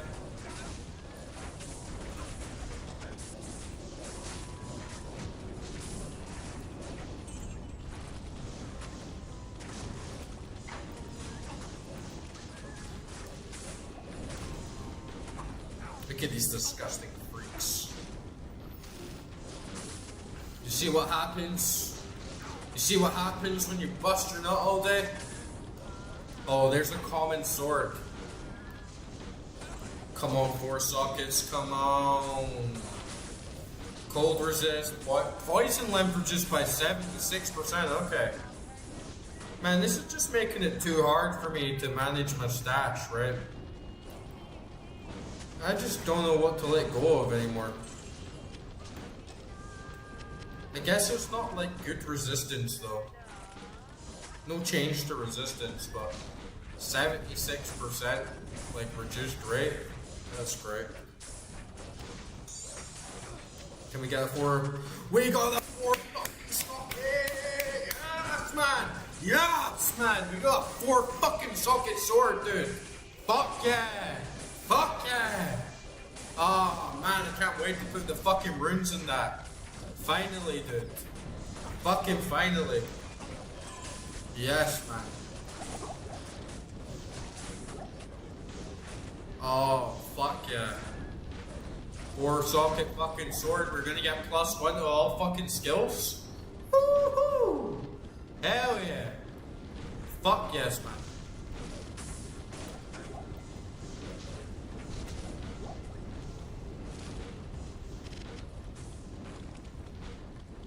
Oh, fuck yeah. Woohoo! Gambling's good. 4 fucking sockets in my longsword.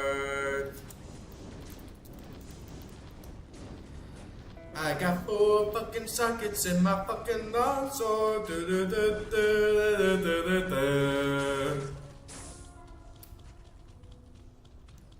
I only took what, like fucking 4 or 5 hours to grind? Could be worse. Right, let's go back and finally craft this beauty of a sword.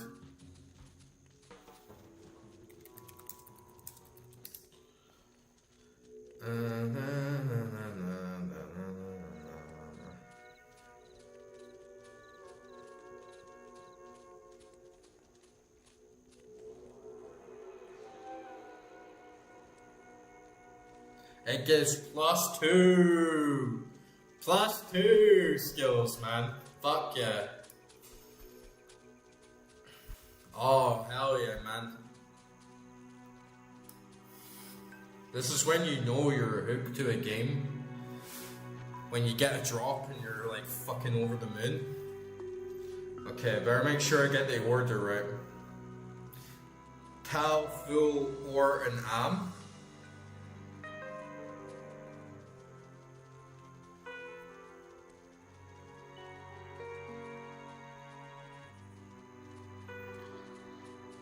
There's Or. Tal.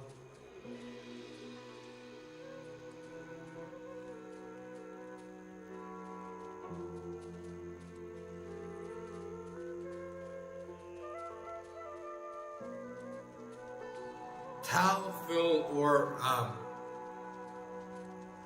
Okay.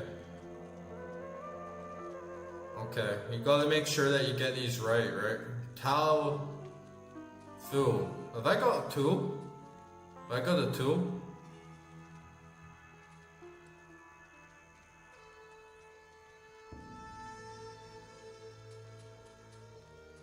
Oh yeah, we got a tool. Okay, let's do this, right? Tau. Tool.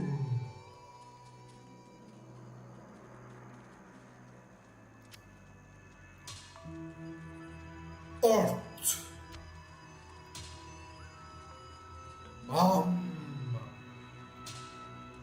Oh, fuck yeah. Yes, 106 to mana, plus 106 to mana, plus 6 magic absorbs, 22 vitality, 260 defense versus missiles. Man, that's gonna be fucking sick. 76 poison damage, 1 to 60 lightning, 34% cast rate, plus 2 to all skills. Oh, fuck yeah. Nice. What? I can't use it. Required strength 92. Required dex 90. Required dex 43. Oh shit, man. Oh shit, you should have dumped all your points at the fucking vitality, dude. Oh man, shit. Oh fuck, man.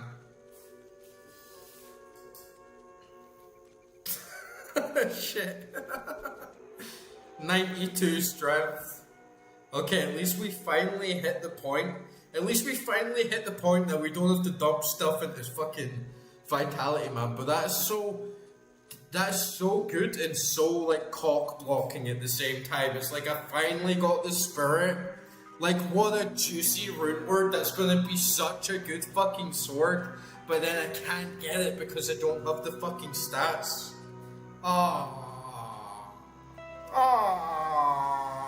no.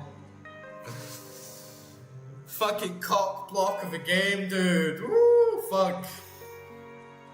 I have to put this in my stash. It doesn't belong in my stash, it belongs in my fucking hand, bro. Aww. Oh, but I want to use the sword now. And then I have to throw something else as well. I don't really care much else about this shit, right? Man, I wish I knew I was going to take those stats because we leveled up a lot tonight. Oh, I could go to the respec. I could go respec, right? Yeah, let's do that. Let's go and respec right now, bro. Whew, let's go and respec right now. Akara!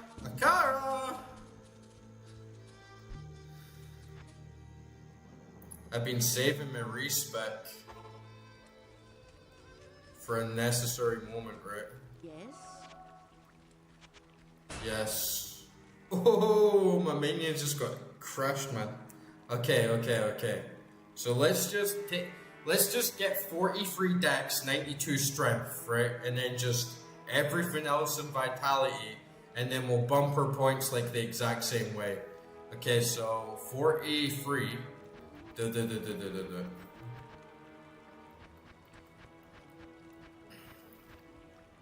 then 92. Man, I can't wait to wield this blade. I've never been so pumped to wield a blade in so long in the game.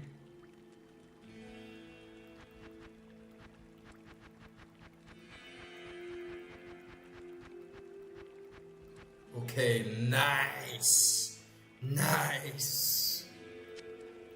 Oh, fuck yeah. Look at that, there's like a huge difference, right? Plus it gives me, oh, nice. It gives me plus vitality, so some of the points that I used are actually automatically like reimbursed. And then I'll just like dump absolutely everything back into vitality.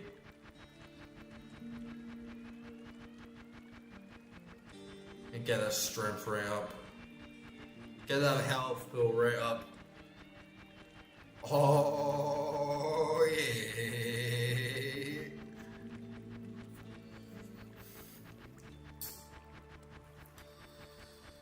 That's a lot of points.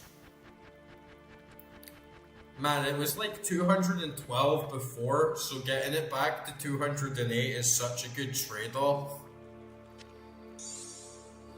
And like, while I'm here, I guess I can just like reorganize my whole build, right? So, Firestorm, definitely take the points out of that since I like never use it. Summoning. Let me see.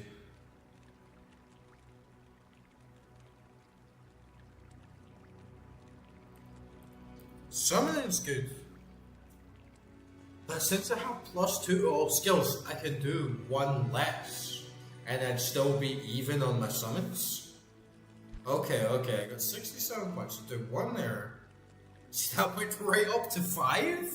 That went right up to 5. One in there goes right up to 5. Nice. Okay. And then Volcano, then Armageddon, all at 5 with just 1 point. And then, like, that is so juicy, man. Like, having 5 with just 1 point. And then you'll get Ravens, yeah? Oh, instantly up to 5 with 1 point. Summon Spirit Wolf. Oak Sage. Summon Direwolf. Summon Grizzly. All at 5 points with just, like, 10.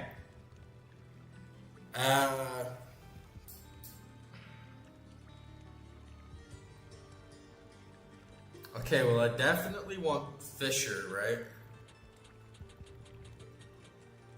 I want Fisher back at like 20.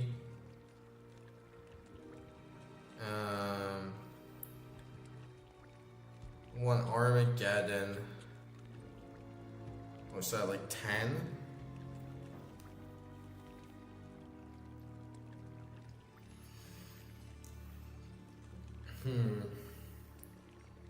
Volcano.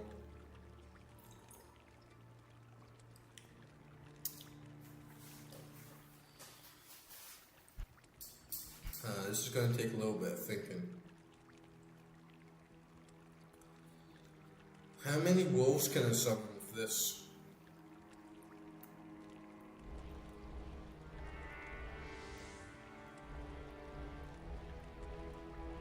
Okay, so I've still got like all my summons back with just dumping 1 point each into them.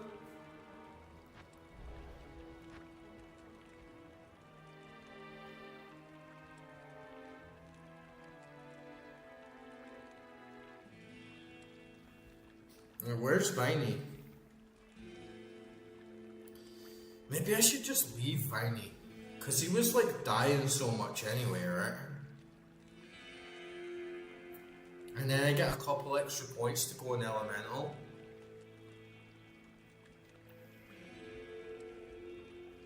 And then I can assign Billy to 5.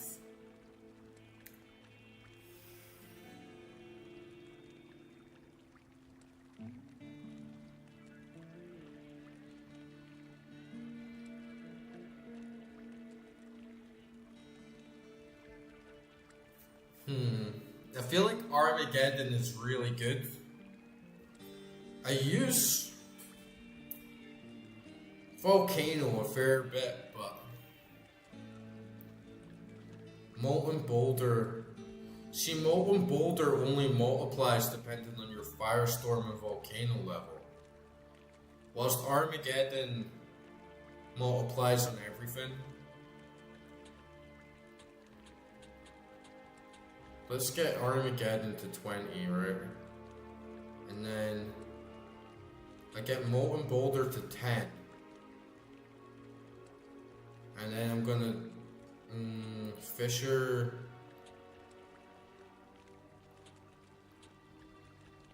So Fisher's at max now.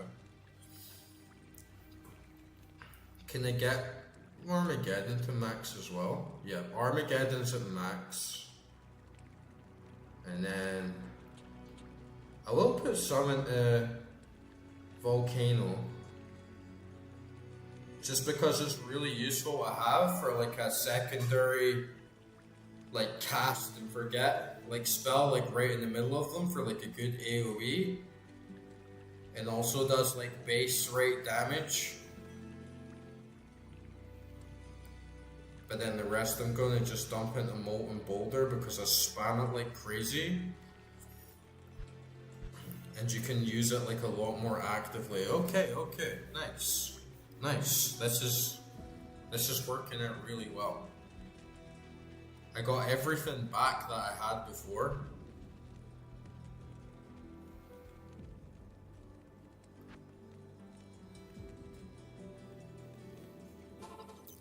Like I got all my summons back. Plus I got... Yeah, this is going to be really good. Plus 1 to 60 lightning damage, 76 poison damage, 7% life stolen, 260 defense versus missiles, 160 mana, dude. I have 282 mana. I don't even know what Magic Absorb is. But I got that faster cast rate as well for Molten Boulder.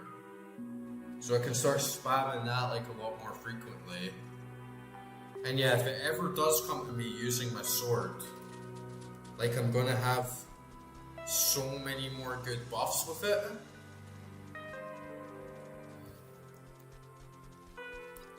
Man, there's just too much good gear. I thought it was bad before in normal for like hordes and stuff. But now there's just too much good gear, man. What the fuck am I gonna do with all this shit? I definitely need to...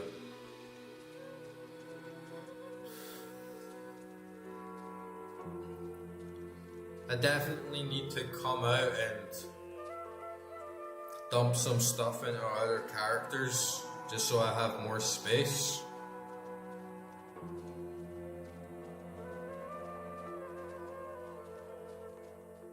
Maybe I can give... Why? Maybe I can give this to my merc. Oh, you fucking dropped the sapphire. Yeah, maybe I can give this to my merc. And then sell the old one. Oh, nice, I got a little bit of space there.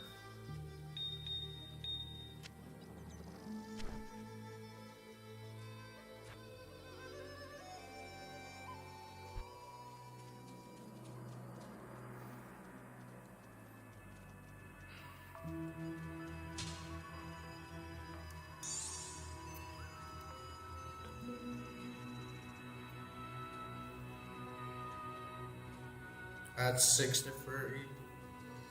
Plus 2 mana for each kill. Yeah, that is trash compared to this.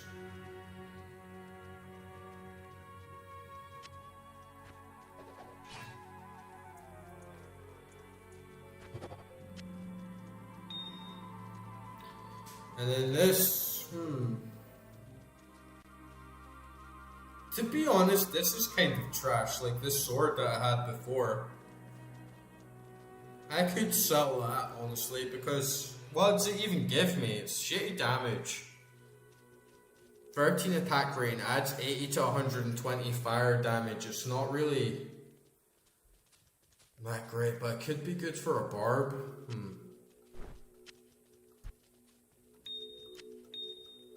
Since my barb like specializes in swords.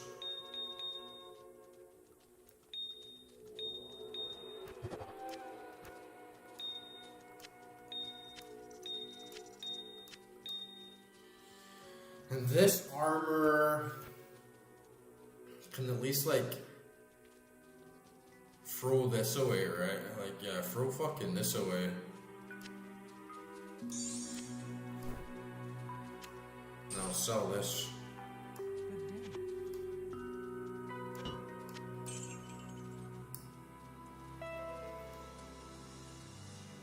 Stash all my gold. Okay, man, this is gonna be such a nice build now.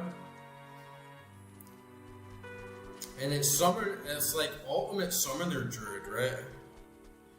I wonder how I look in... Yeah, I look fucking shit in resurrected, right? Like this compared to this? Like, that looks badass, bro. And I'm so close to my next level up as well. Man, this has turned into like a really good session. Right, let's go for it. Let's fucking go back down into the pit. Let's try this shit out.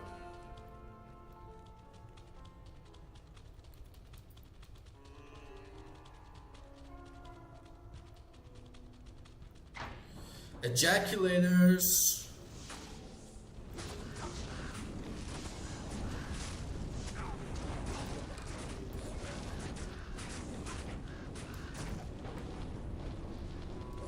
Zero resistance, you're just getting crushed, right?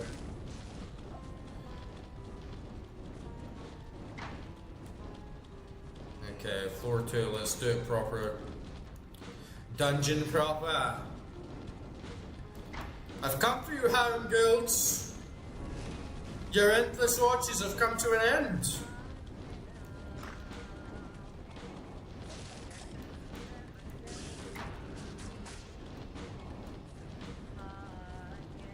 Look, they're fucking scared, man. They're not even bothering. They're like, no, fuck this guy. Oh, finally.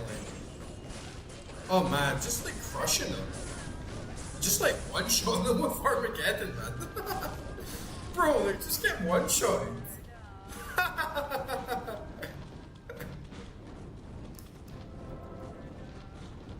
Like, where's the horde? Come, demons.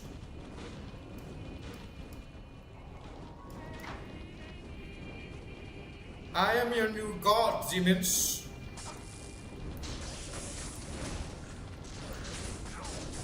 Oh, and that defense against missiles as well, so fucking clutch. Man, they're getting fucking crushed, man.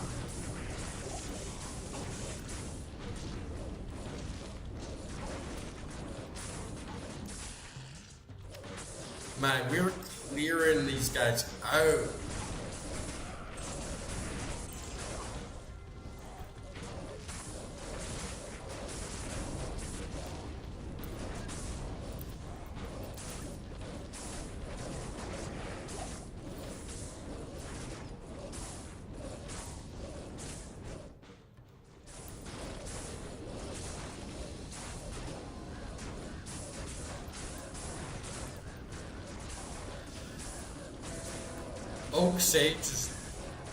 Oak Sage is being pitched out though.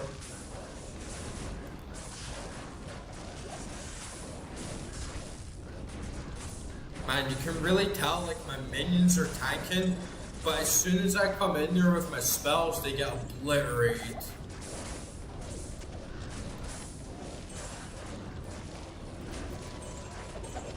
Yeah, they are getting fucked, man.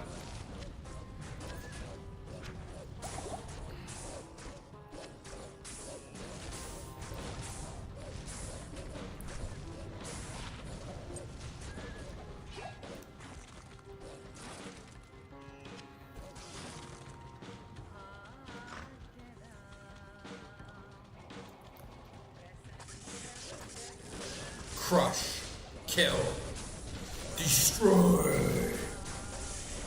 Jimmy, Timmy, Steve, Oswald, attack!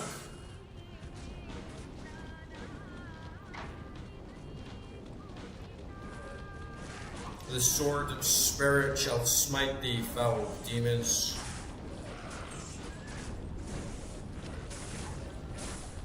Yeah.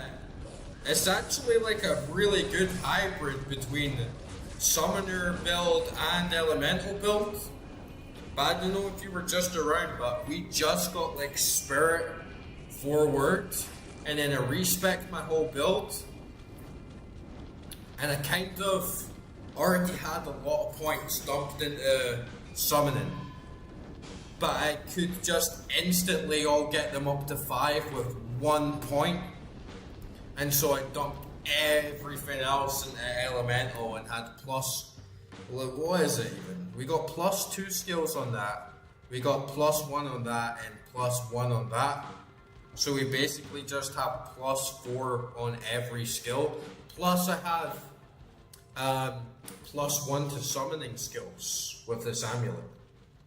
So got like such a nice build. And I'm turning Summoner Druid into like low tier to like A tier, easy.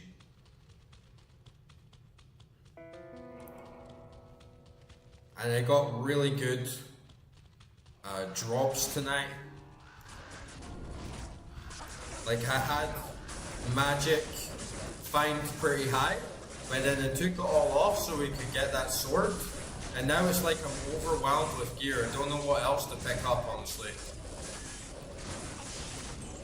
And we should really blitz through Arcane Sanctuary at this point and get right into Duriel.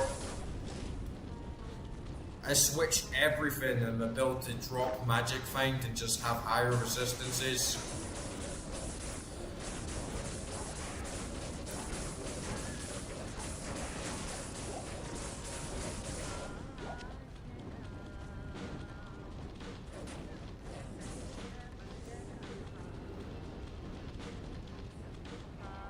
But yeah, we're turning the druid into an absolute fucking animal.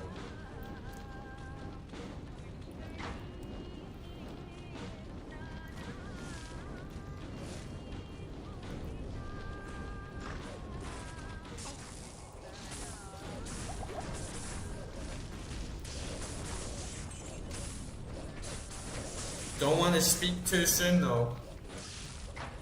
But I'm feeling pretty good right now about this build. I'm sure something will come around the corner and annihilate me in a bit. We have that boss coming up in Arcane Sanctuary. It was a pain in the ass for me the first time on normal.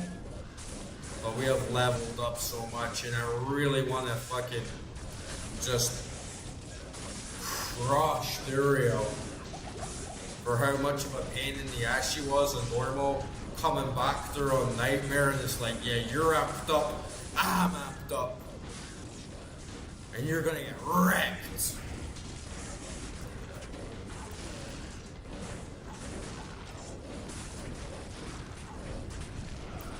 Ooh, unique kite there.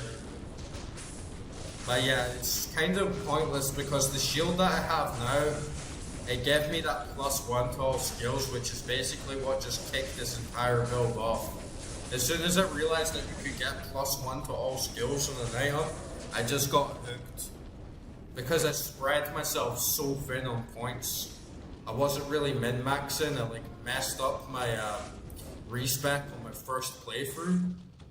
I am the burden.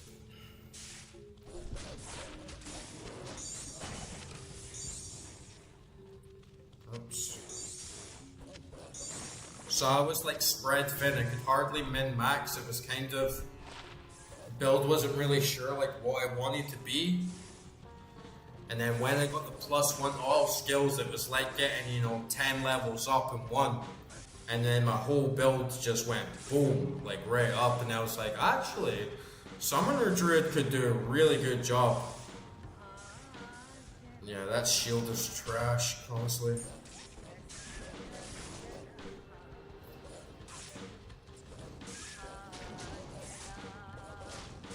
And I think I just got another skill. Yeah, I just got another skill point and another.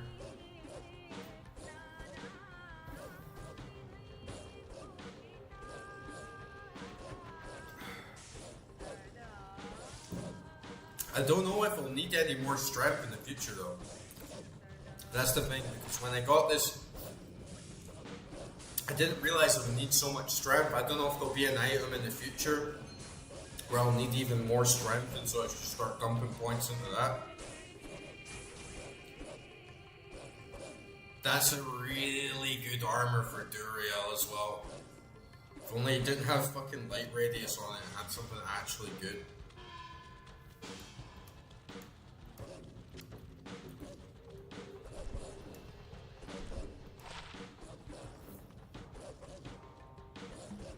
Meh. Demons!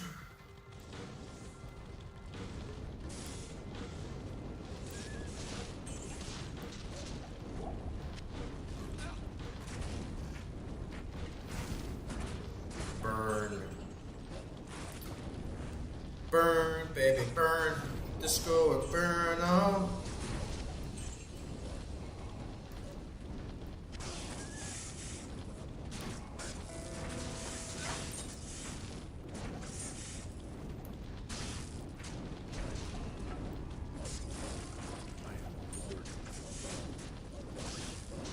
I feel like my armor is pretty peak right now as well for this point in the game. That like 260 defense against missile damage, that is such a boon. Because missile damage is like my #1 weakness in this game.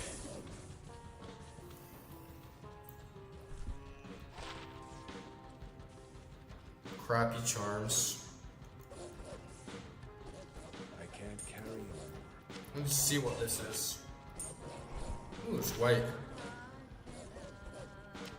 Meh. I have no space though.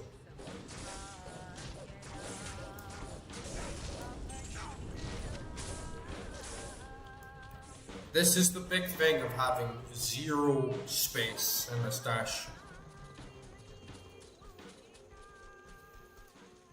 But yeah, there must be something worth throwing away, right? Yeah, this can get thrown away for this. 100%. Blessings to you.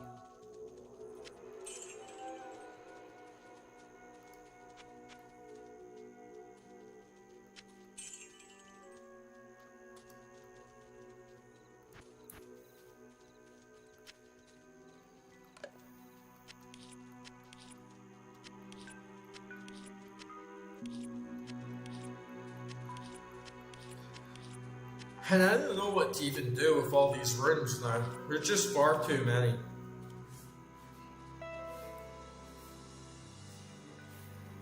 Could definitely put one on this armor here for my mercenary, but I don't know a good 3-word rune word. Any ideas of a good 3-word rune word to put on a merc?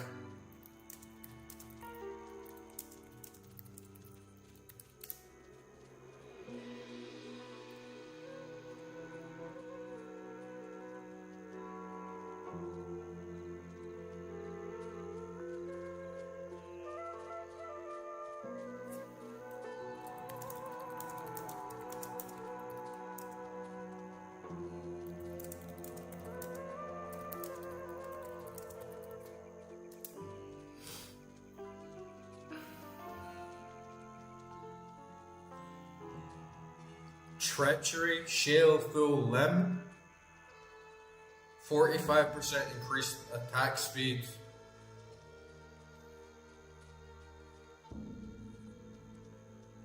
Faster life leech, 5% chance to cast level 15 fade, 15% physical damage reduction, plus 60 all resistances. Yeah, that could be good, but I don't think I actually have a limb. Shale Tier.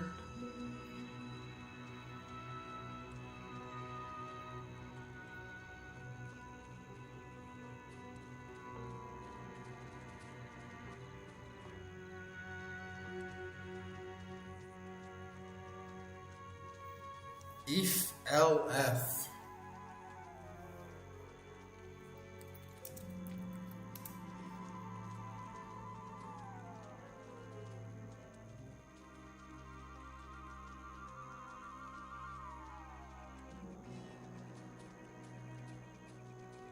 Yeah, I don't have Lem. Probably gonna be one of the best ones. I guess I'll just have to see if I can get him later.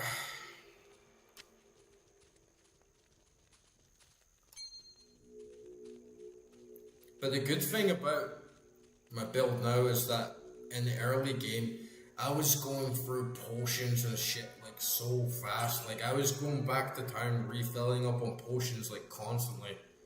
And now, it feels like I hardly even need them. I have like amazing mana regen, I have like a decent pool, like health pool is pretty decent.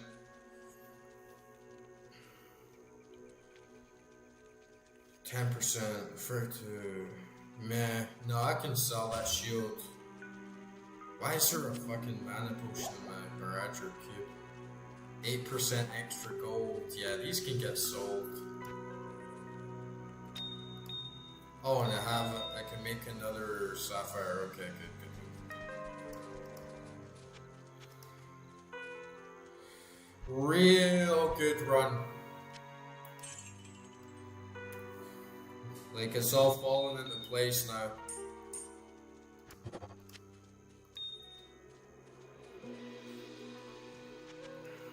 We're going from like first time ever to like noob. To like beast build.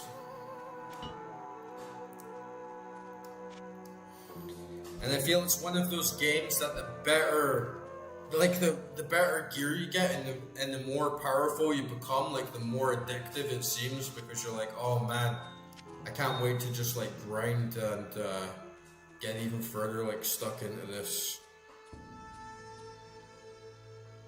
And just see how fast it can blitz the bosses and everything like that. Okay, we're nearly at Arcane Sanctuary, so... In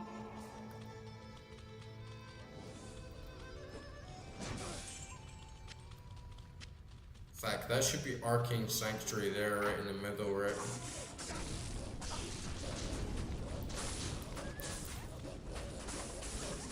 Jimmy, Timmy, Steven, Oswald. Oswald!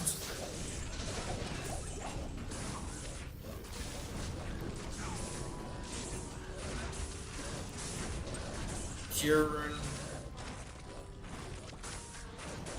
See, we're getting pretty good drops, like, even without that. Look at that, another 4 socket. longsword. Another 4-socket longsword. Twice in a row. Huh? Huh?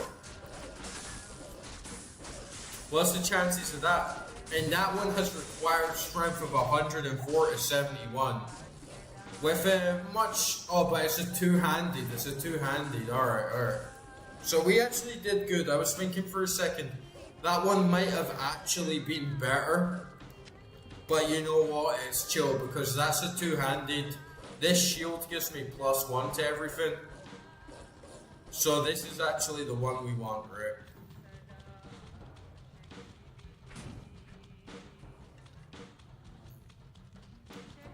And I can save that. I'll definitely 100% put that in the stash. They can't handle another item at all in it. And give it to like a barbarian or something, or like a paladin. So I can put the spirit rune word in that as well.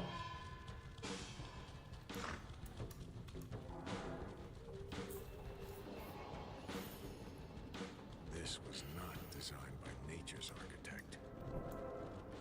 Man, we're so close to clearing Act 2.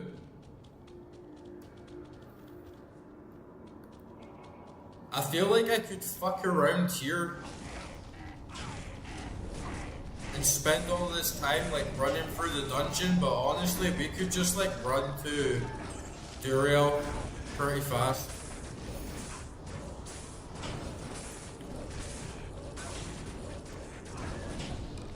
I guess it's a good time to like try out the build. This is a really tricky area for me though. Like as a summoner druid, it's a real pain in the ass just because of all the winding layers and stuff.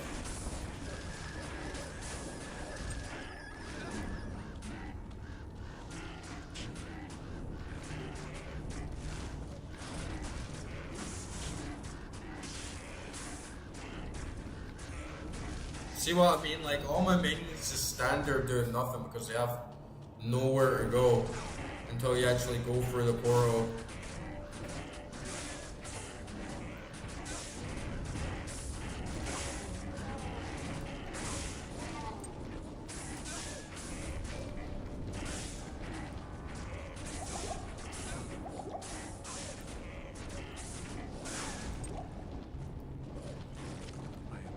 Two belts there.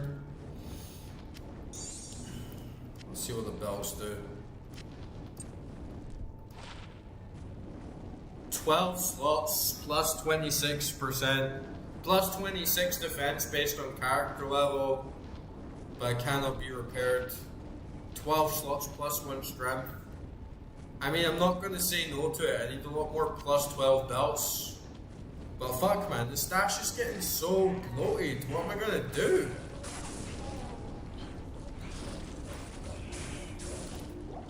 Definitely before I come on stream tomorrow, I'm gonna need to go into all my characters and start unloading a bunch of items and like putting it all in their personal stash. There's way too much good loot in Nightmare for you to only have 3 pages.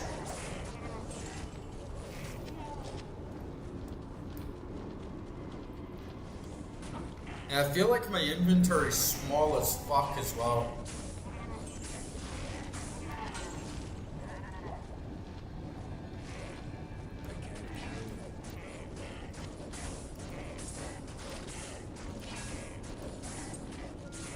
Two sockets. I was just wanting to check it. It's like, are we just gonna keep getting 4 sockets now?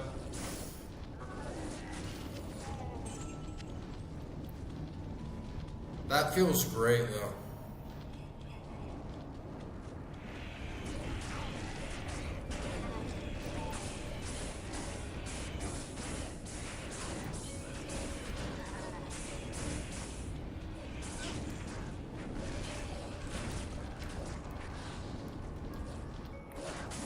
Oh, and I can tell like how much good gear I'm getting as well because we're just like rinsing through these scrolls of identity.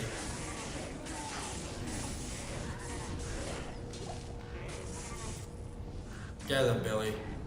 Good old tank, Billy.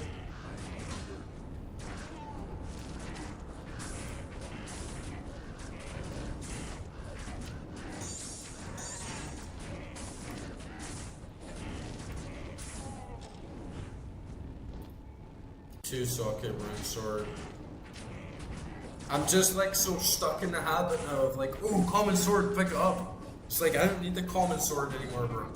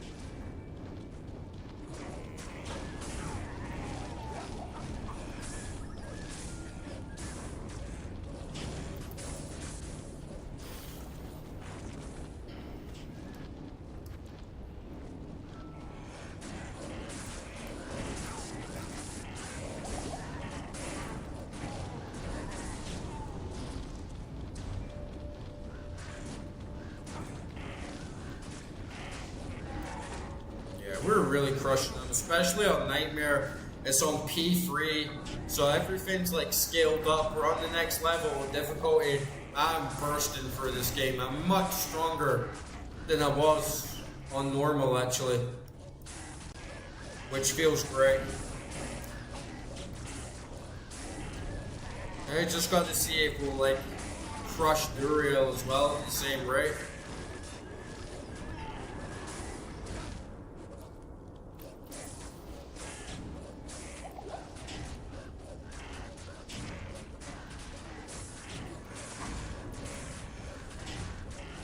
Man, those Skull Lord things do tank on the damage.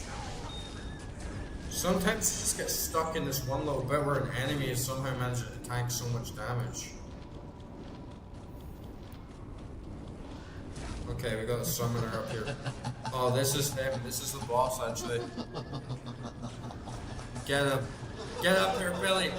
Fight. Go on, Billy. Get the fuck up there, Billy. Did he just die already? Holy shit, the summoner just got fucking annihilated, bro. Did they actually just die already? Man, I must have killed him in like 10 seconds tops.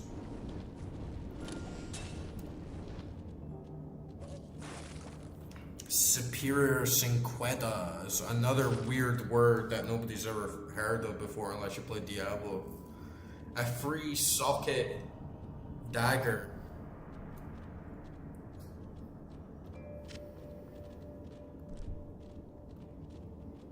Okay. Seekers of the tomb of Tal Rasha will find it. I love hearing the Colonel's voice from Metal Gear. Glowing glyphs recorded here. The glowing glyphs recorded here. Signs of the 6 false tombs. The missing 7th sign. Drink the last of this demon blood. Good old demon blood. He might be called the foremost. It's been a real good weekend. Shining but brief moment for the mage clans when they set aside their The differences. mage clans. The Herondrum relentlessly pursued the 3 across the desolate empires of the East. Man, I really need to get some like Diablo 2 audiobooks. The Archangel I'm just gonna go for a piss. I'll be back and then we're gonna kick Duriel's big bug ass. fellowship began to dissipate, abandoning their sacred charge to safeguard the 3 soul stones. The disparate mage clans began to squabble amongst each other over petty differences. Their conflicts not only dissolved their brotherhood, but strengthened the evils which they had buried beneath the cold earth.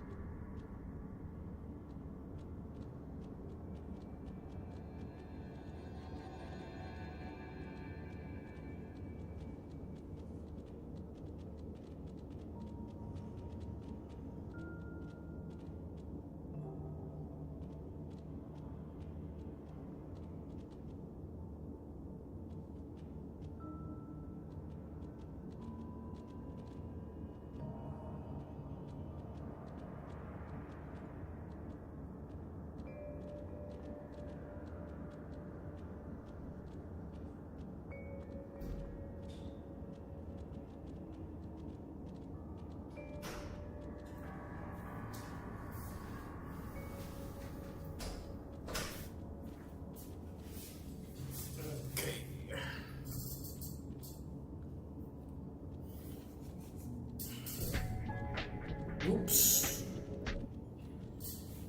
Must have hit a button there.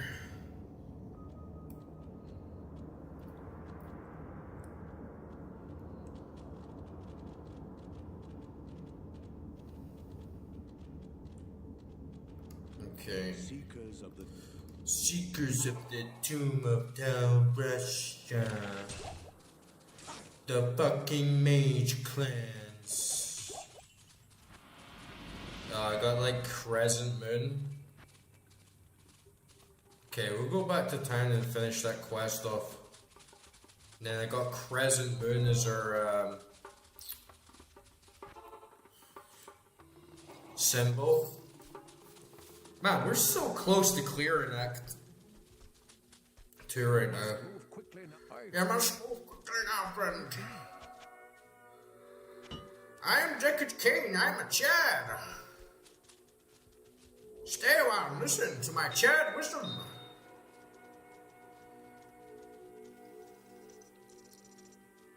See, what the fuck am I going to do?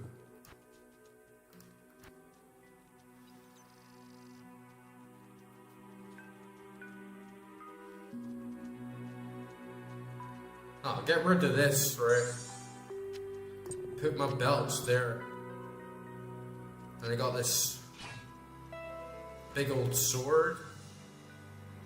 Any space in here? Oh, well, I need this staff, right? So, I'll get this and put that there. And then this, like, free socket.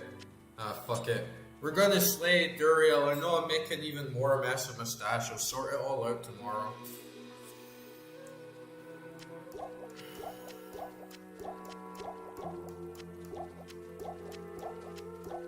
What's this turn?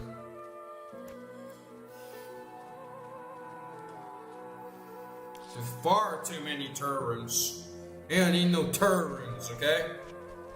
Oh man, this build, I can't wait to smash Duriel. Seriously, we're gonna get her. I just know it. We're gonna fucking crush her. I got my big boys here. I got my big summons here. Jimmy, Timmy, Steve, Oswald. And by the way, chat, I'm still waiting on a name for the 5th Raven. Like, it needs to be done, guys, you know what I mean? It's just, can't just be like our Raven. He's gotta be like part of the team, right? So. Okay, let's find Crescent Moon.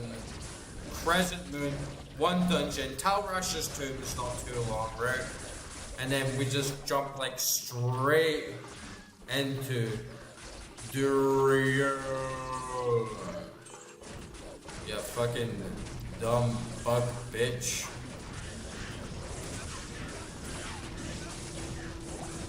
Oh man.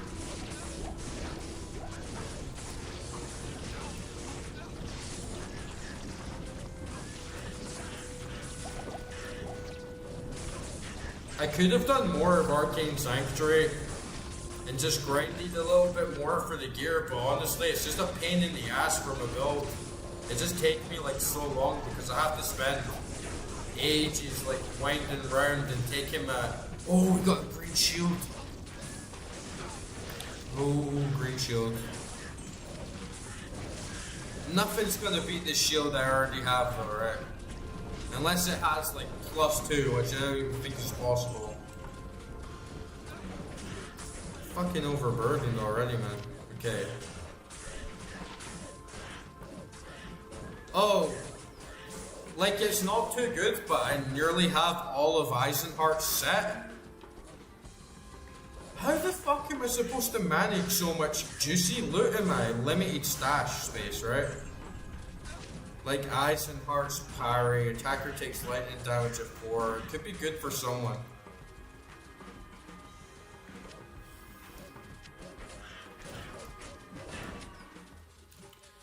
Super healing potion!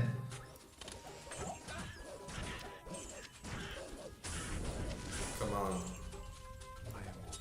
Why would you want a balanced knife, right? Obviously you want a fucking OP knife. It's like, I don't want a balanced knife. I want an unbalanced knife.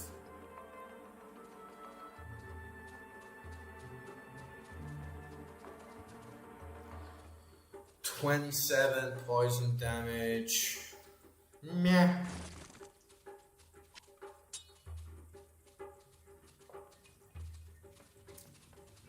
I got better than that.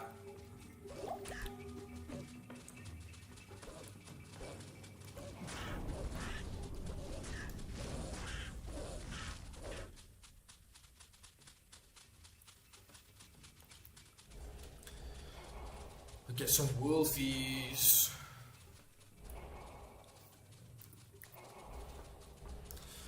Wolfie's just fine.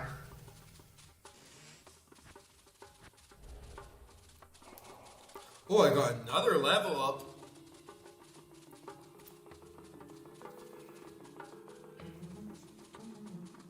I got two. I got two somehow. 2 points. Volcano. I'm just gonna keep doing Molten Boulder till I get that up to max, and then once Molten Boulder's max, I'm gonna do Volcano and then just start dumping everything into like Belly probably. Just so I can have a consistent tank for the rest of the game.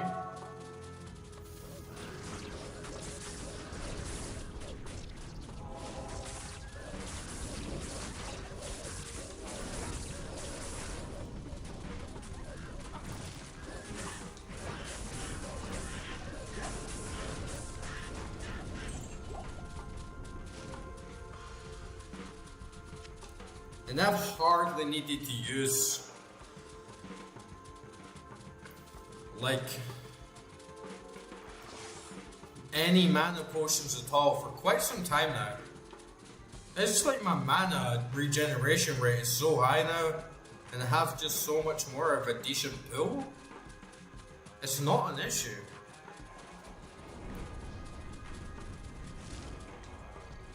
Okay, Ninja Star.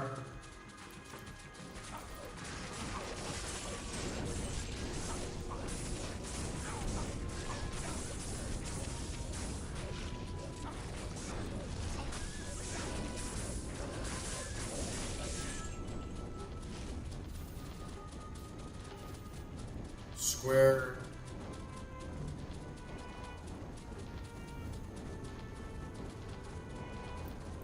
Is this us? Yeah, this is us. Okay. Duriel, I'm coming for you!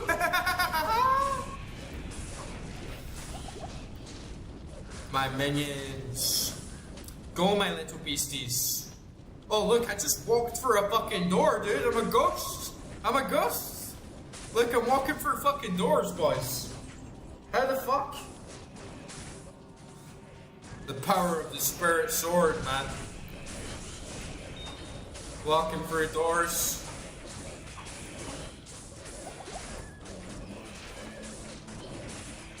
Oh, finally to use a mana potion, huh?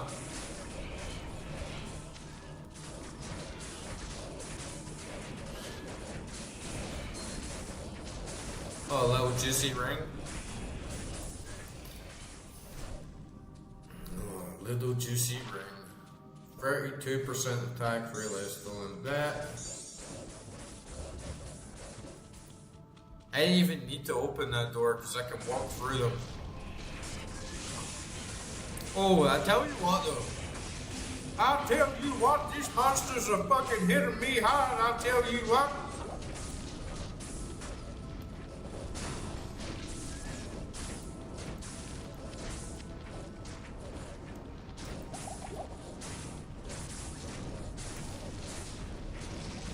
Come on, get through the door.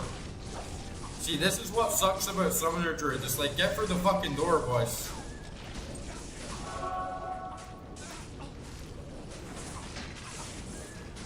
There you go, there you go. Unleash, unleash.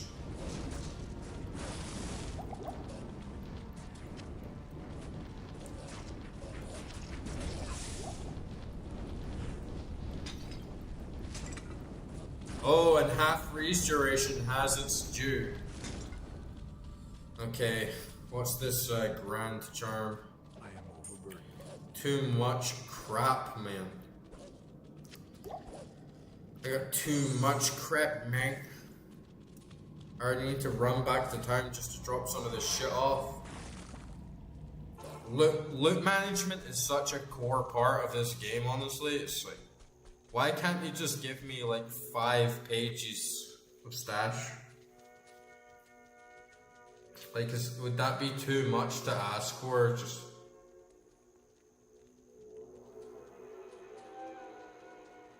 yeah, the eyes and hearts. And this fucking shield is huge as well, man.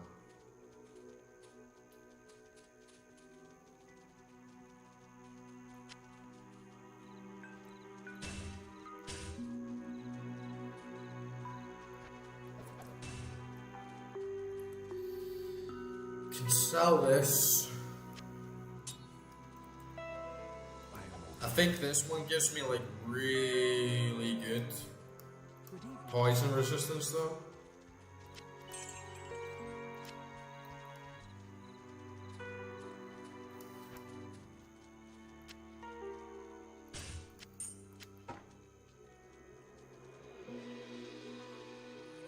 Yeah, see, I need to give this to my paladin. It's kind of shit as well, honestly. Like, it's maybe not even worth really holding on to. Yeah, it's shit. It might do me okay and like normal or whatever when I'm first getting started, but like overall it's like trash item, right? Okay. And have this. What if? Okay, what if I gave him this? Why can't you use it? Why can't you use it?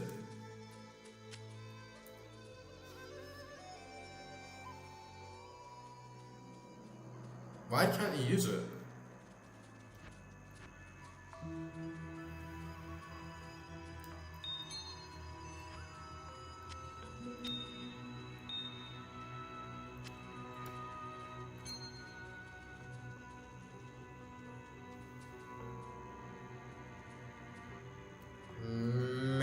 I'm just gonna sell it. Fuck it.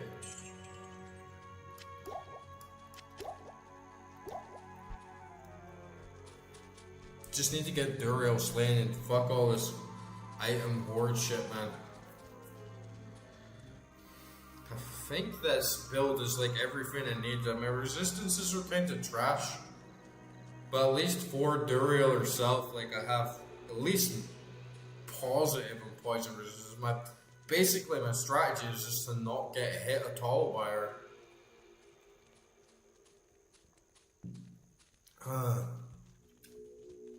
And gets her bit wouldn't be bad.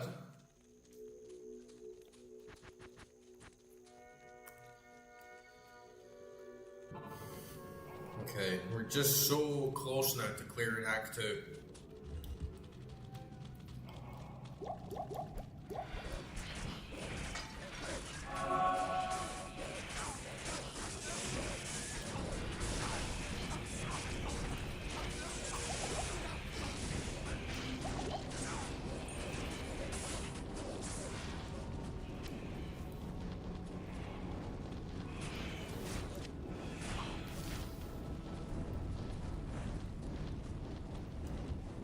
Let's Beyblade! Da, da, da. Let's Beyblade! Let's Beyblade! Man, do you guys remember having fucking Beyblades? That was fucking awesome back in the day. I remember Beyblades came out and I was so fucking obsessed. I wanted a Beyblade so bad. My friends at school all had a Beyblade. I was just like, I need a Beyblade so fucking bad.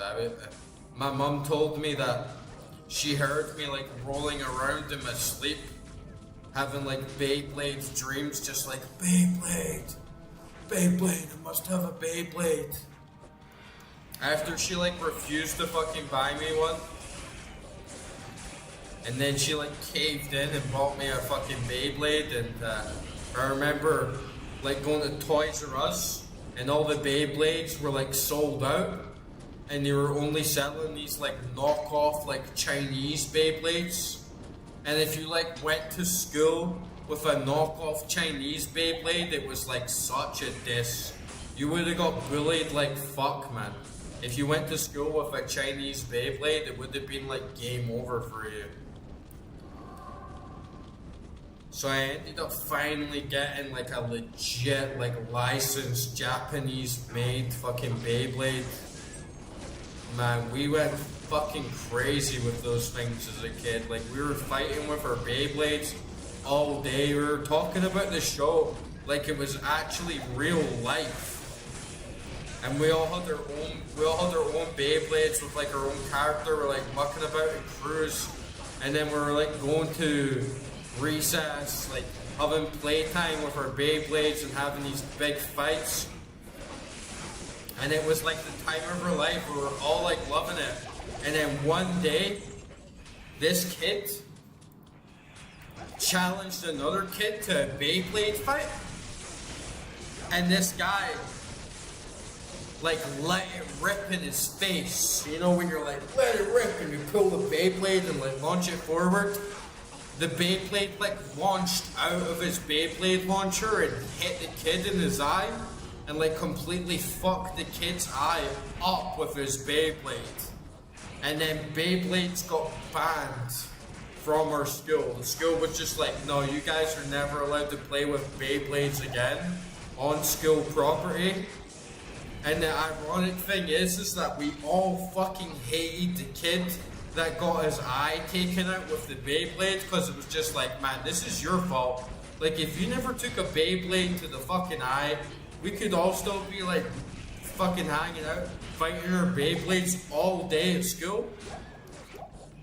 And it was like a shame, man. It was like a shame. And I swear, within like 2 weeks, nobody cared about Beyblades again, because we weren't allowed to like use them at school, and it just like defeated the whole purpose.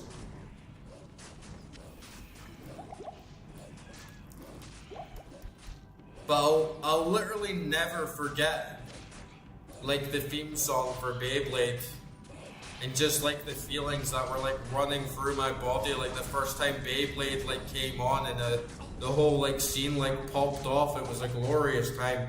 It was a glorious time to be a child. Let's Beyblade. Da, da, da. Let's Beyblade.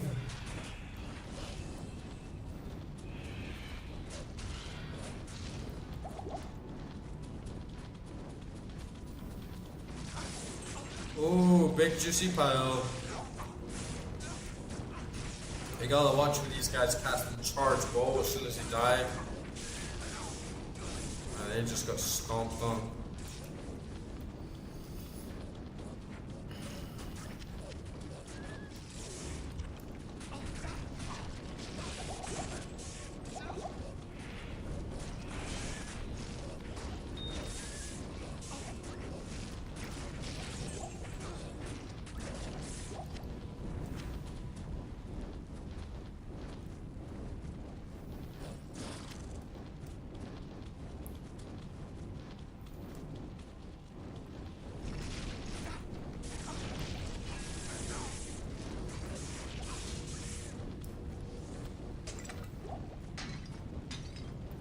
And you see Beyblades today, they're like pussified. They're like half the size and made out of like cheap plastic. I don't know if it's just to cut down on costs or to stop people getting their eye taken out as a kid. But the Beyblades we had back in like early 2000s, it was like, man, I would not fuck around with those. They were like 5 fucking pounds of just like massive metal sometimes. And we used to have this like insider lore that if you like changed the like Beybit or whatever it was called into other Beyblades, then it granted the Beyblade like other power. That was some sick, like, you know when you're a kid and you just believe the most dumbass fucking shit, like Santa Claus and stuff?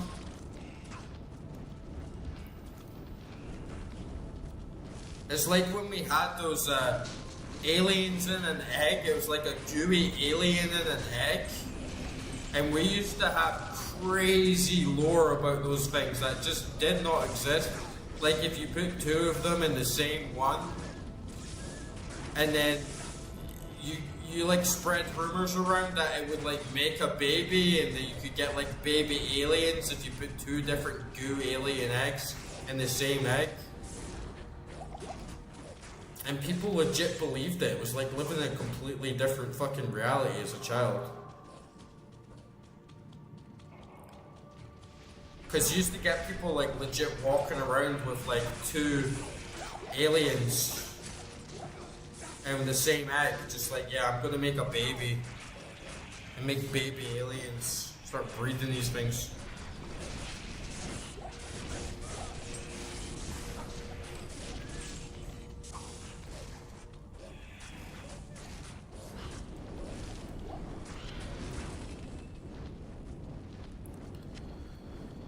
Let's Beyblade.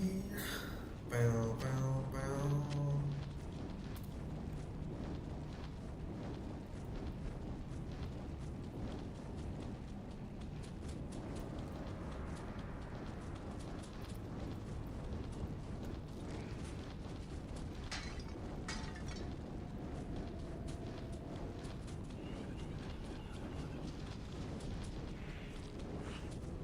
Oh, ho, ho, we found her. We found her. Duriel.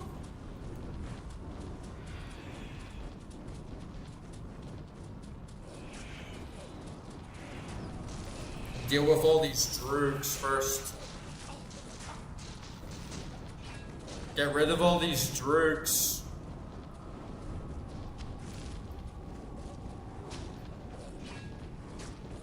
And then we'll dive into the belly of the beast.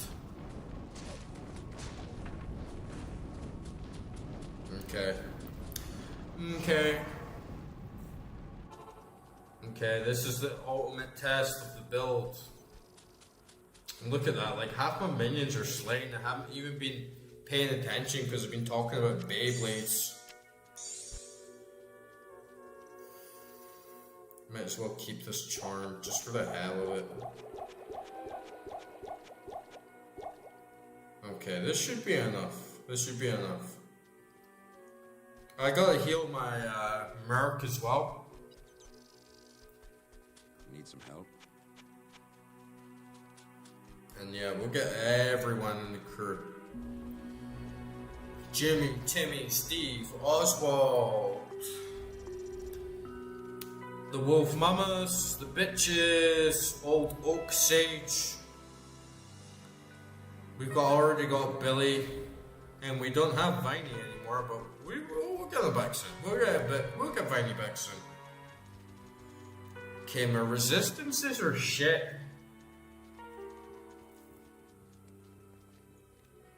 But you know what? It's worth a shot. What do you think, guys? Do you think I should like go back specifically for Duriel and just sort of like stack poison resistance? Let's see what I'm rolling with here.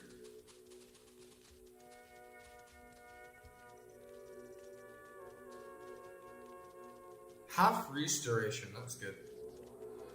I can get cannot be freezed with another pair of shoes that I have.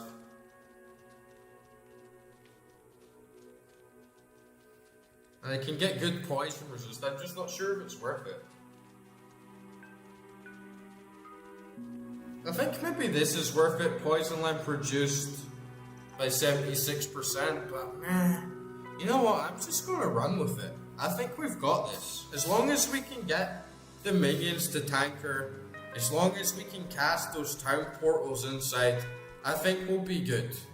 I think this is doable.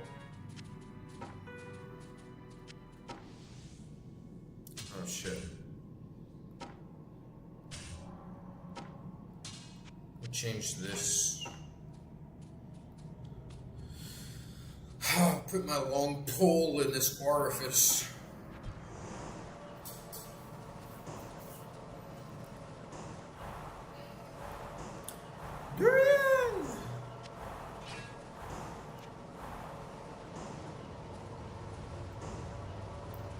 Okay, squad, are you ready?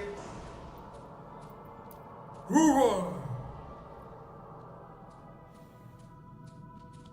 Okay, friends, we've come a long way. We've gone through normal and we've slain many foes. But this here is the moment of truth. This is the moment to prove yourself, to prove your might. Don't let me down. Get in there and give it your all. If you don't die, you weren't giving it your best. So get in there and die for what you believe in. Hurrah!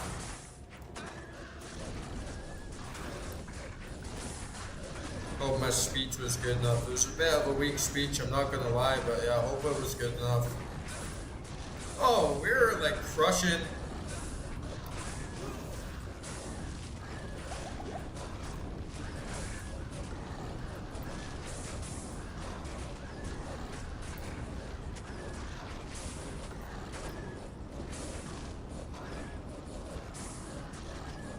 I think we got this. I think we got this, honestly. Here, let me just like call a portal just in case.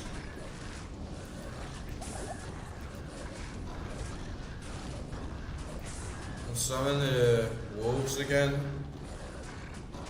Oh, we need Billy. Billy!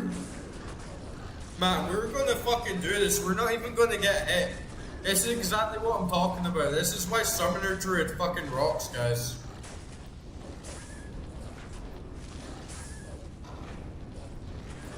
She's crushing the wolves though.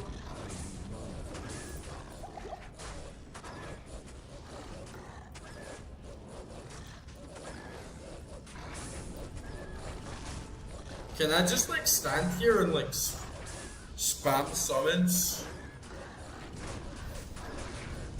Look, you can even get in my inventory and start like refilling and shit.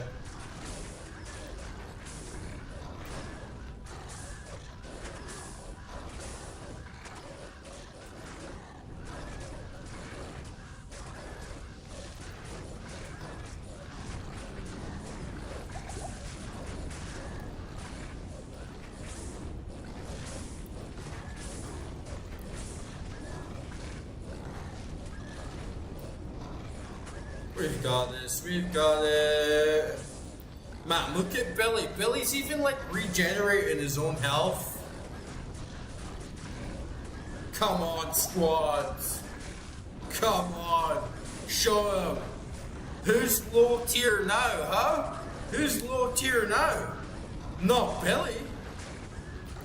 Not my bitches.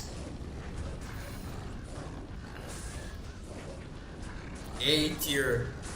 Fucking A tier belt.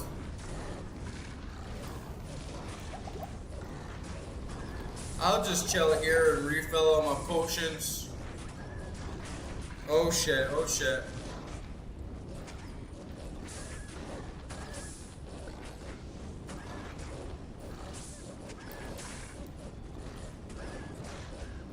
Oak Sage doing really good though. Billy's like holding his own. Billy gets a crazy amount of health. Like those +2 give him a huge boost.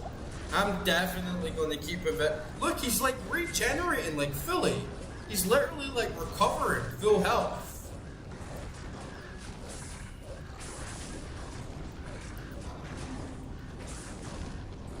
Like he's unstoppable. He's a force of fucking nature.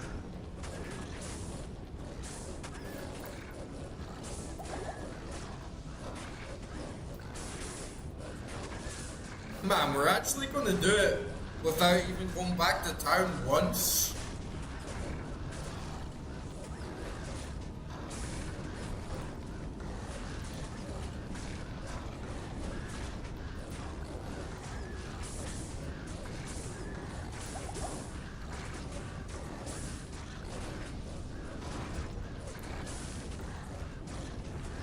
Holy shit, we're actually going to do it.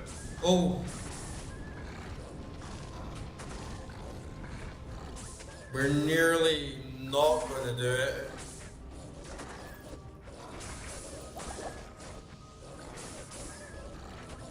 Come on, come on, come on. go, Billy. You can do it, Billy. I believe in you, Billy. You're the best, Billy.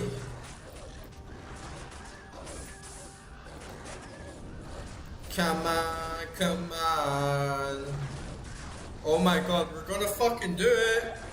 We're gonna fucking do it. Fuck yeah, first try. First fucking try on Nightmare. Fuck you. Holy shit, that felt good. She just got fucking smashed, guys. Like, we are crushing this game.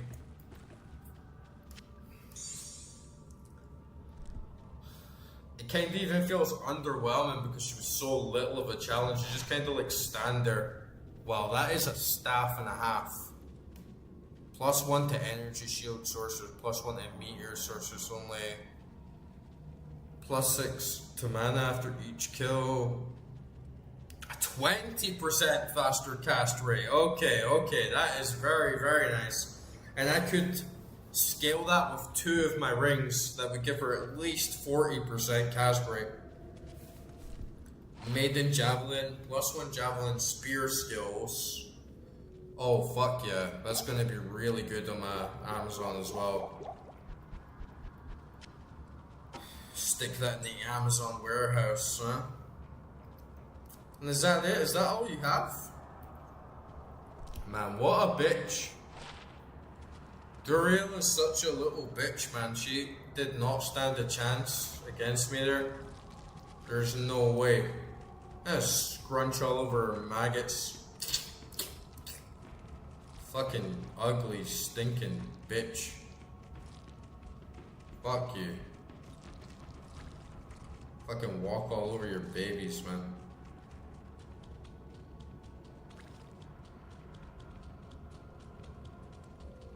Oh, we got Duriel over here. Hello, I thank you for my freedom. But I did expect you earlier. I am the Archangel Tyrion. I came here to prevent Diablo from freeing his brother Baal. But I have failed. Now terror and destruction roam free throughout your world. How did Duriel even get captured, right? He's supposed to be like this big badass archangel. He's fucking useless. He doesn't do anything except tell you where to go.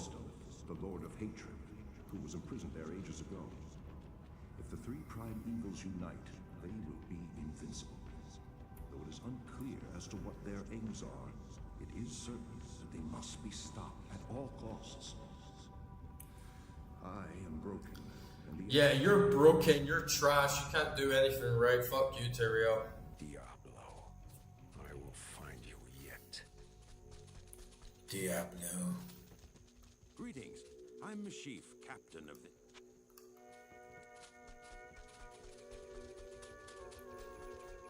Nice one. You have proven to be the greatest of heroes. That actually went really, really well. Top build.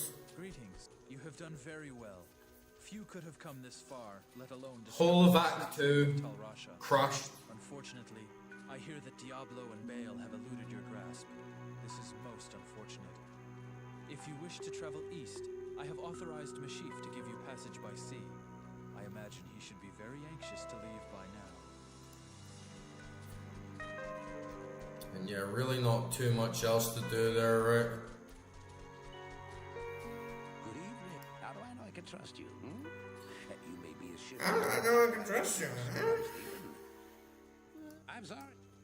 Greetings. I never even talked to this dude like the entire fucking act, man. But yeah, Duriel got absolutely annihilated, man. There is no way she can stand against my wrath. The wrath of my minions and bitches.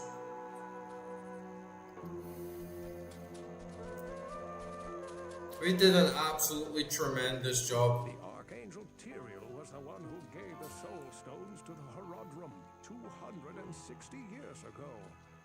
It is highly unusual for the forces of heaven to so directly interfere with man's destiny. But And that's pretty much it, right? Like, there's nothing else to do here. There's nothing else that needs to be done. We can just go like straight into Act 3. Greetings. And if... Oh, I don't even have enough gold. Come on, I've got plenty of gold in the bank. Telling me I don't have enough gold. Let's get, take it all out. Take like 10k out. It's not even enough. I think I need tiny a little bit more. Get 5k out. And yeah, next time 100%, like before I come on stream tomorrow at the same time, I will be clearing out the stash. I'm going to be making it extremely clean and tidy. And we're so close, like we're level 54. And we're so close to another level again, like everything's just scaling up so fast, like the builds all come together like phenomenally well.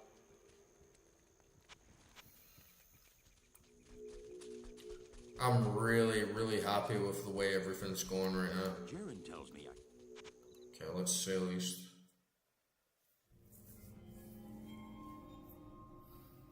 And man, I want to see this cutscene again because Act 3 cutscene was actually shit hot.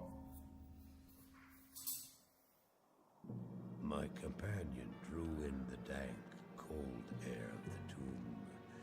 It seemed to strengthen him. I stood in the doorway between light and dark. What was left of my sanity implored me not to enter. But that voice was just a whisper now. As we worked our way down, deeper and deeper into the crypt, I began to see a change in my companion.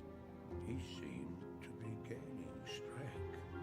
I could hardly see in the gloom, but my companion seemed to know the way. We came at last to a great hall.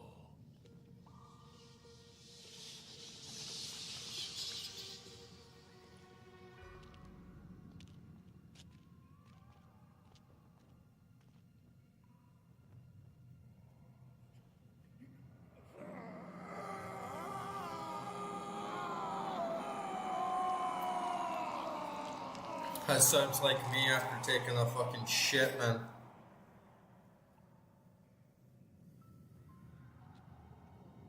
It was then I realized my companion hadn't been gaining strength.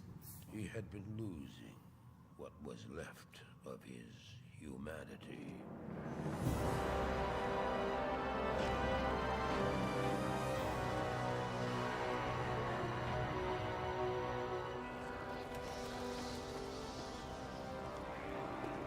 He moved with demonic speed, and then you appeared. Stop!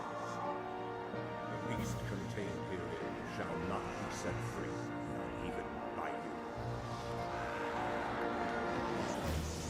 Oh, man, the particle effects and the explosions when he like jumps in them is so fucking cool. Like there's so many nice little tints.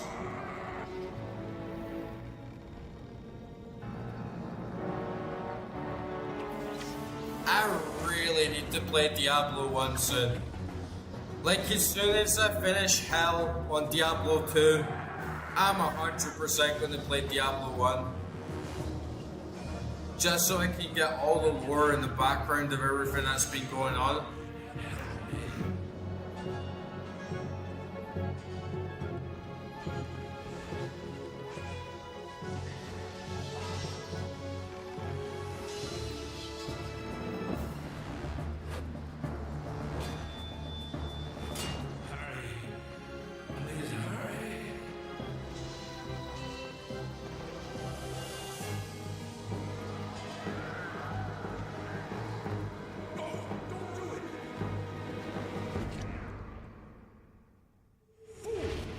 You have just ensured the doom of this world. You cannot even begin to imagine what this evolution is dead. Go to There's something about this that is just so fucking 90s, You man. will find the gate to hell opened before. You must find the courage to step through that gate, Hans. Take the stone you hold to the Hellforge, where it will be destroyed. Now run. Take the stone and run. See, if like Duriel can do this shit already, why doesn't he just like fucking tell him from the start, right?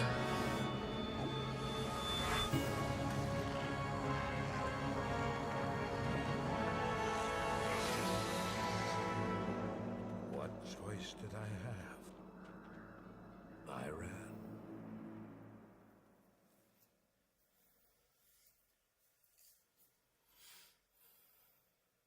Good day. Alright, nice. We're in Act 3 already. Traveler, few come willingly to this ancient city anymore.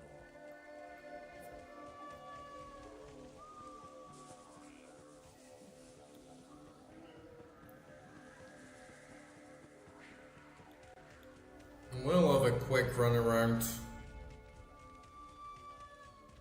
Just to see how we add up on Act 3. But I'm really looking forward to like tomorrow night. I'm gonna blitz through the whole of Act 3. We're gonna crush it. And then possibly even Act 4, because I think last time I did Act 3 and Act 4 in the same night, and then it's just Act 5, and then we're right into hell. We're probably gonna need a little bit of grinding just to get even keel.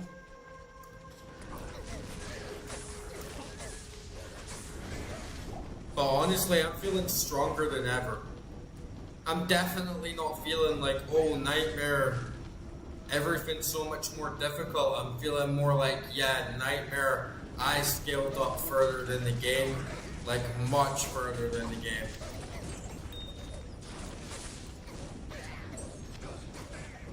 And yeah, these guys are getting crushed as well.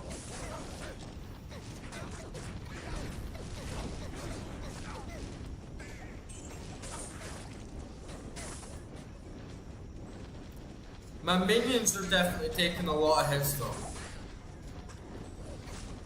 It'll be interesting to see how much my summons scale, because I don't think they're quite there yet. They're all like level 5 each. So like the summons aren't too great themselves, but Billy the Bear is fucking great. Like Billy the Bear is holding his own. The wolves and the dire wolf are dying quite regularly. But in terms of my overall skills, like, we have pretty much everything maxed out except Molten Boulder and Volcano. After that, I'm probably going to prioritize Billy. But maybe it would be better to go for the Druids just so they have that extra, like, health pool. Or to be honest, maybe even Oak Sage, just so they keep getting that, like, life boon. It's hard to decide though, need to have a little think about it, just how it's all going to scale out mathematically. But I think we're looking really good.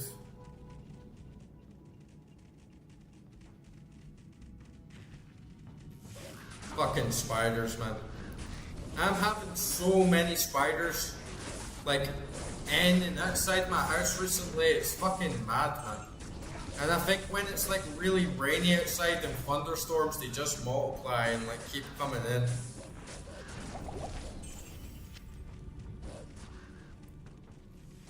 But yeah, that poison damage is real, right? That's the one thing I'm gonna have to watch out for 100%. It's just that poison damage like tanking my health.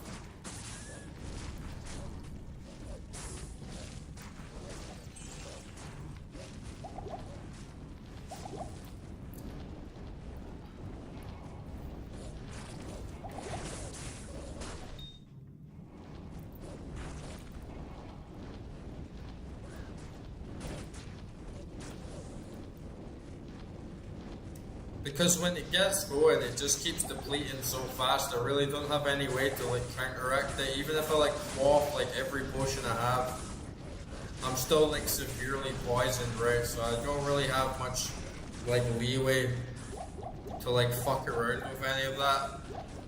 If I get poisoned and then hit, then it's game over for me. So I'm probably gonna want to shift out. At least if I put that imp armor on, I would like lower my poison length by like 75%. But look how long it's lasted. I mean, it's like it just doesn't go away. It's like it's just permanent. Oh ho ho! And one death, right? One fucking death. One death of the whole like session there, which was just like a dumb move.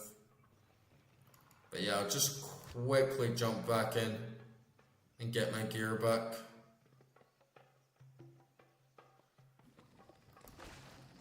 No way I'm gonna let my gear hang in there. And thankfully I've been saving up a lot of gold.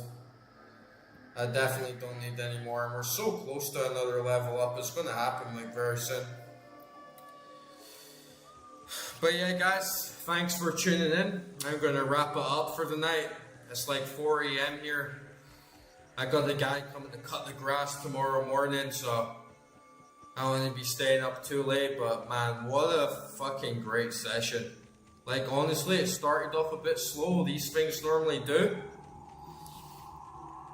But we got like stuck right in it. We got like so much progression. We got that 4-socket sword, great armor, respec the build, like everything, right?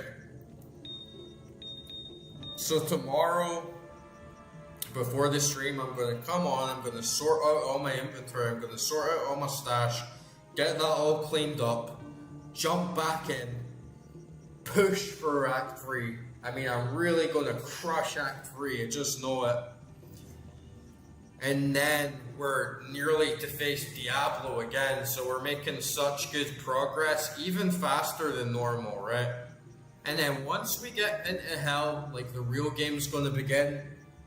And man, I can't believe how good this game is. I can't believe how long I've slept on it, and I'm so thankful and grateful that I get to be in my 30s and still experience like this legendary classic like it was just made yesterday.